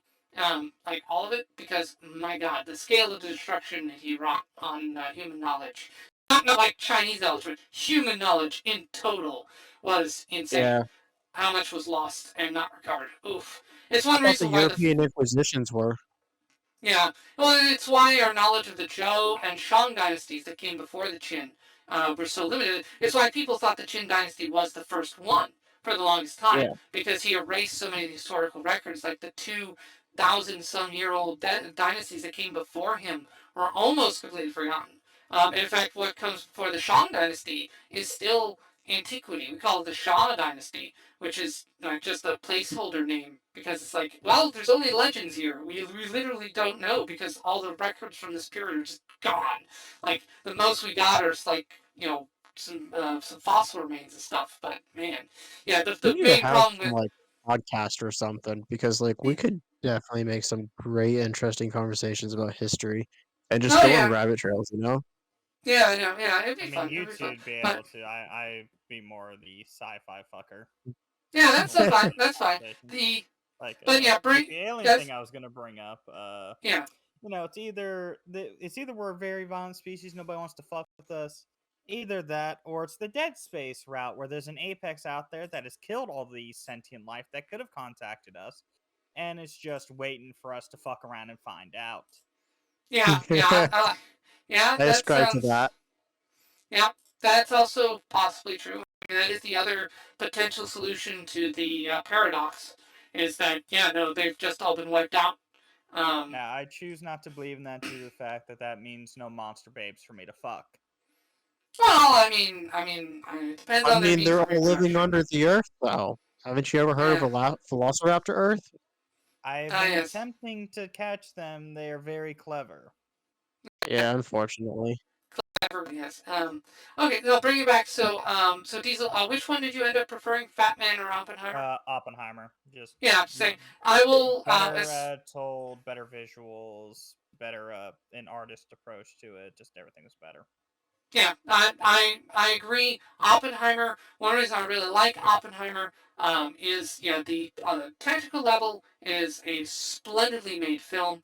As Aurora pointed out, the use of noir, the use of color, the use of sound. I mean, the sound balance is a little off. I do wish the music was a little quieter in bits, and so the dialogue could be better heard. But the times when the music swells up and is supposed to drown it out is well done. The explosion itself is excellent. And the pacing, the dialogue, the themes of the characters, the unfolding of the story. Like watching it the second time, now that I know that Strauss is being set up as the villain, you can see it foreshadowed very clearly. It's very consistent. Every character is very consistent. Obviously, it's helped by the fact that it's historical. That always, having an historical basis helps your characters be consistent because you can literally just say, yeah, that's what they actually did. But it is possible to screw that up, Napoleon. And this movie doesn't. Not Yeah, naming anybody. yeah. But this movie doesn't. It tells the story splendidly. Now, Fat Man and Little Boy has some good stuff in there, but yeah, it not made with anywhere near the same level of artistry or care. It was a product of the 80s, 1989. It was clearly a mid-tier. This one is grand epic, though, and modern. It takes advantage of modern movie-making techniques that were not available back in 1989. Splendid cast. Now, actually, here's interesting. So, Diesel, who did you prefer in the role of Groves, the general? Matt Damon or Paul Newman? Okay, so I'm just gonna say something. I'm terrible when it comes to recognizing actors. Oh, sorry. General Groves. Yeah, so Groves was the military guy opposite Oppenheimer. I know, but so just because you say like names, I'm gonna say the Groves and Oppenheimer. Okay, The that's two fine. actors seem to have good chemistry. Oh. Like I said, I'm terrible when it usually comes to names. Yeah, no, that's fine. That's Matt Damon. Sorry, Matt Damon is the new one. Paul Newman was the 1989 one. Sorry, I should have specified. Yeah. All right. Yeah. No. And surprisingly, as much as I love Paul Newman, the chemistry here really makes it. Cillian Murphy and Matt Damon bounce off of each other far better than Paul Newman and I keep calling him Barkley because that's the character he plays in Star Trek. I keep forgetting his name, but it plays better. To me, Cillian Murphy is a better Oppenheimer. He's different. Like the way Barkley plays Oppenheimer is more human in some ways, but at the same time, I think that works against the overall thing. Because Oppenheimer was not a normal person. He was a person addicted to solving the mystery of the universe. He saw things on a different layer. And that's one thing established early is that he sees things on a different layer than the average I have another person. take. I have a take that's probably not commonly heard. Having Jewish heritage and understanding how things are with recent reoccurrence of anti-Semitism. I don't know if y'all saw recently in the news. About a month ago, right before Hanukkah, over in Dallas, Texas, there was a joint KKK and neo-Nazi protest outside of one of the temples there. Oh my goodness. So yeah, I understand how it is. So I think another thing is he wasn't only being conservative because of communist affiliations, but maybe because of his Jewish identity. I mean, anti-Semitism was rampant in the United States. What do you mean? I don't. Are you referring to Oppenheimer? Yes. Oh, okay. Well, I was what I was referring more was the actor portrayal. On in terms of the character. So here, let me start over since I was only like halfway through. Sorry. So it's the Fat Man and Little Boy. The actor Barkley portrays Oppenheimer as more human, as more emotional, as having more of a common human response to what happens. Like when Gene Tatlock dies, he just gets very sad, depressed, mopey, shuts himself indoors. When dealing with the problems, he acts like a more of a normal person. Cillian Murphy, on the other hand, his Oppenheimer is different. They established early in the movie that Oppenheimer sees things on a different level from a normal person. That he sees reality with greater depth. That he imagines other worlds. So this is someone with a fundamentally different perspective. He's addicted to rationality. He's addicted to solving the puzzle of the world and to digging into it through laws and principles and so on. So this is not a normal human. This is not a normal man with normal emotional reactions. And I think Cillian Murphy captures that unique perspective that Oppenheimer very likely had. That interesting blend of charismatic when he needs to be. He can kind of flip a switch and become it. But in other cases, he's more stumbling and unsure. And in others, he's more manic and like, rah, I'm going to get this. So he has... Yeah, to me, Cillian Murphy's Oppenheimer captures a broader range of probably what Oppenheimer was than Barkley's Oppenheimer, even though Barkley's Oppenheimer is more affable. Like, I'd go out for drinks with Barkley's Oppenheimer for sure and have fun conversations with him. Like, he's someone you could invite to the Christmas party and have a good time. Cillian Murphy's Oppenheimer, you could also have drinks with him, but you'd also be kind of worried. Because you would want him in his charismatic moment, but you'd be very worried about him flipping modes to something else. You could tell there's another level to this guy, and you want to be careful around it. And I think that's probably closer to maybe how he actually was. But I would say Cillian Murphy does a much more deeper and nuanced take on him, and really captures kind of the otherworldly nature of the genius. Because I'm as someone with considering it. as someone with autism, to me that is a very good depiction. Not necessarily, I'm not saying Oppenheimer was autistic. I don't know, but he was a super genius for sure, and that meant he stood out from other people around him. He was alienated from, in the same way that autistic people are alienated from people around them. So I like that. It's very, very well done. More so than Fat Man and Little Boy. So, but yeah, and you pointed out the Jewish nature, Aurora. Yeah, I see that more now. Watching it the second time, I didn't really capture the way the film ties in the Jewishness, essentially, or Jewish heritage, I guess I should say. I don't know what the proper phrase for it is. But I didn't quite catch it the first time around. But this time, yeah, the use of um, Oppenheimer's Jewish legacy and how the people around him were outcasts for a similar reason, and how that gave them a sense of camaraderie. But how it also came into, hey, want to kick Hitler in the nuts? Let's beat him to the punch. Boom. And, it makes sense. Um, so, yeah. When did you I start like being that. British? When Hitler told me I wasn't German. Mm-hmm. Yeah. Um, That one struck with me deep. I was like, bro, yeah. that's a good Yeah. quote right there. Mm-hmm. No, okay. So, Aurora. So I know again. Yeah, I know you don't have the other movie to contrast with, Sally. But in this case, it's fine. This is the superior film, so you're not missing anything. So what overall? What are your thoughts on Oppenheimer here? Throw it over to you. Give you a chance to flesh things out. The nudity scenes were unnecessary. I feel like they could have hinted at it. They could have shown the openness by having them undressed. I mean, in the time, that was very, I mean, he was already with a woman in his bedroom by themselves when he was already married. I mean, it was pretty taboo. I mean, as far as production goes, they could have easily made it PG-13 and still have had the same impact. I mean, yeah, we all know what naked people look like, but it's not something all of us want to always look at. I mean, you all saw my uncomfortability with it. I'd look away every time it came up, but um, it the movie itself very well produced. I mean, sure there were a couple issues. The one that makes me laugh is the flag. Oh my goodness, how do you? But yeah, the movie itself very well produced. I love that there were three plots going on, and all of Mm, them were tied up very well. Unlike the Barbie movie, where you had like eight plots going on and only one of them was tied up.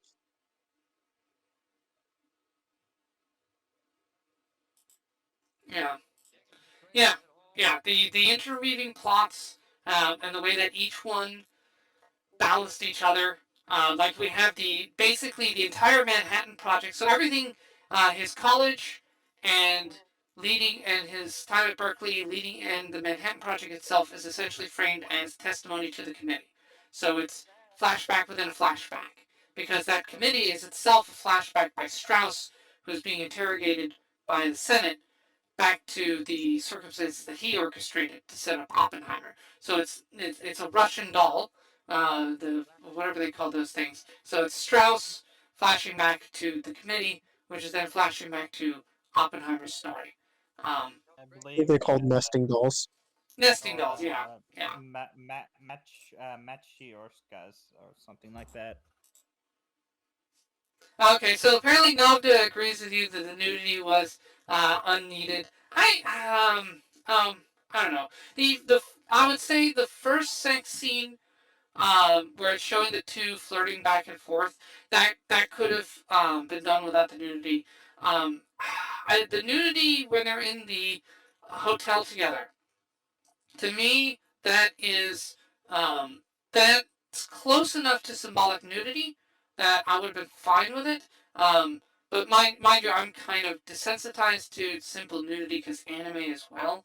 But I mean, you have nudity used in anime in that kind of symbolic, like, I am exposed. But you have it contrast, like, he's naked in front of her, but he is also not disclosing these things. He's still hiding things from her. Whereas she is far more revealed than he is, in many ways. But he is not, and that's ultimately what leads to the breakup and her suicide. Was him holding Supposedly. back. Yeah. I lean towards the suicide theory because she was very clearly an emotionally messed up young woman, because that's who the communists would tend to recruit. So suicides happen with that demographic. I mean, that's yeah. But Yeah, so that part, that nude scene, I would say is acceptable under that one. The flashback where Kitty is seeing him have sex with Jean on the stand, that could have been done less explicitly, I would say. So yeah, you could make a PG-13 version of this movie. You could. Well, that one could have been where they showed his back completely nude, yeah, and have her looking over the shoulder, and that would have been Yeah, fine the whole way through. yeah, And in the that alone hotel would have been room, fine. it could have just been underdressed, but not completely undressed. I mean, it would have had the Mm. same kind of impact because her pose was very open. I mean, I don't know if Mm-hmm. you remember. I remember from the theater because I actually watched it. Her leg was over the arm, and the other leg was down. I mean, she was in a very relaxed, open position, and he Yes. had his legs crossed, and he was uptight Yep. like a military professional. There Yep. was a very clear um Body language. Yeah, it was great. pose, body Yeah, language. So they could that's have what I done it mean. in a way that it would have given the same message and same impact. Yeah, that's what I mean. Like the use of body language in that scene really adds to the symbolism, in my opinion. Which I don't know. To me, it justifies it. To me, it's I fine. get you. Um, but I don't know. Maybe Nolan was just like, hey, Florence Pugh is hot. Let's pay her money to get her naked. Woohoo! I don't think Nolan was marketing this as come see Florence Pugh's boobs, but I mean, it didn't hurt in my. It's But a bonus. yeah, it's a bonus. Yeah. Also, titillation like that is also a way to show passion. So, maybe he didn't want you to think that Oppenheimer was sexless. I mean, this is a man. He He slept was a with other womanizer. men's wives at least twice, possibly more, and he had a lover on the side on top of that. So, I mean, the dude was getting laid, and so reflecting his libido through the nudity of Jean and himself, there is an argument to be made for it. I can't make it super strong because at the same time, like, I could also see how if I was doing it, I probably wouldn't include the nudity if I was doing it. But then again, I also couldn't make a movie this good, so there is that. Um, so I do see your point, at least on the nudity thing. But yeah, Florence Pugh is not as attractive as Natasha Richardson, who played her in Fat Man Little Boy. That's one that was step. Now the trick is that Natasha Richardson is actually better looking than the actual Jean Tatlock. So there's also that. Florence Pugh is a closer match to the actual Jean Tatlock in terms of appearance. Um, so there is that. Um, and let's see. What were the other points? So oh, all right. Diesel, what do you think? What did you take away as the key themes of this movie to you? Like what aspects of the story, what themes really stood out to you with Oppenheimer? I gotta think about that. That's okay. 'Cause not Aurora. yeah. Oh, here. While you think about it, then, Aurora. What about you? What were some of the key themes that really stood up and was like, whoa, okay, that. Now, you've seen it 3 times now. You've seen it more than I have, so you've probably caught things I've Yeah. missed. So I feel like the movie was made in a way to be a message. Kind of like how when the Crucible was written during the Red Scare, it was supposed Mm, to be more of a warning to the American public on how we should act and treat each other. Um, it was put in a very, very good timing. I mean, with the conflict in Ukraine, Russia, and oh, I dread saying this one on the internet, but the conflict over in the Gaza Strip, it mm, was put in a very timely scenario. So the main key themes were a lot of us are different. we may be Jewish and there's anti-Semitism, but our knowledge is needed for the sanctity of protecting our nation, for the camaraderie of people. Some of us may have different political standings than others, but that does not mean we can't have friends with each other. I mean, it's kind of cool that when you look through the whole movie multiple times through, you see that they clearly, very clearly showed that politics is not one or the other, it's a spectrum. But you respect everybody on the spectrum. I mean, it's not all the way over here and all the way over there. I mean, there's somebody in the middle. It's called being a centrist. But that's a key theme right there. There's another key theme going through it of um, self-importance, learning when self-importance is overpowering your actual achievements. And that's something that's really cool right there. And the last one is what was that? Oh yeah, the good guy always wins. It's not true, but it happens sometimes, and it makes for a good story, you know. Yeah. He was cheated by Strauss really badly, but in the end, he still ended up winning. But at the same time, Albert Einstein was right too. Your achievements are shattered anyway. He didn't end up in any government positions. He, in the end, just got awards from time to time, was patted on the back, and gave a couple speeches. Mm-hmm. Yep. Yep. And he faded away just as Einstein faded away. Once things moved past him, Teller took the torch that he lit. Oppenheimer lit the atomic torch, and Well, it was Teller who inherited it and pushed it to the next level with the H bomb. Yep. Exactly. Exactly. Yeah. That was good. So Diesel, have you thought of what themes stood out to you? I got one coming to mind, which, again, the theme of unification under greater threat is a good one, but I believe the greater theme was you never truly will understand the ramifications of your actions until the deed is done. Oppenheimer didn't understand the true ramifications of building this weapon on what it could do until Hiroshima. And that's when the realization finally hit on what he has made. And the fact that because he did it, bigger ones will be built, and there's nothing he will be able to do to stop it. As futilely as he tried, it was a pointless effort on his part as they pushed ahead with the H bomb, and now we have thermonuclear weapons at the ready.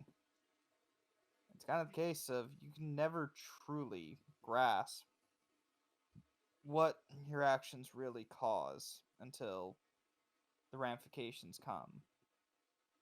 It's impossible, really. And Oppenheimer can only theorize on the ramifications. But until something was done, he never truly could understand them.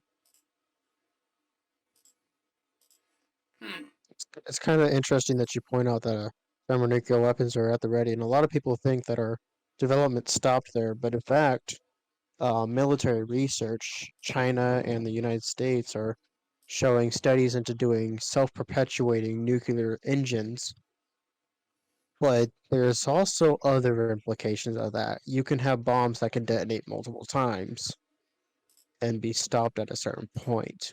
So it's very interesting that you bring up that we're at the ready with these, but the thing is, we're not even close to being done or finding the extent of what is possible with quantum mechanics. Mm-hmm. Oh yeah. It's Yeah. definitely a case, though, even if we make a better bomb, it really doesn't matter. Sure, we launch it off, it detonates multiple times. Next country launches theirs, it's mutual regardless. We've that everybody's built enough that it's guaranteed destruction. Mm-hmm. So we Well. can But the continue flip with these side, bigger weapons. At best, we can hope that we make a big enough weapon that detonates theirs before they get them off the ground. and just hope we don't frack that part of the Earth. But the definitely, flip side is also very fun. I know, it could definitely Um, propel us into so higher, because due to the atomic research with the A bomb, we didn't only develop the thermonuclear bomb, but we also developed a lot of different other things that I can't name off the top of my head. But I know a lot of good research came out of it. well, what I'm thinking of for the modern research with the quantum mechanics, computers. We've kind of reached the edge of the, I forget what it's called, but the effect where like um computers are going to constantly be updated by the time you get it. Well, we've kind of reached the edge to that. A computer that was top of the line 2 years ago is pretty much still top of the line. However, if we can break the quantum mechanic barrier and start building nano chips, like nano, then No, we can no. keep advancing the capabilities of computers. Yeah. Yep. The yeah, all kinds of fun stuff kind of open up. The now for me, key themes I've discussed them a little bit in the movie itself. I'll try to bring them all together. So for me, part of it was well, famous question is who needs philosophy? The answer: everyone. Everyone needs philosophy. Mm-mm. Everyone should have a knowledge and understanding of it. And what you see, and it's not just like reading it, because we see Oppenheimer, has read books, but he doesn't utilize the knowledge. To him, Das Kapital is just a theory. He hasn't thought through the applications of it. He's probably read, people from other ones. He's probably read Adam Smith um, and other thinkers too who disagree with Marx or are in contrast to Marx.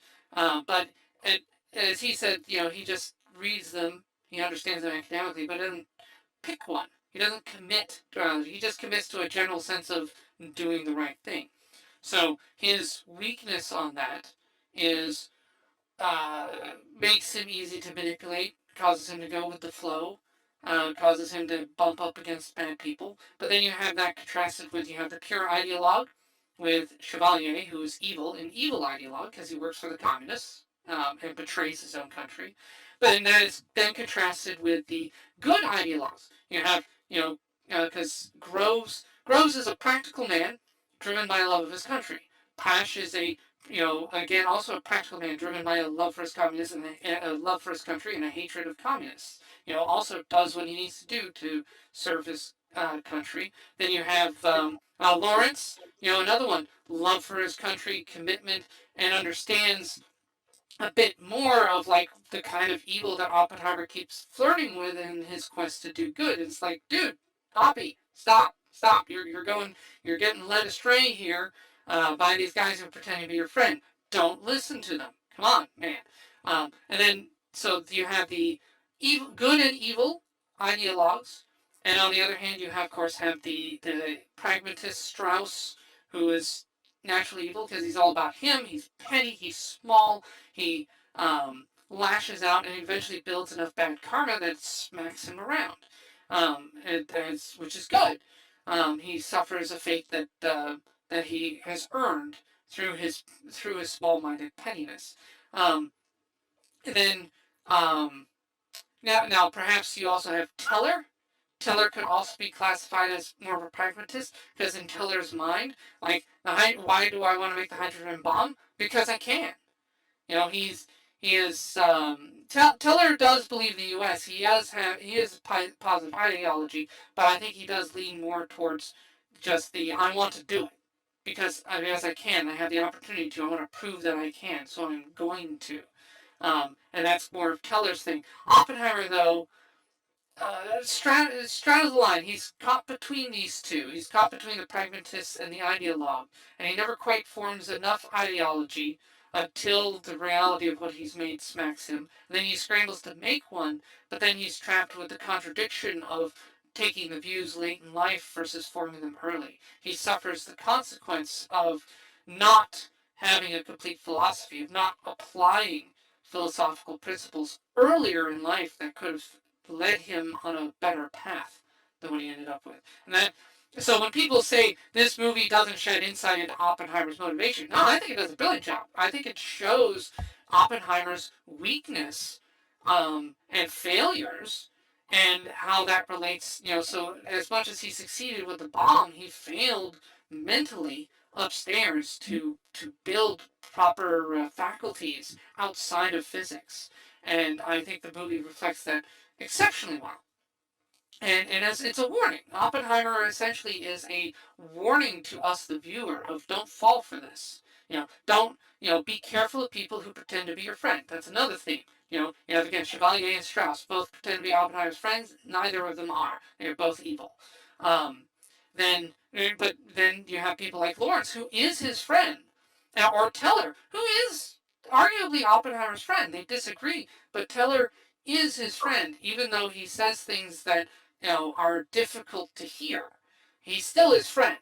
Not everyone who says the things you want to hear is actually on your side, and not everyone who tells you the things that are difficult to hear is your enemy. That's another good lesson here, which born of history. Apart from that, again, you have a brilliant reflection of how the communists took advantage of the naive there and how that functioned. I think that was a great job. Some people criticize the movie for downplaying the communist threat of the 30s. It's like, again, no, I think they did a pretty good job of outlining how they operated, how they suckered these people into it, how and what they represented and like who they were. Mentally Jean Tatlock was a mentally unstable person who, on one hand wanted Oppenheimer, on the other hand kept pushing him away, couldn't admit to herself that she wanted him, full of conflict and just uncertainty and stuff, and just ruled by her passions as opposed to any kind of real, uh, intellectual thing, and was torn apart by them ultimately. Lived by the passion, died by the passion, essentially. Um, and Oppenheimer Well, himself was also full of conflict too that he had to sort out, as was Kitty. You know, this was interesting, as opposed to say Groves, who was comparatively very disciplined, as we saw. Hey, Dom, I'm have to dip now. I've Oh, okay, sorry. laying down and stuff. Okay, sorry. Yeah. You had to bed. I'm almost done here. Let's see. I can't. Yeah, take it easy, man. Okay. I'm trying to think if are there Peace. any more. Well, Any other uh, themes? just to drive a little bit of conversation here, under a comment on the communist threat, which I hate that term threat because it wasn't really a threat. It was a wild goose chase for a bunch of people that weren't even really for it. They just entertained the idea.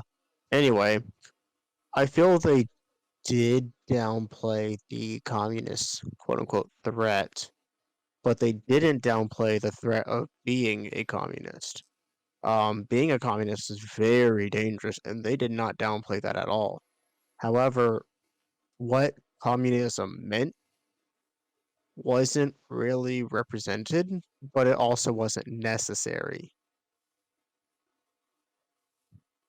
Okay. Yeah, that's true. They don't go into why communism is evil. They're just very much like, yeah, these are communists and they are trying to get you to betray the country. They pretty much just like they're trying to get you to betray your country. Obviously, that's evil. Everybody, boom, they're the bad guys.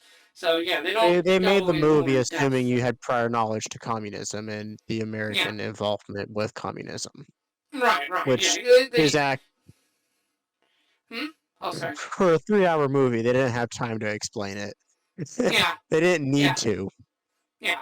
It definitely stands for me. Like this movie stands in stark contrast to something like The Reds, with I forgot his name now.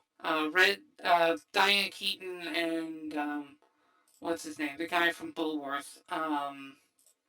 Uh, hold on.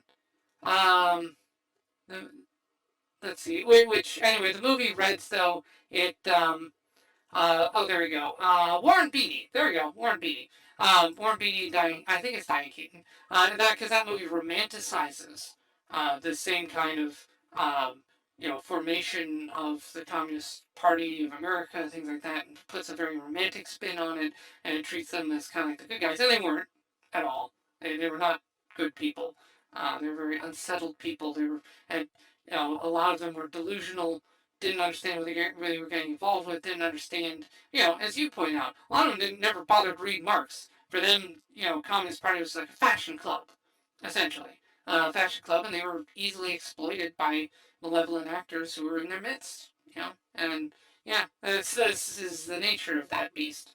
But let's see. Other themes, let's see. The contrast. But yeah, here's another one. Strauss was, as he says, a lowly shoe salesman who rose up to be in charge of all these scientists, clearly intimidated. What's also Well, the interesting. shoe salesman was Oppenheimer's words. Remember, Strauss corrected him. No, just a shoe salesman. Right. He was offended by that. Yeah, which was interesting. But Oppenheimer, what's interesting is Oppenheimer didn't mean it as an insult. Because he meant it to emphasize Strauss's humble beginnings and the fact that he was able to rise up from them. And Oppenheimer was also even told him, it's like, yeah, my dad was like you. He rose from humble beginnings. So he didn't mean it in an offensive tone. Strauss took it offensively, but that's because Strauss lacks confidence. He lacks. Yeah, that's what I was about to say. It's more about Strauss's character than it is about what Oppenheimer says. And honestly, Correct. that's a small thing that we could go on ages about with modern society. Oh And yeah. I hate to use the word, but snowflakes. Oh yeah. People getting offended over little things that they should not be getting offended over. Yes. Well, and it has to do with the human condition about confidence, about demeanor, about being self-assured. Strauss clearly isn't. But what was interesting is the same way that Strauss intellectually is overshadowed by all these other people around him. To an extent, Oppenheimer is also overshadowed by some of the people around him because what's fascinating to me is Oppenheimer is not necessarily the most interesting person in this story. To me, it's many of the side Definitely not. characters. Like I would love to see a movie about Teller and developing the H bomb, like how that went.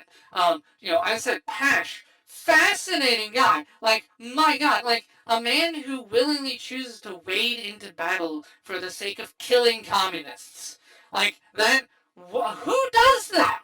I don't know. Badass? I mean, I'm saying badass. Obviously, I'm romanticizing it. But, like, I want to know more about this guy. Because to me, that's freaking insane. Who does that just for the sake of killing communists? Like, tell me more about him. Like, what motivated that? What is behind that? That sounds like a genuinely fascinating individual to me. I want to learn more. But Niels Bohr and what was going on with Heisenberg over in Nazi Germany. I would love to see a contrast with that, like Heisenberg's trials and tribulations. The We last won't days of know because Heisenberg's. most of the documents were burned with the final Nazis. I don't know if you remember from history, but a lot of Nazi documents were burned when the Nazis were I found know. out to be disbanded.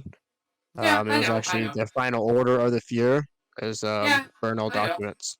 Yes, I know. So I, we'll I, I never am. know. Well, I mean, obviously there were people who worked with him. Heisenberg himself survived World War II, so we probably have memoirs and so on that we could probably tap for that. Probably short on official documents. Sure, yeah, because yes, the Nazis tried to burn as much as they could, especially in regards to the camps, and they were not successful on those at least. But I would love to see more on details on that because I'm actually not super familiar with that area. Um, but there's so many interesting people that Oppenheimer's touched, but who he is himself eclipsed by. I mean, Einstein and Gödel. There you go. Gödel is a fascinating figure.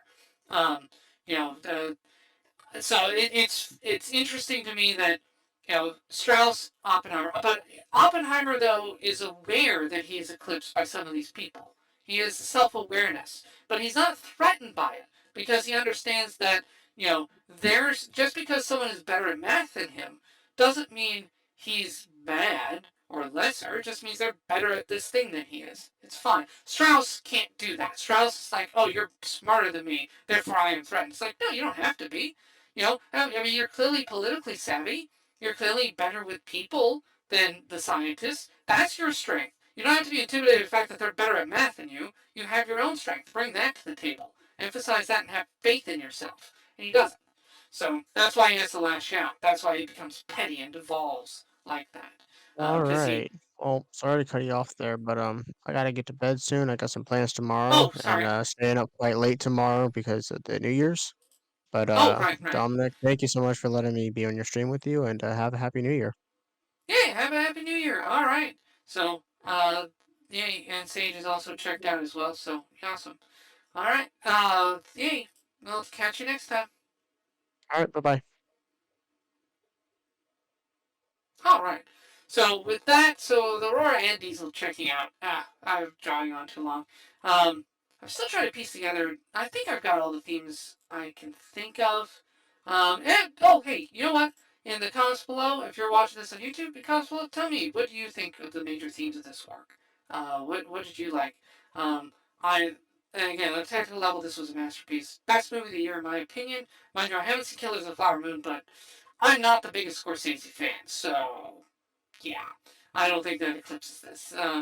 Our next big contrast will be Waterloo versus Napoleon once Napoleon comes out. Looking forward to that. Also, keep in mind, Diesel and I will be doing Has Been Hotel when that comes out on the 19th. We're also going to do the pilot here at some point. We're also going to start into Saga of Tiny the Evil because season 2 of that will be coming out sometime this year, we think. Unless it's been delayed. Hopefully it has not. But we're going to get ready by watching Saga of Tiny the Evil. So that when season 2 drops, we'll be able to do that one week to week. Let me see if there's been any updates. Saga of Tanya the Evil. Let's see. A second season has been announced, yes. Okay, and we got the movie. Alright. Let's see. Light novels, anime. Alright. Second season was announced. Okay. Alright, yeah, so they announced it in 2021, but still no word on the exact air date. I think they've said that it's going to be this year, but it's probably getting delayed because all the COOF stuff would be my guess. But yeah, we're going to start into that and the movie here. That should be fun. I think Diesel will enjoy it. But yeah, this was a good modern movie, and it's really surprised the heck out of me just how quality it was. And I think this is going to stay in stark contrast to Napoleon when we get around to it, because Napoleon was such a big disappointment. But yeah, let us know what you thought about our takes. What did you think about the movie? As I said, as you can tell, as the movie went on, that some of the others kind of lost the ability to do the commentary or like fell asleep or so on. But to be expected, 3 hour movie. I tried to say as much as I could during it. Hopefully, I did. But yeah, let us know what you thought in the comments below. And let's see, many thanks to everyone who stopped by in the chat. So so many thanks to, of course, the co-people here. You had Aurora, Sage, and Diesel on here with me. Many thanks to everyone in chat, such as Kiwi Bear. Had let's see, Kiwi Bear. Of course, you had Aurora and Navda. Of course, were in there. Jokester, who is new. And of course, many thanks to Navda for dropping 20 subs, 20 new gift subs. Whoo! That's crazy. That's absolutely ridiculously like bonkers insane. But thank you very much. I now have 74 subs. I got 136 followers and 74 subs. Over half everyone who follows the channel is now subbed. That's crazy. That's going to be a fun month for sure. I hope more people show up because that's hilarious to me. I hope it drives some activity. We'll see. Although Sniper, unfortunately, didn't get one. Still, oh man, over 50% chance of getting a free gift sub, and Sniper didn't get one. Oof, oof. That's unfortunate. I may gift him a sub just to make up for it. But yeah.